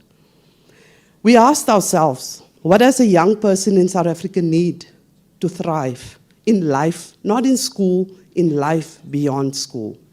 Be that an entrepreneurial opportunity, be that further studies or the world of work. The answer wasn't merely, we need to create new content. It was a more connected and holistic approach that nurtures not only knowledge, but skills, attitudes, values, and character. This vision gave birth to the Curriculum System Strengthening Initiative, which is a national effort across 5 levers.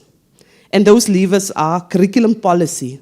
That refers to work that has to be done to strengthen our curriculum, to modernize it, to get rid of outdated content, to reduce the overload that our teachers are facing daily in the classroom. In terms of assessment, we need to move from a culture of testing to a culture of learning. In terms of teacher development, we need to focus on how we teach, not just what we teach. That also requires supporting and equipping our teachers to be able to create active, critical, and creative learners. In terms of learning and teaching support materials, we need to provide textbooks that actually guide and support deeper learning. And our learning environment, which is really crucial to ensure that we inspire curiosity within our learners. And together, these 5 levers form a coherent system, one that must support our teachers and our learners. Now, this isn't only theory. It's been a few years in the making, as I said. It's shaped by research, expert input. We have consulted more than 1,000 stakeholders, and amongst those stakeholders includes learners, teachers, organized labor, academics, business, civil society, and especially our youth that is currently unemployed. And we wanted to understand what do they need within the system to be able to ensure that those who come behind them do not follow in the same vein. So this is not a process that we see is done to teachers, but because we work collaboratively with teachers to develop it. It also seeks to bring coherence to our programs. There's a number of initiatives across our country, pockets of excellence. How do we bring all of that and connect them within a coherent curriculum? There's programs such as project-based learning, of which we've heard today a lot about, but there's also the 3-stream model. We have an initiative on mother tongue-based bilingual education, entrepreneurship, and assessment for learning, which just focuses a few. What will the change look like? You can imagine a grade 8 technology class where learners are learning about bridges. In the current system, success means you get the right answer on the test. Through a strengthened curriculum, it means so much more. It means understanding the structure of bridges. It means working collaboratively to design and test it, to build it, reflect on what worked, what didn't work, why and why not, and adapting with creativity and persistence. That's not just learning about bridges. It's about learning how to build, but also learning how to learn. And this approach isn't limited to one subject. Across every subject, we will integrate the skills and attitudes that shape reflective, adaptive, lifelong learners, critical thinkers, problem solvers, innovators. Strengthening the curriculum, however, is meaningless without equipping and supporting our teachers. Real change only happens when our teachers are empowered and they are driven to lead it. This is why teacher development is central within this entire process. By supporting our teachers to constantly reflect and evolve their practices, we encourage through this approach the adoption of more active learning pedagogies such as problem and project-based learning amongst others. We also want to create opportunities for our learners to practice and master skills and competencies. So between 2026 and 2029, our teachers will play a leading role in reviewing, piloting, testing, refining, and strengthening our curriculum because their voices becomes our compass. As one teacher once said during the consultations, we don't need to start over. We just need a curriculum that helps us teach for understanding, not memory. And that's exactly what curriculum strengthening aims to do. It's not a quick fix, and that's deliberate. It prioritizes intentionality over chance. We're being deliberate about the skills and competencies that we want to develop within our learners, and we want to make sure from curriculum, cross-teacher development assessment, there's perfect alignment across the system. So it's about getting it right and not rushing it through. This is not just another education project. We see it as a nation-building project because when we strengthen the curriculum, we strengthen our system. When we strengthen our system, we strengthen our country. And that's the future the Department of Basic Education is building. One lesson, one learner, one teacher at a time. I thank you.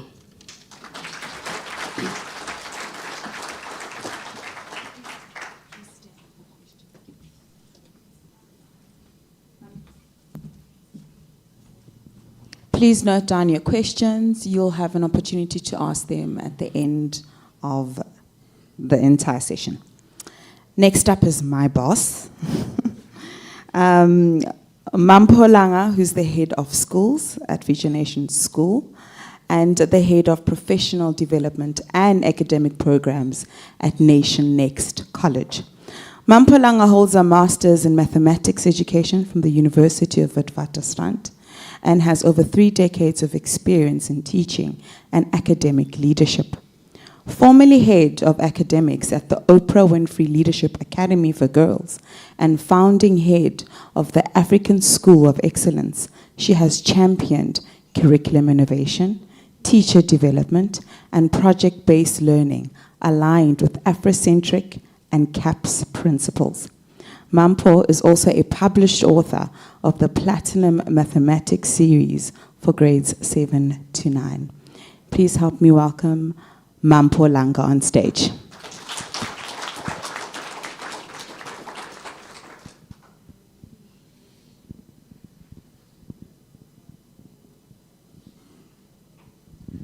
Good afternoon.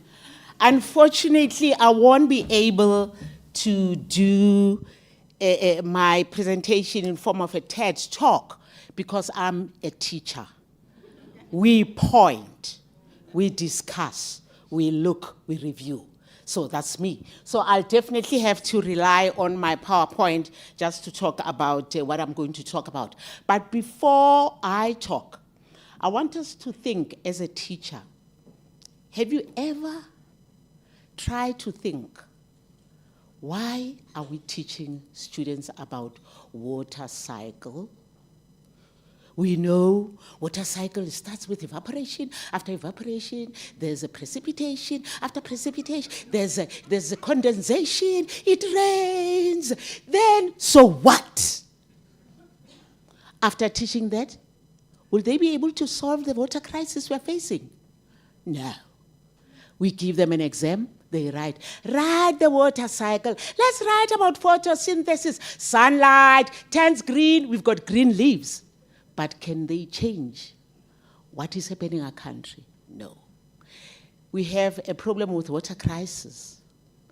The information that we give them should make them to be able to solve the water crisis. It shouldn't just be the cycle of water. Water is H2O. No.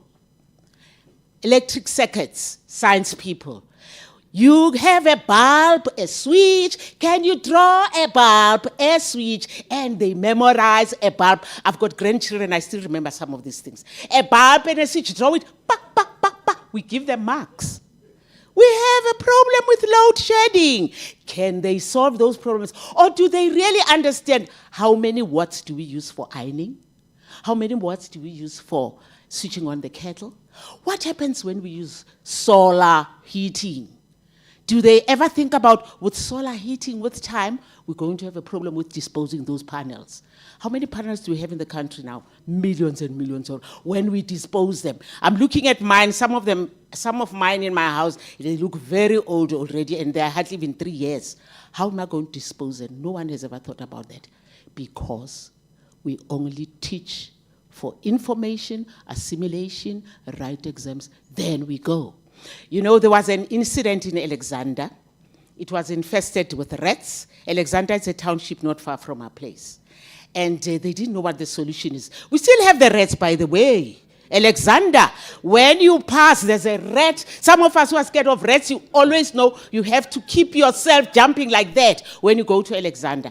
You know what the government did? They introduced owls. What happened to the poor owls? They were all killed. They were all killed. Why? In our ecosystem, some people, they said it was cultural. Yes, we believe that an owl is a bad sign of a bad omen, but we did not teach them in an ecosystem. You do need, do you call them predators? To eat the rats in order to eliminate them. I had an owl in my house. I don't have a single rat, because I've been taught, what's the purpose of the owl? I don't believe in that sign of a bad omen. I'm rat-free in my house, because I know that rats can be eliminated by using an owl. Is that what we teach our kids? No. Then our kids, what do? They get the information that it's a sign of a bad omen when they see an owl. Guys, when we see an owl in the township, they run after the owl. We kill it, because we don't know its purpose in the ecosystem. So that's our teaching. That's exactly that. Now I want to, will it reflect? Why isn't it reflecting? I want to show you. Oh, okay. But we can't see. Now, we want to look at the science behind project-based learning. I don't know if you can see up to here, I suppose, eh? Yeah. Now, this was research that was conducted on what happens when you teach, the retention. How much do students grasp when you teach? After 2 weeks, 80% of what you taught them disappears. Why? Because we lecture, we read, we do audio visuals. Hey, let's take a video. And even when we interview teachers, say, do you use technology? Say, yes, I also use videos from the internet. You are flogging a dead horse. If you are doing reading, demo, audiovisual, and demonstration, you know, when you have carbohydrates, you put iodine. What happened? And the kids go blue, black. And say, yes, it implies it's a carbohydrate. And then they are done. You ask them a question. What happens? What's the difference between a carbohydrate? Blue, black. The other one didn't turn blue, black because it's not a carbohydrate. You've done the demo for the student. They did not discover themselves. So there's no learning. You are flogging a dead horse. You might as well allow AI to teach them. If we're not careful, AI is going to eliminate us. If we still do all of that, what we need to be looking into, we need to start discussing. And in our discussion, we allow their voice. They need to tell you, no, ma'am, I don't believe what you say because of reason 1, 2, 3, 4. Because I'm not the source of knowledge. With AI here, they know so much.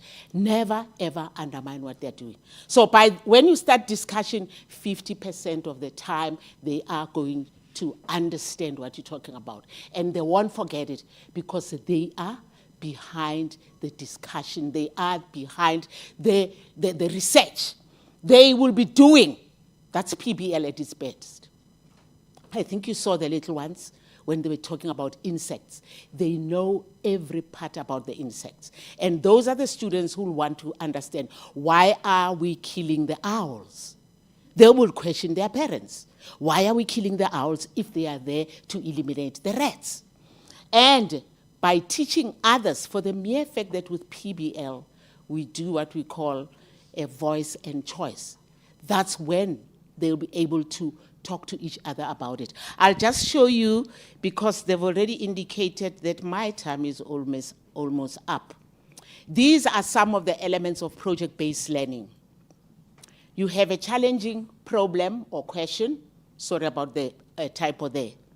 You cannot talk about project-based learning if you don't give them a problem to solve. The more they solve the problem is the more, there's what we call neuroplasticity. I don't know if you heard about that. The more you solve the problem, even your IQ changes. The old neurons connect, and the more they connect, the smarter you become. So science has proved that there is no one born smart.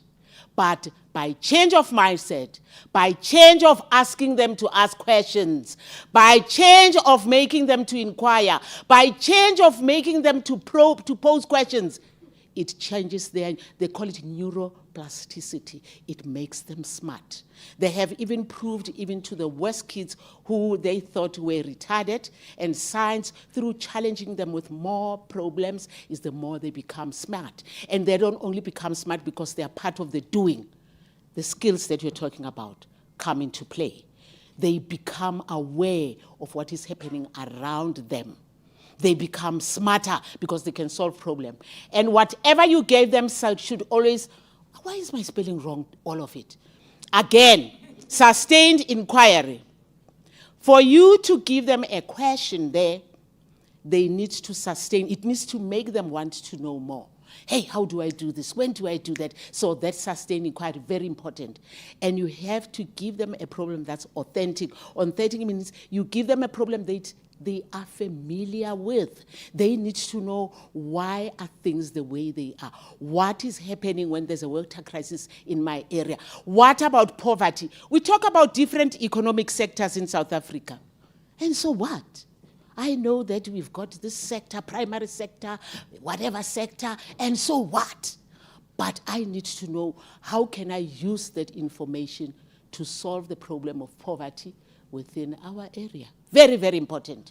And the voice and choice, I can see, you can see it there, but very important.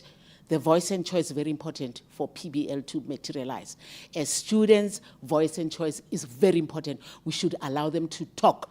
If you spend 70% of the time talking like me, forget it, you are flogging a dead horse. They should talk. I should spend 30 minutes talking, the 70% should come from them, and you watch your students change. And we teach them also to reflect. Reflection, very important. Someone was talking about project tuning. This is a time where we say, I think we can include this, I think we can do that. Very important for reflection. Critique and revision. Give feedback all the time. The little ones can give feedback without any qualms because we teach them.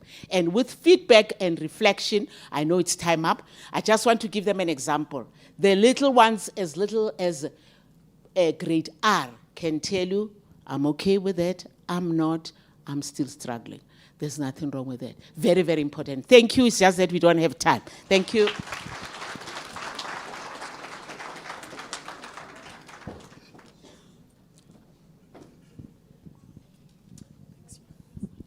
Thank you, Mem Langa.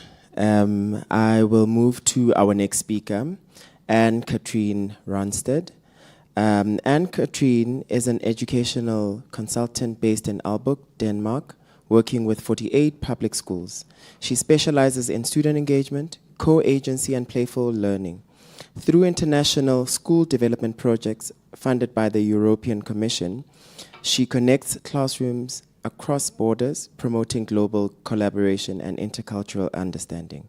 Her work empowers students to take ownership of their learning and helps teachers create joyful, meaningful, and educational experiences. Help me welcome on stage Anne-Katrine. Thank you.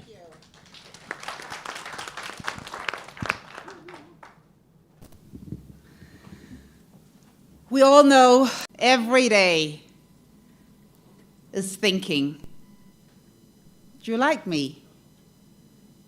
Do you like our class? Am I important? My name is Anne-Katrine, and I work with teachers to create powerful learning, what we call project-based learning. And let's be honest, how many times has a project ended up being boring, difficult, or completely forgotten? This is Super Peer. Hello, Super Peer. How are you doing? Oh, are you a little shy? Problems in project-based learning. Super Peer comes with a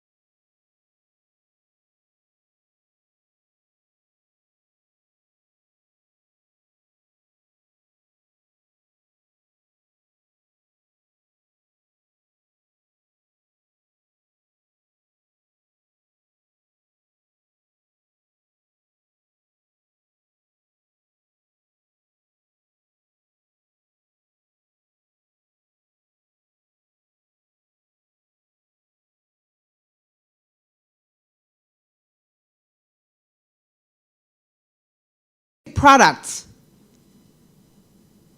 It's not just a document on the computer. It is when students are able to say, we made something together that changed something. We solved the problem. The feat, what we do. So why is this full body approach important? Many PBL projects, they focused mostly on the head, the task, and the final product, the feat, and we kind of neglect the feelings, the heart.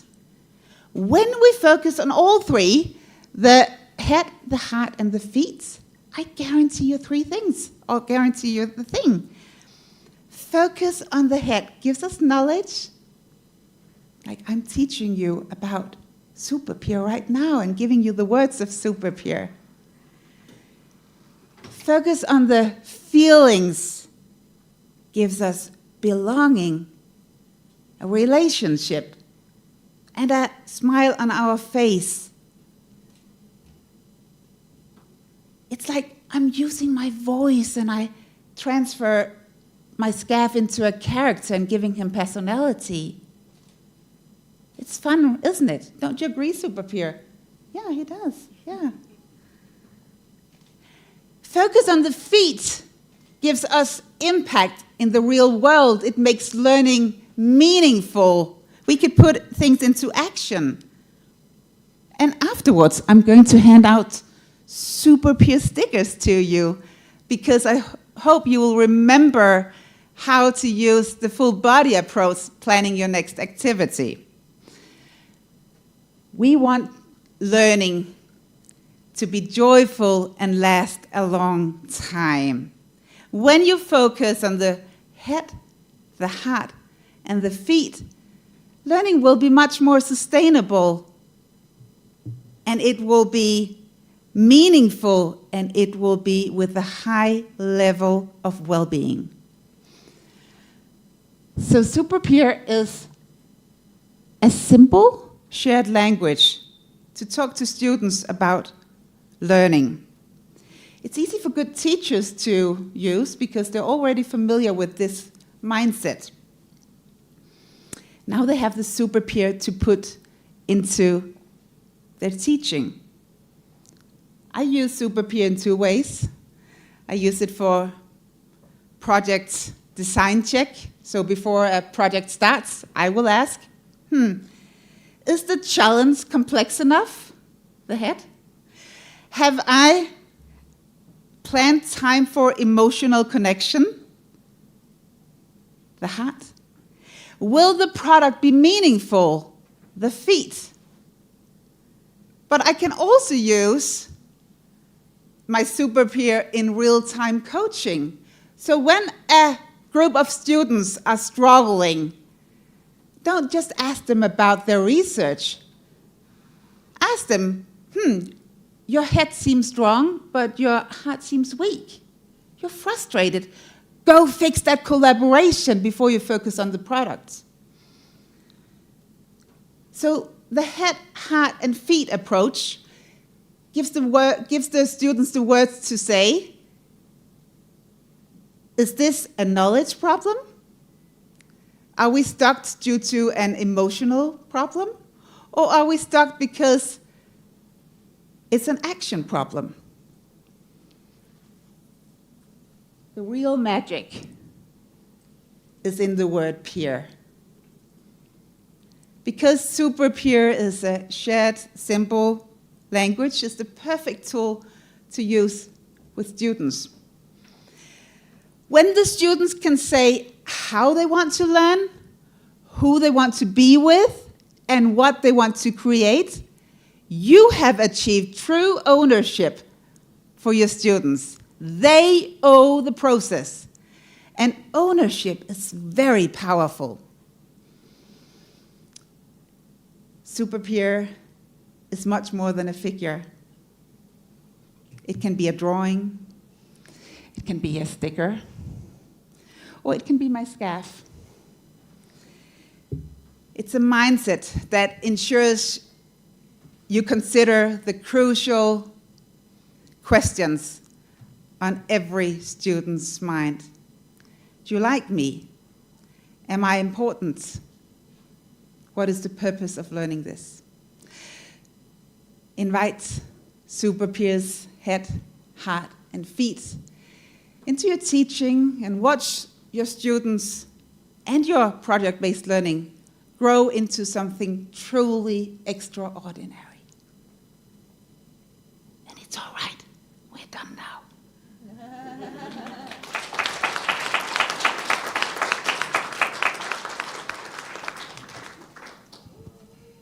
Thank you very much, Anne-Catherine and Super Peers.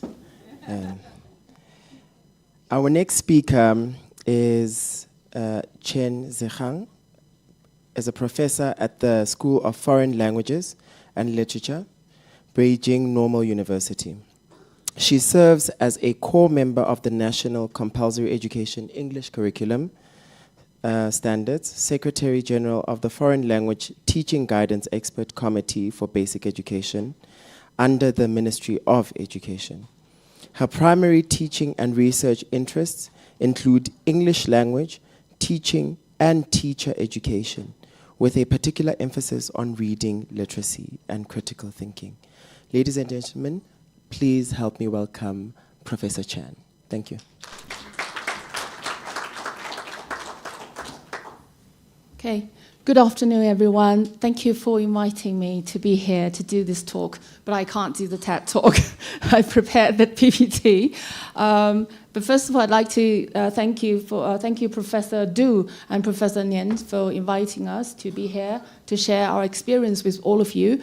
And I'm a professor in language teaching, so today I'm not going to share with you projects used in engineering or something, or water supply. I'm going to share with you what we do with PBL in language teaching. And I think I'd like to introduce the background of our English language teaching in China. Students start to learn their English at the grade 3.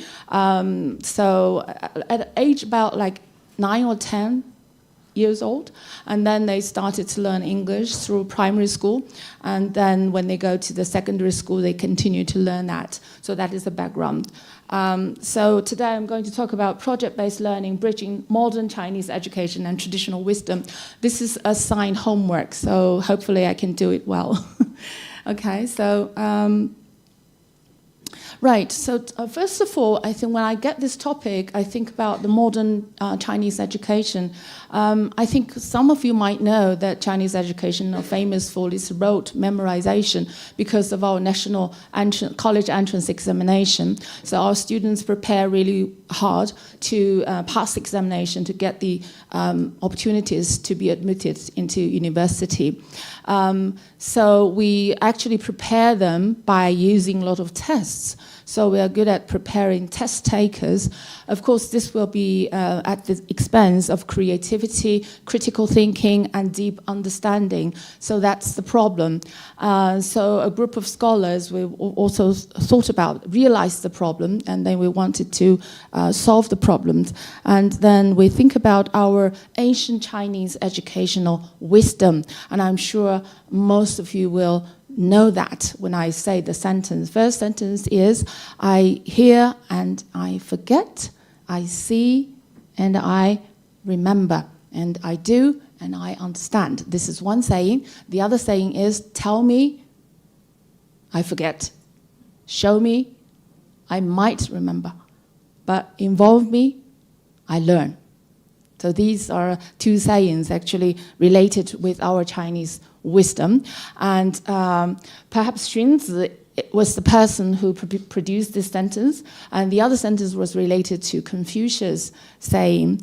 But we think that this is the core idea, is that the true knowledge is internalized through action, so it's directly aligned with project-based learning. So this reminds me of something that's related with our Chinese traditional wisdom.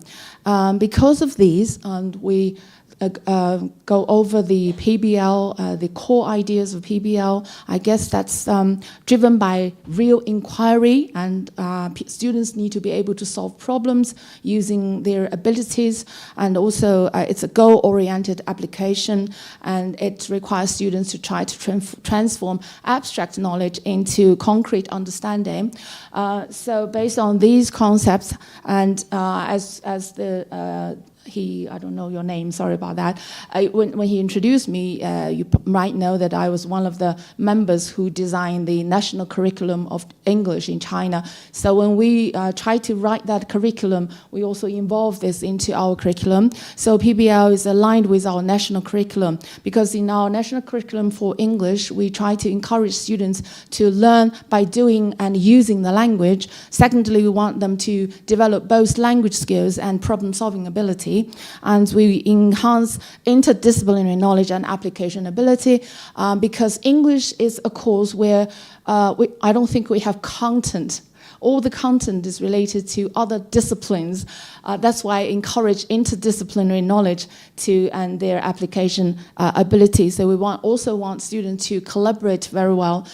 Therefore, in our national curriculum, PBL was obviously encouraged in the curriculum, both in the curriculum for compulsory education and senior education, senior high school. So based on this, I would like to share with you one of the textbooks designed by me and my colleagues for primary school. As I introduced to you just now, students started to learn English in grade 3, and this is taken from grade 4. That means they've only had 1 year learning of English. So our project probably seems to be not that difficult, but it's suitable for beginning learners of foreign language. And so look at the project on the left hand. We ask students to think about the problems in their learning, and they have to come up with some ideas and suggestions for themselves and also for their classmates. So they come up with their presentation and they share their ideas with all the students in their class. So that could be a very helpful project in language learning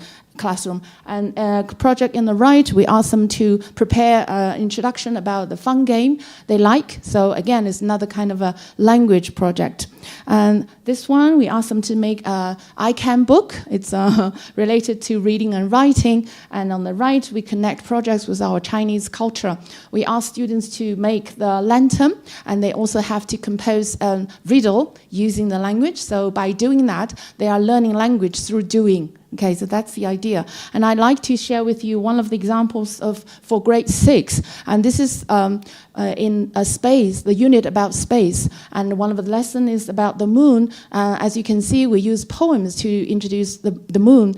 And on the right-hand side, you can see the exercise 4 is actually a project. Some teachers make that into a project. They ask students to compare English poems and Chinese poems, in which all of them mention moon. So they compare their shapes, different shapes of moon mentioned in the different kinds of poems.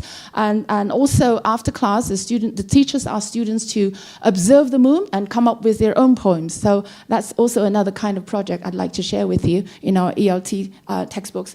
And this is for primary.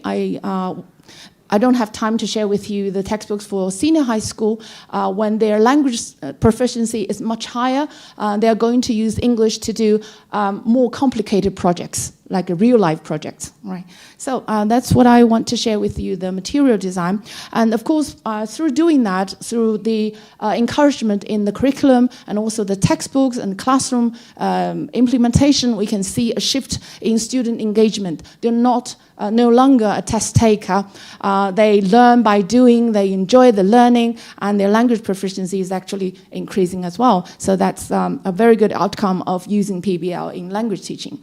So the significance, I think, is connecting tradition with modernity and also integrate knowledge and competence. I think this is a really good way in our language teaching classroom. So here comes my conclusion. I think PBL is a bridge between past and future, reconnecting education with cultural heritage. I think that's a really good point I'd like to share with you, because today we have people from different countries. We all have our cultural heritage. I think we can all find a wisdom in our own culture and connect that into our own current educational practice. And thirdly, it's fostering cultural inheritance and innovation. We can also make our innovation in our education system, and I think all of us have the same ideal future for education. I think we want to prepare our students for the future, and also we want them to have a very happy experience of learning. So that's my sharing with you, all of you. Thank you very much. Thank you, Prof. Tsechang. I will then invite all our speakers back on stage for a quick Q&A. I think how we're going to structure this is that we should at least have 2 questions per speaker directed to the speakers, just so that they all get a chance of answering. So I'll open the floor for questions.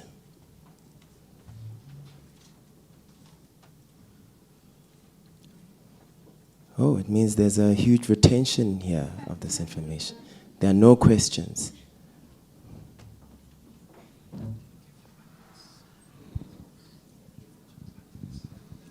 Okay.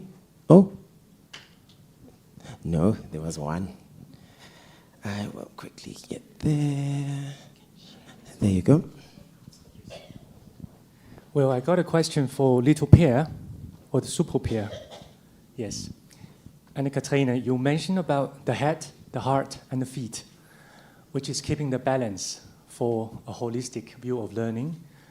What about a student have a very sad experience, the heart is not working, emotionally challenged, but mentally you need to teach a kid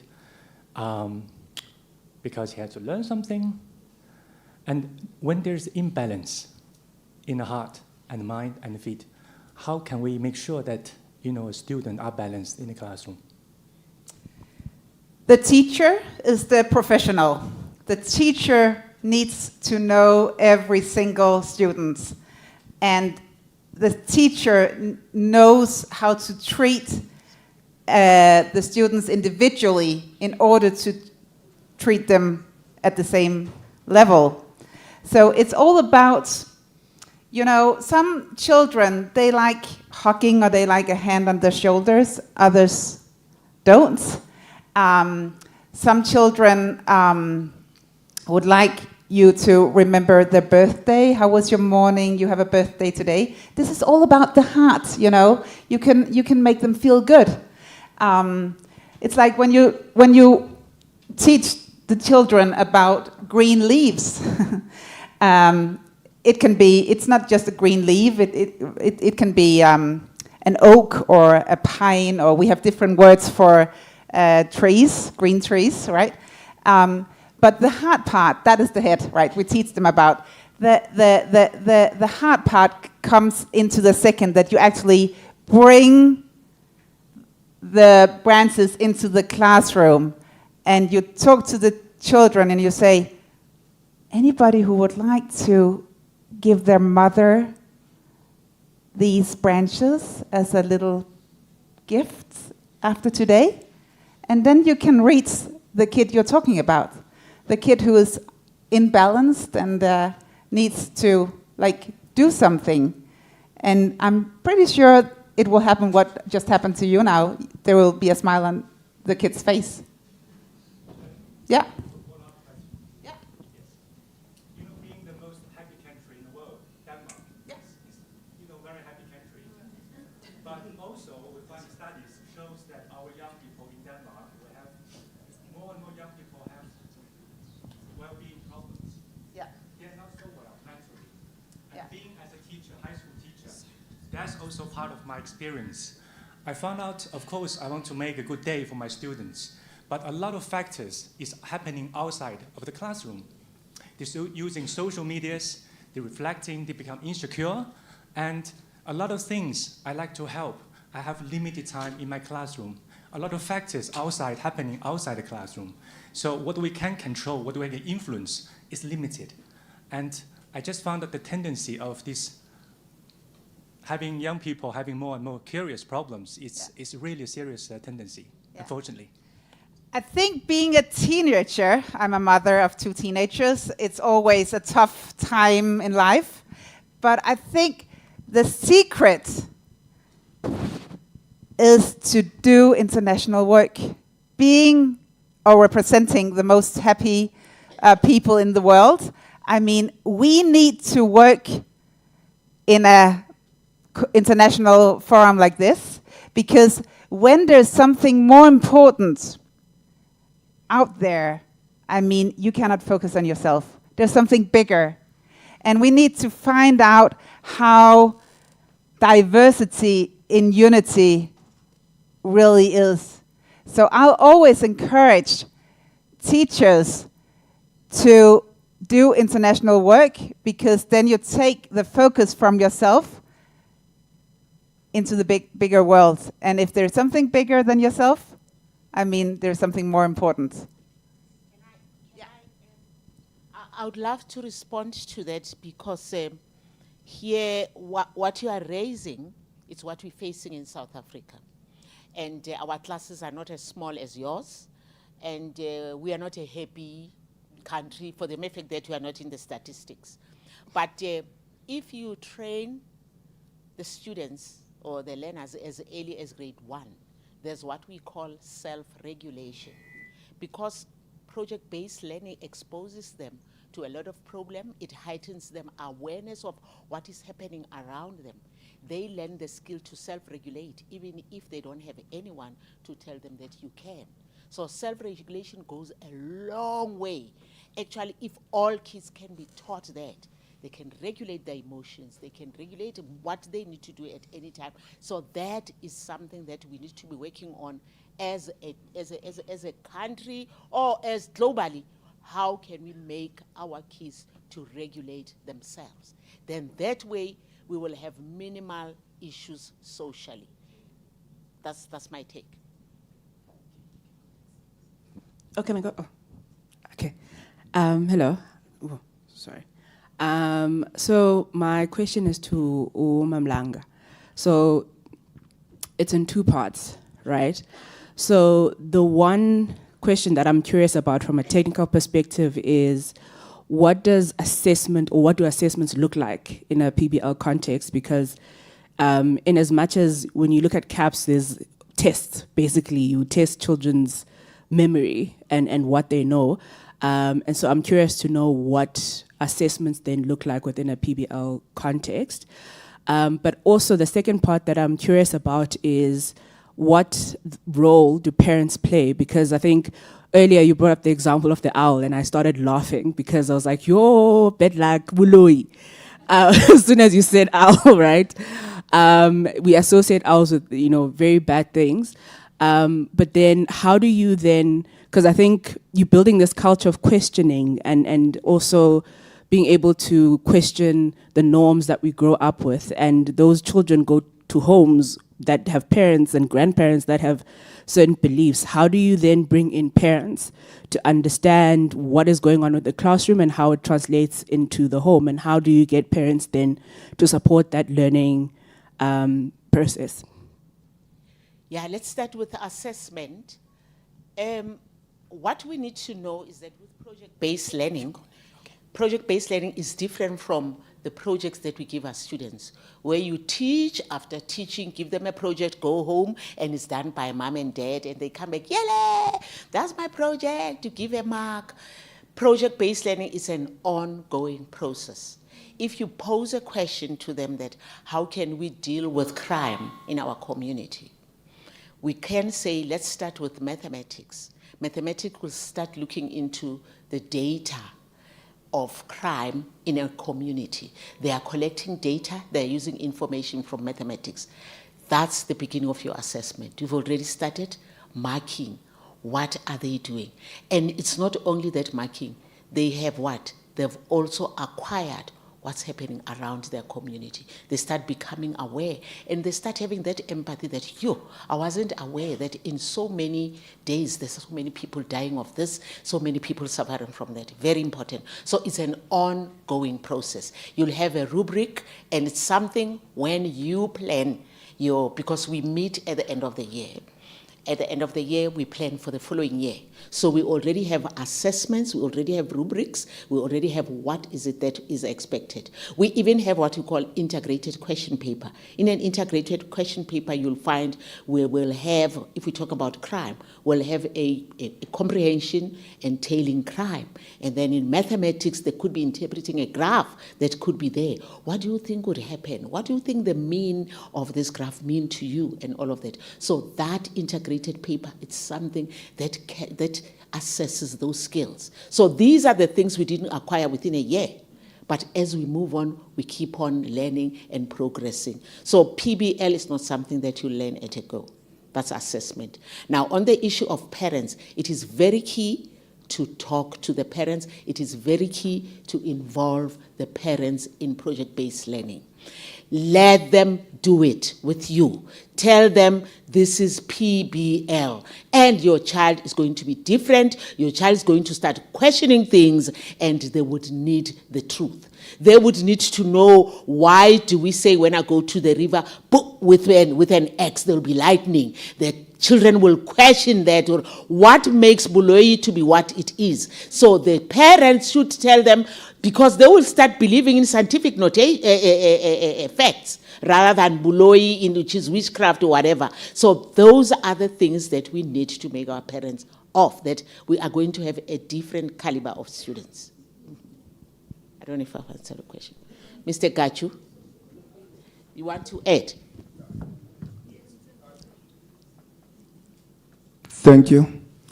Thank you for your presentations. What I like about them is the way in which you speak about possibilities, you know, how we can overcome the challenges of teaching and learning that put the child at the center.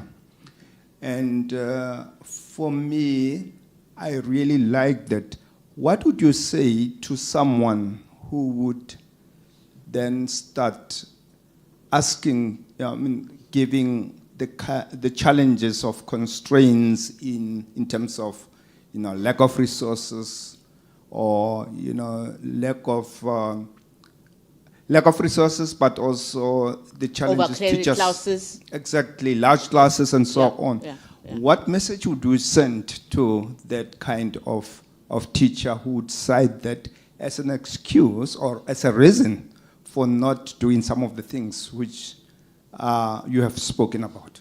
Yeah, I think Mr. Gachu will also respond to that.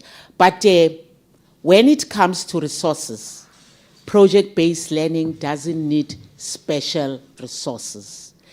Students learn to use recycled material. We have so much information online where they can access a lot of information. In our schools, we hardly even use textbooks because you click a button, you get so much information from the internet. And with AI, it's even worse. So it means we need to teach them how to use AI effectively for it to help them, and it can even suggest also resources for them. Mr. Gachu, can you talk about also an overcrowded class? Now that you are in an overcrowded class and you are a PBL teacher.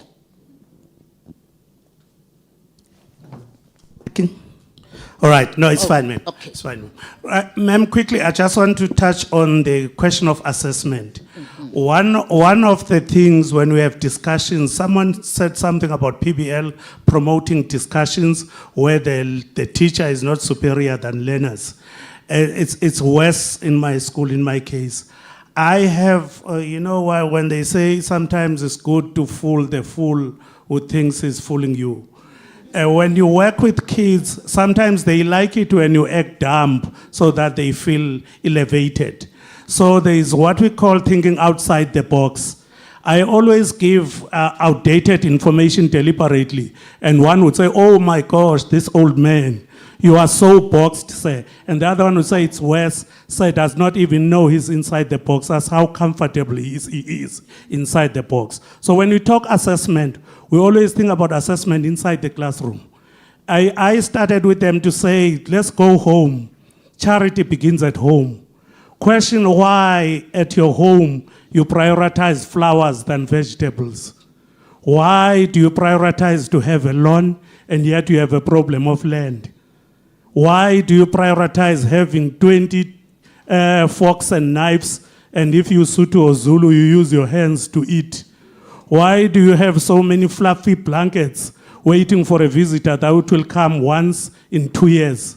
So those questions are very serious questions. So they start probing questions from home. By the time they get to school, they understand when we do give feedback in terms of their own assessment. But if you don't give them that idea of questioning everything, like I said in another room, that I always say, if a learner says there's a problem, I say, okay, you have a problem, then what do you think is the solution?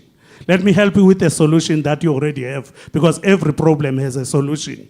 But if you always teach them so that you assess them so that they pass, they become happy, but they know nothing. So one idea of tackling assessment is to make them question everything. And when you give them feedback, they must know why you mark them wrong here, why you mark them wrong there. Because if you don't give them feedback, they are not going to improve. I still have children in grade 11 who write wrong grammar that I saw with the assessment group of grade 7.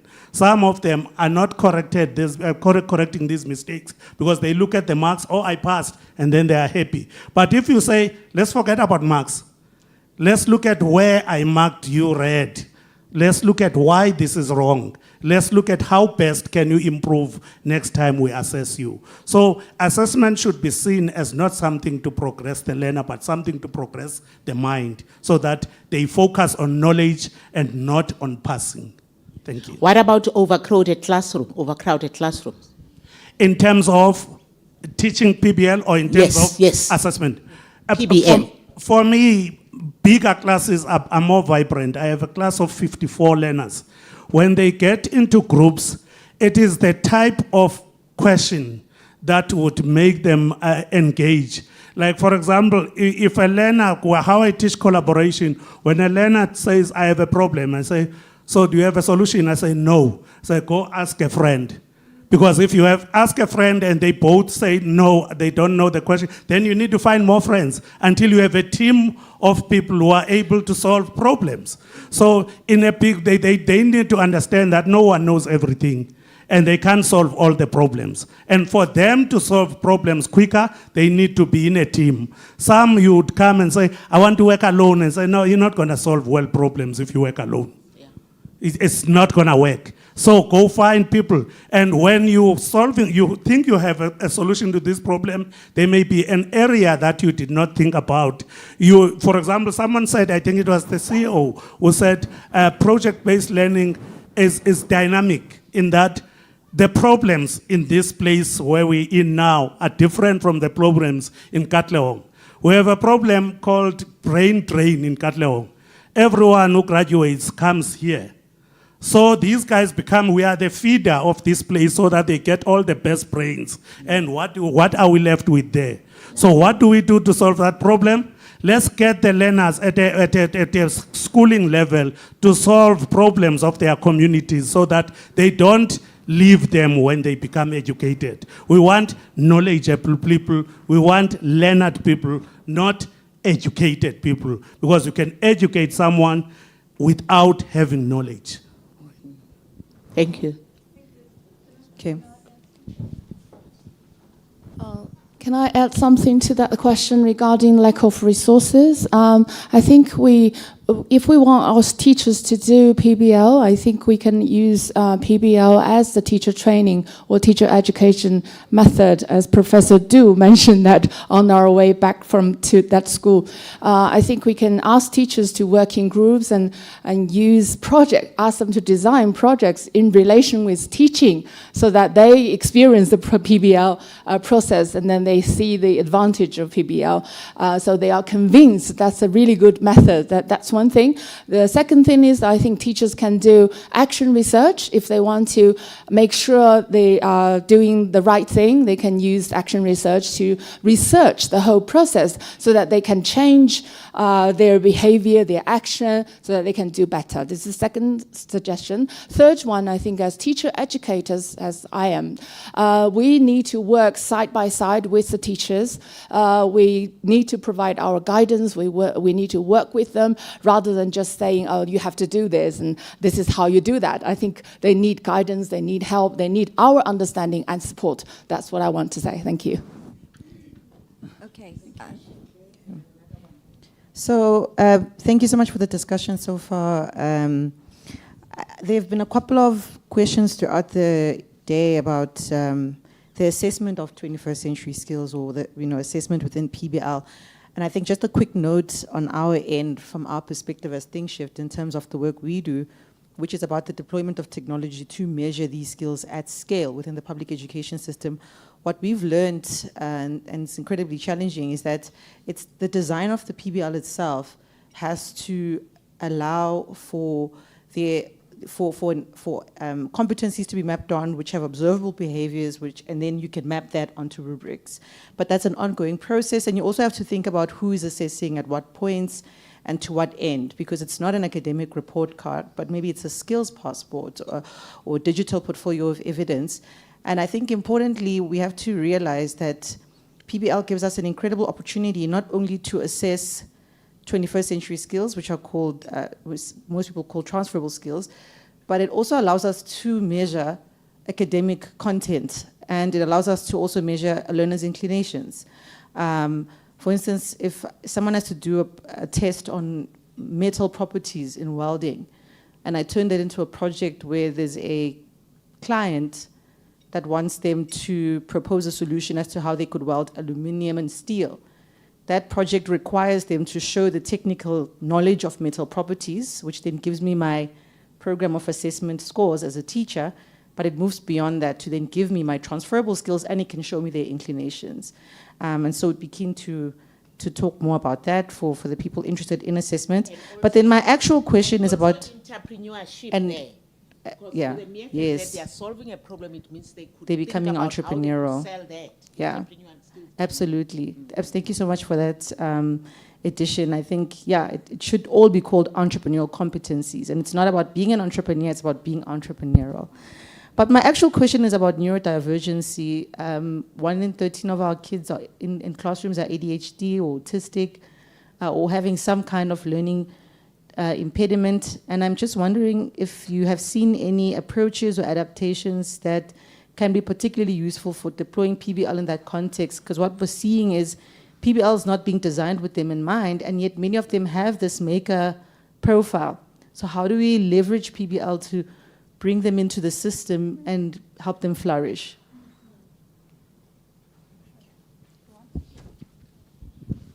Yeah, the first time when we visited HTH, where originally we learned about that, I remember I don't know, should I call the founders or the initiators of PBL?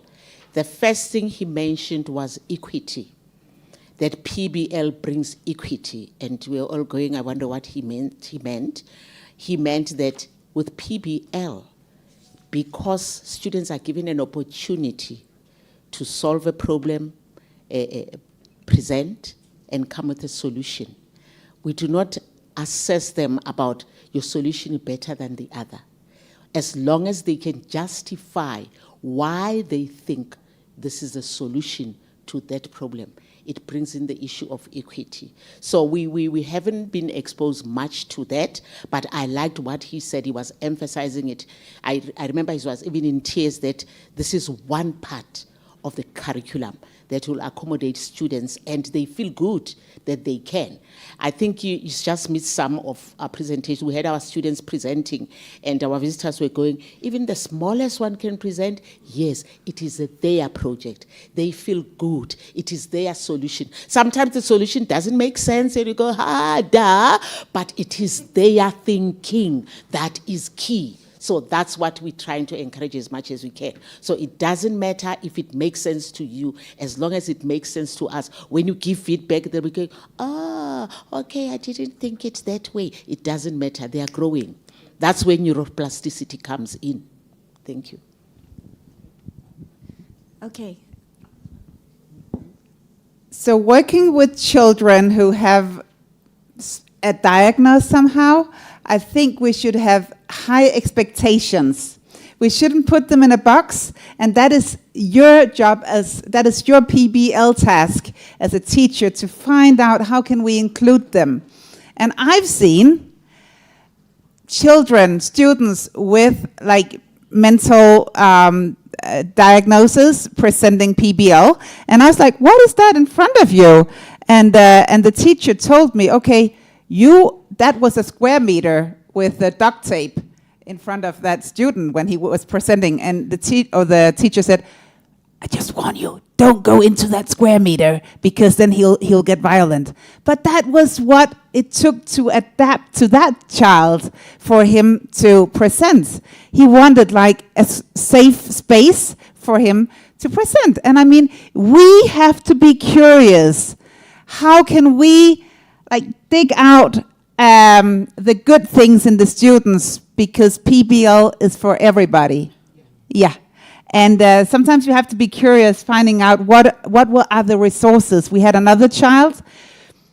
She couldn't take normal exams, so we made her braid hair. So she made like a salon at the school, and she was just like, and we were testing, is she using math when she was braiding? Is she using communication while she was braiding and putting like everything? So we were the one being curious about like the skills and competences. But yeah, so we have to have high expectations and be curious. Yeah. Okay, thank you very much for your wonderful presentations. So just now you've mentioned some challenges and also textbooks. So my question is concerned about challenges and also the textbook. I want to ask Professor Chen the question. So what challenges may teachers have when they implement, PBL in the classroom based on the textbook? Thank you. Thank you. So because we introduced problem PBL in our textbook writing, we also meet some challenges in real classroom because some teachers do not know how to implement it, especially when they have kids with poor language proficiency. So in some of the challenges they meet is the language proficiency, large class, and also the culture of not to collaborate with others. So these are some of the challenges that teachers might have in the classroom. What we do is to improve our teacher training, teacher education programs. We also develop, like Professor Sun just now mentioned in her talk, we use lesson studies. We helped teachers to improve their teaching by working with them, doing research related with their lessons. And we asked them to talk about their lessons to us, and we gave our suggestions. And then they do the trial once or twice, and then they change their design, and then finally they make the better presentation in their teaching. And in this way, we're not actually looking for the best classroom for PBL, but we are aiming at producing the experiential learning for teachers so that they understand the core ideas of PBL and how you can implement it in their classroom best. So that's what we do with our teachers. Thank you. Great. Thank you very much. Unfortunately, we've come to the end of our session. Thank you, Mem Langa, Anne-Catherine, and Dr. Chen. That was a really insightful TED Talk, or TED Talks, rather. I must admit, at the beginning of the Q&A, you reminded me of my classroom when you ask a question and then no one says anything. And one thing Mem Lang has always said to me is that you wait, you don't budge. If they're not sure, you ask the question again, and you wait. And with time, students get to engage because they're always thinking. There's something in there. You just need to give them a bit of time. And I know sometimes we're rushing the clock because we're like, we don't have time. But sometimes you do have that time. And I think it's important that we just wait and wait and wait. Right. We've reached the end of our program. Well done, ladies and gentlemen. You guys are exceptional students. Give yourselves a round of applause. I am going to call on stage Dr. Ngasana to just give closing remarks and then give us direction thereafter. Thank you.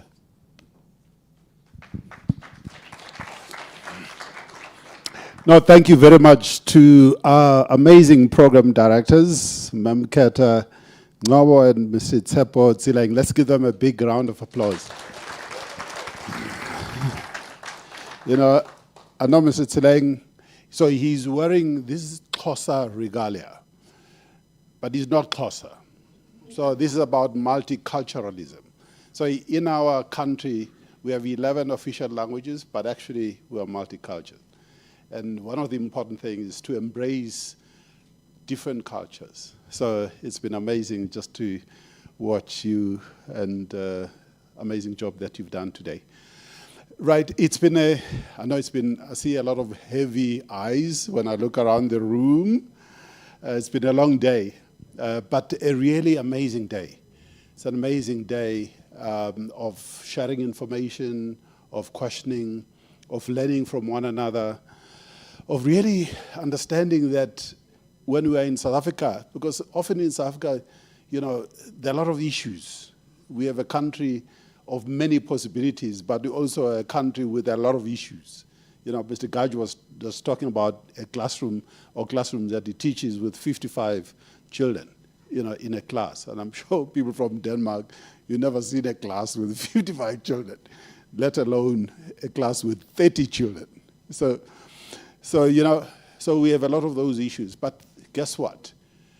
We make things happen, and there are people in the country who make things happen regardless of sometimes lack of resources and things that we may not have that other countries have. When we took the 2024 Annual Teacher of the Year Award winners to Denmark, they were like, I wish I could come and work in this school. They're sitting here, some of them.